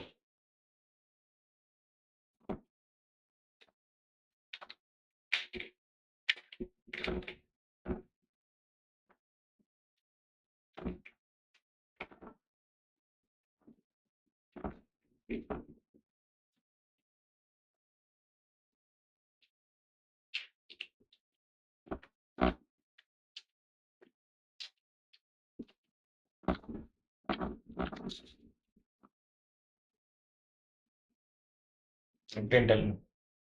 And option string cannot be printed directly. We must handle none. Oh, did I handle none? No, I didn't.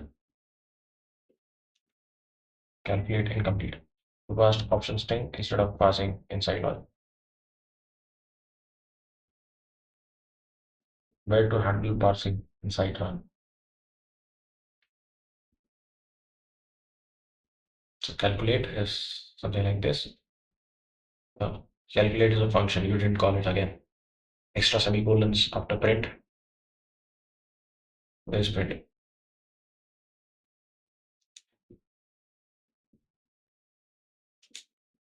X.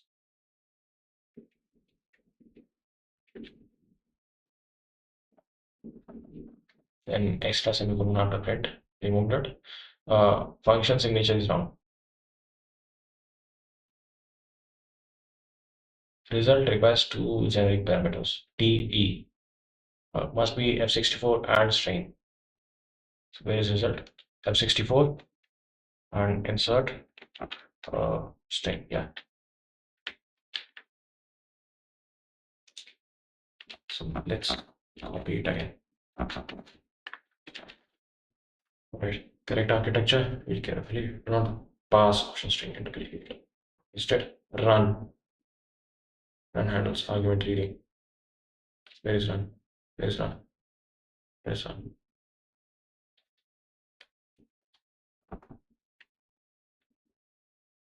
Run handles argument reading.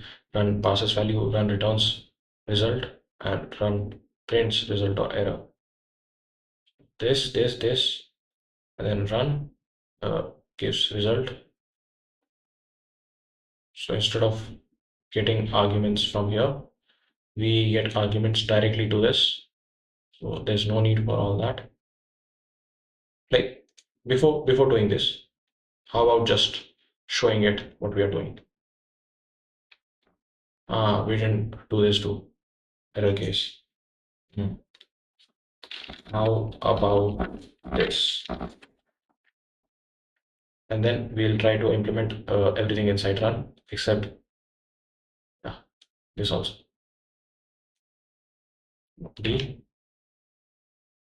We will then paste it over here. Insert enter.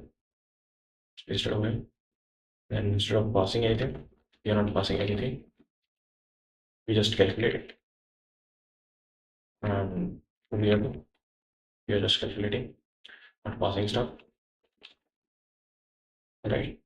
Then there's a result which gives us F64 and string. Now there's args, env args or standard env args is a mutable. And then next, skip the program name. So we have to do next one time. And then a star is a dot next. Okay. Missing post number. Oh, like that. Then we are just, if it is okay, or missing.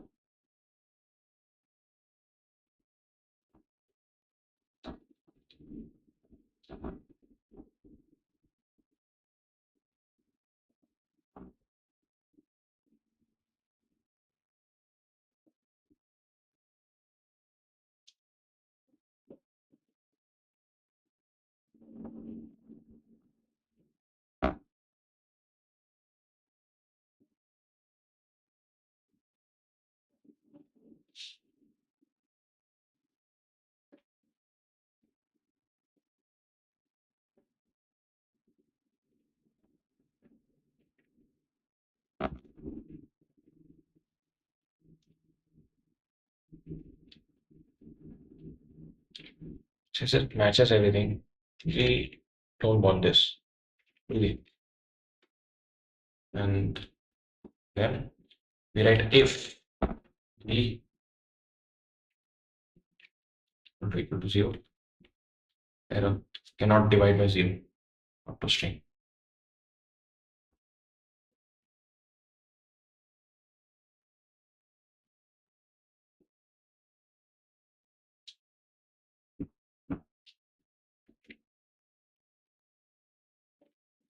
0.0.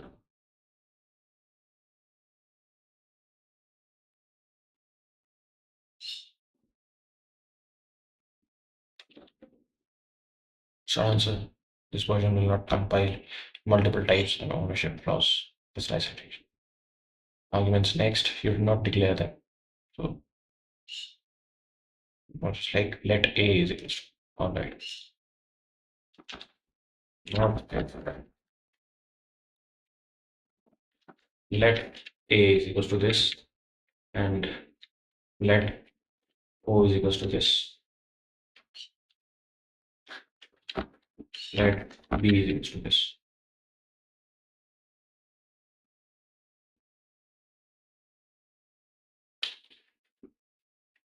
And then require let explicitly. Problem, you forget to skip program claim. So we should first do this. I A R G S dot ext. Next, this skips the program name. Yeah, if you want to rewrite this, and then what's another error? On the option string has no dot parse method, so there is no dot parse. But A is let A dot parse rectify is wrong. A dot parse, but A is option string. You cannot dot parse on option string. You must first extract the inner string. Problem 4.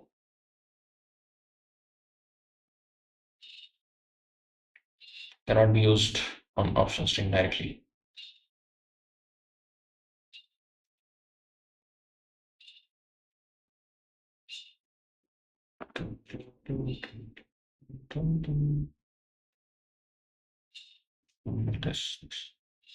This wouldn't compile because question mark is an option require return type option, not result. Your function returns result. You must convert option to result. How will I do that? Problem 5. Match on operator incorrect. So operator, if plus then this, minus that this. If O is an option string, you must extract string, convert to ampersand str. Match on string little. Like match OP as str. Problem 6. Missing semicolons and syntax. Extra bracket up there. Yeah.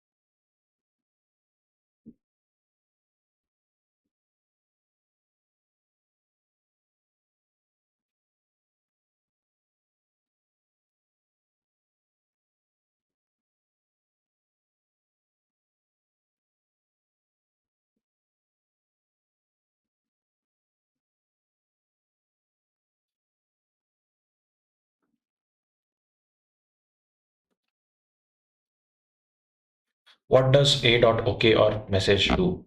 It converts to result or return an early error like this. Where is it? Yeah. So it converts or either return the error right here. Now another question is 40. Why can we use question mark after parse? Because parse returns result. Parse return options because parse never fails. Because Rust inserts unwrap. I guess parse returns options or parse and it's A, I guess.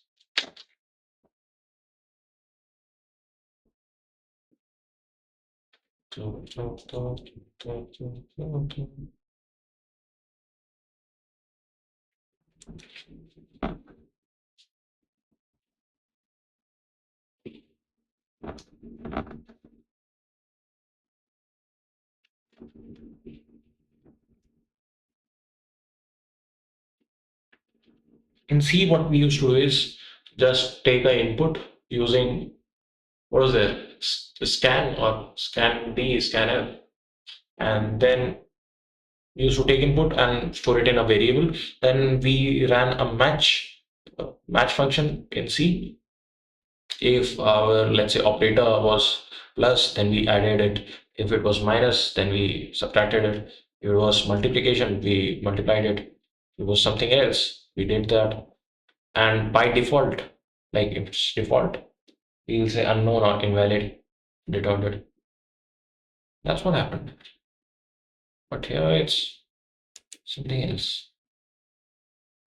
39 is correct, 40 is correct. Completed expression. It has given me log. Submitted. Then we go to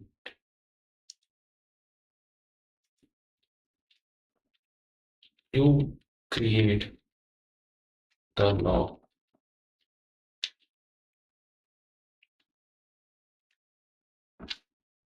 है ना, मेरे से भी बता रहा है भाई, इसका नाम है लॉग क्रिएट करना.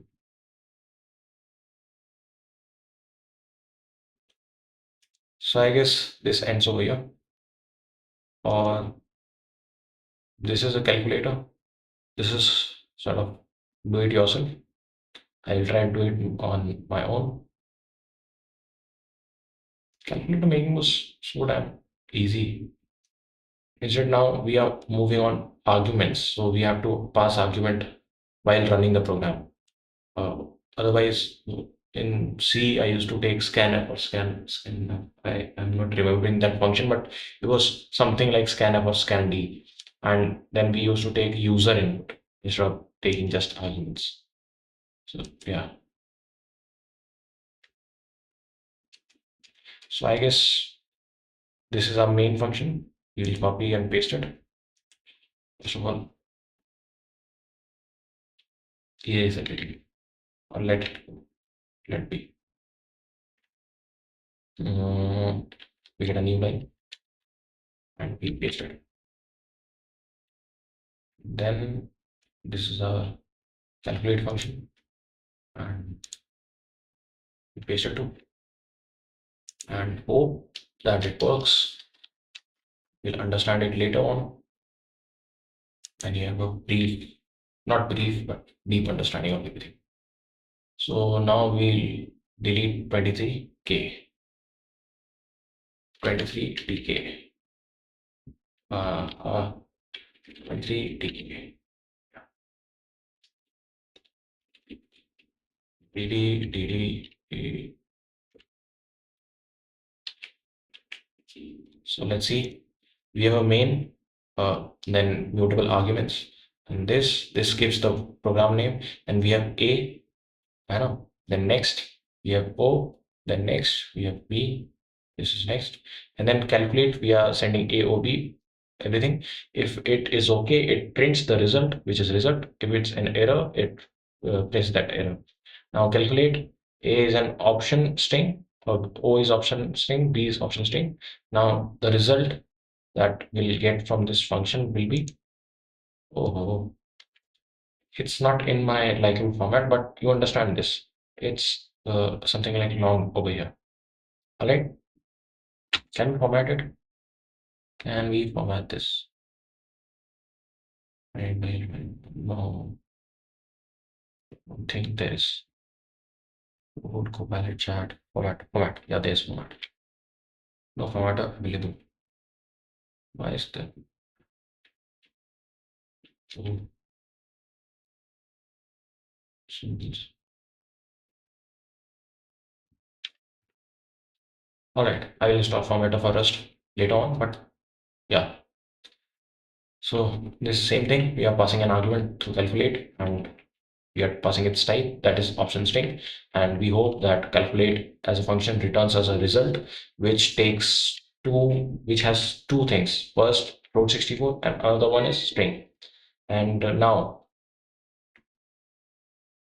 this a star, we are saying a dot okay or missing first argument. If a is there, then okay, or else throw this error that we are missing first number, then missing operator, missing second number. Then we are converting this everything, this string into f64.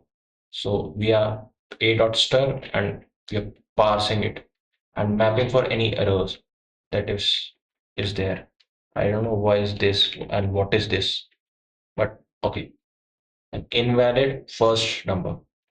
After this is invalid second number. If it doesn't pass. If it does, we got A on B. And then we match operator as, yeah, we named operator as OP.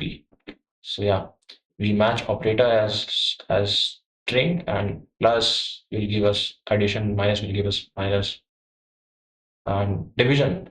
In division, we have a additional thing that if b is equals to 0, error, throw an error that division by 0 and then into, else a divided by b, which is okay. Now again, everything else error because invalid operator, and then into. I guess this should work fairly fine. How about just running cargo run? Yeah, we used argument but missing first number. So let's say 1 plus 2.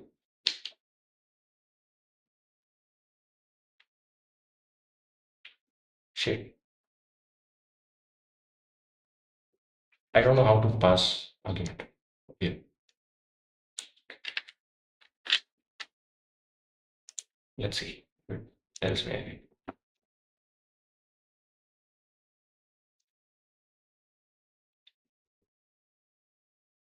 you created. So it sort of created the log.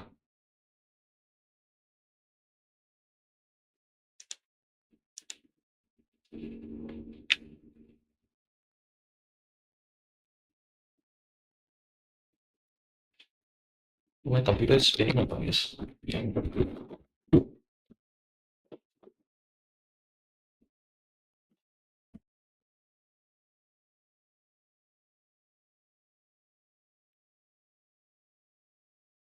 It's 2 o'clock in morning.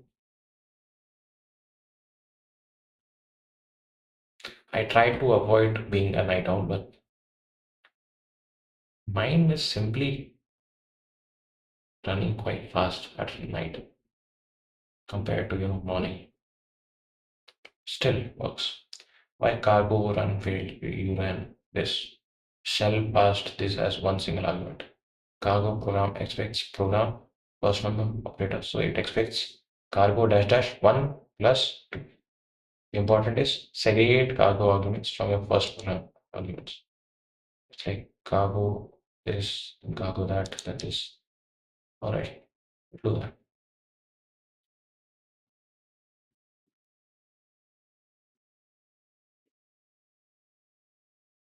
Did it copy? Let's go there. Didn't copy? We just write. Result is 3. This is unused import on my default. So why did I import it anyways? Let's just remove that from our first main. You know, delete this. And I guess it won't show any sort of yeah, weird 3.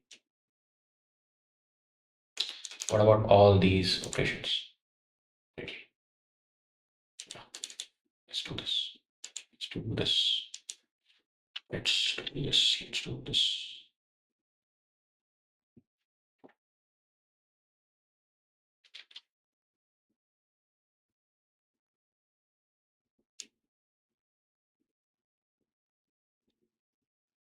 Yeah,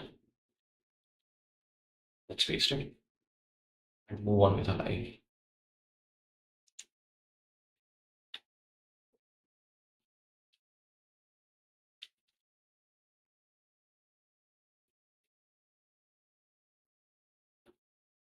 So now this is the end of our stream. I'll just end it right now. Bye bye.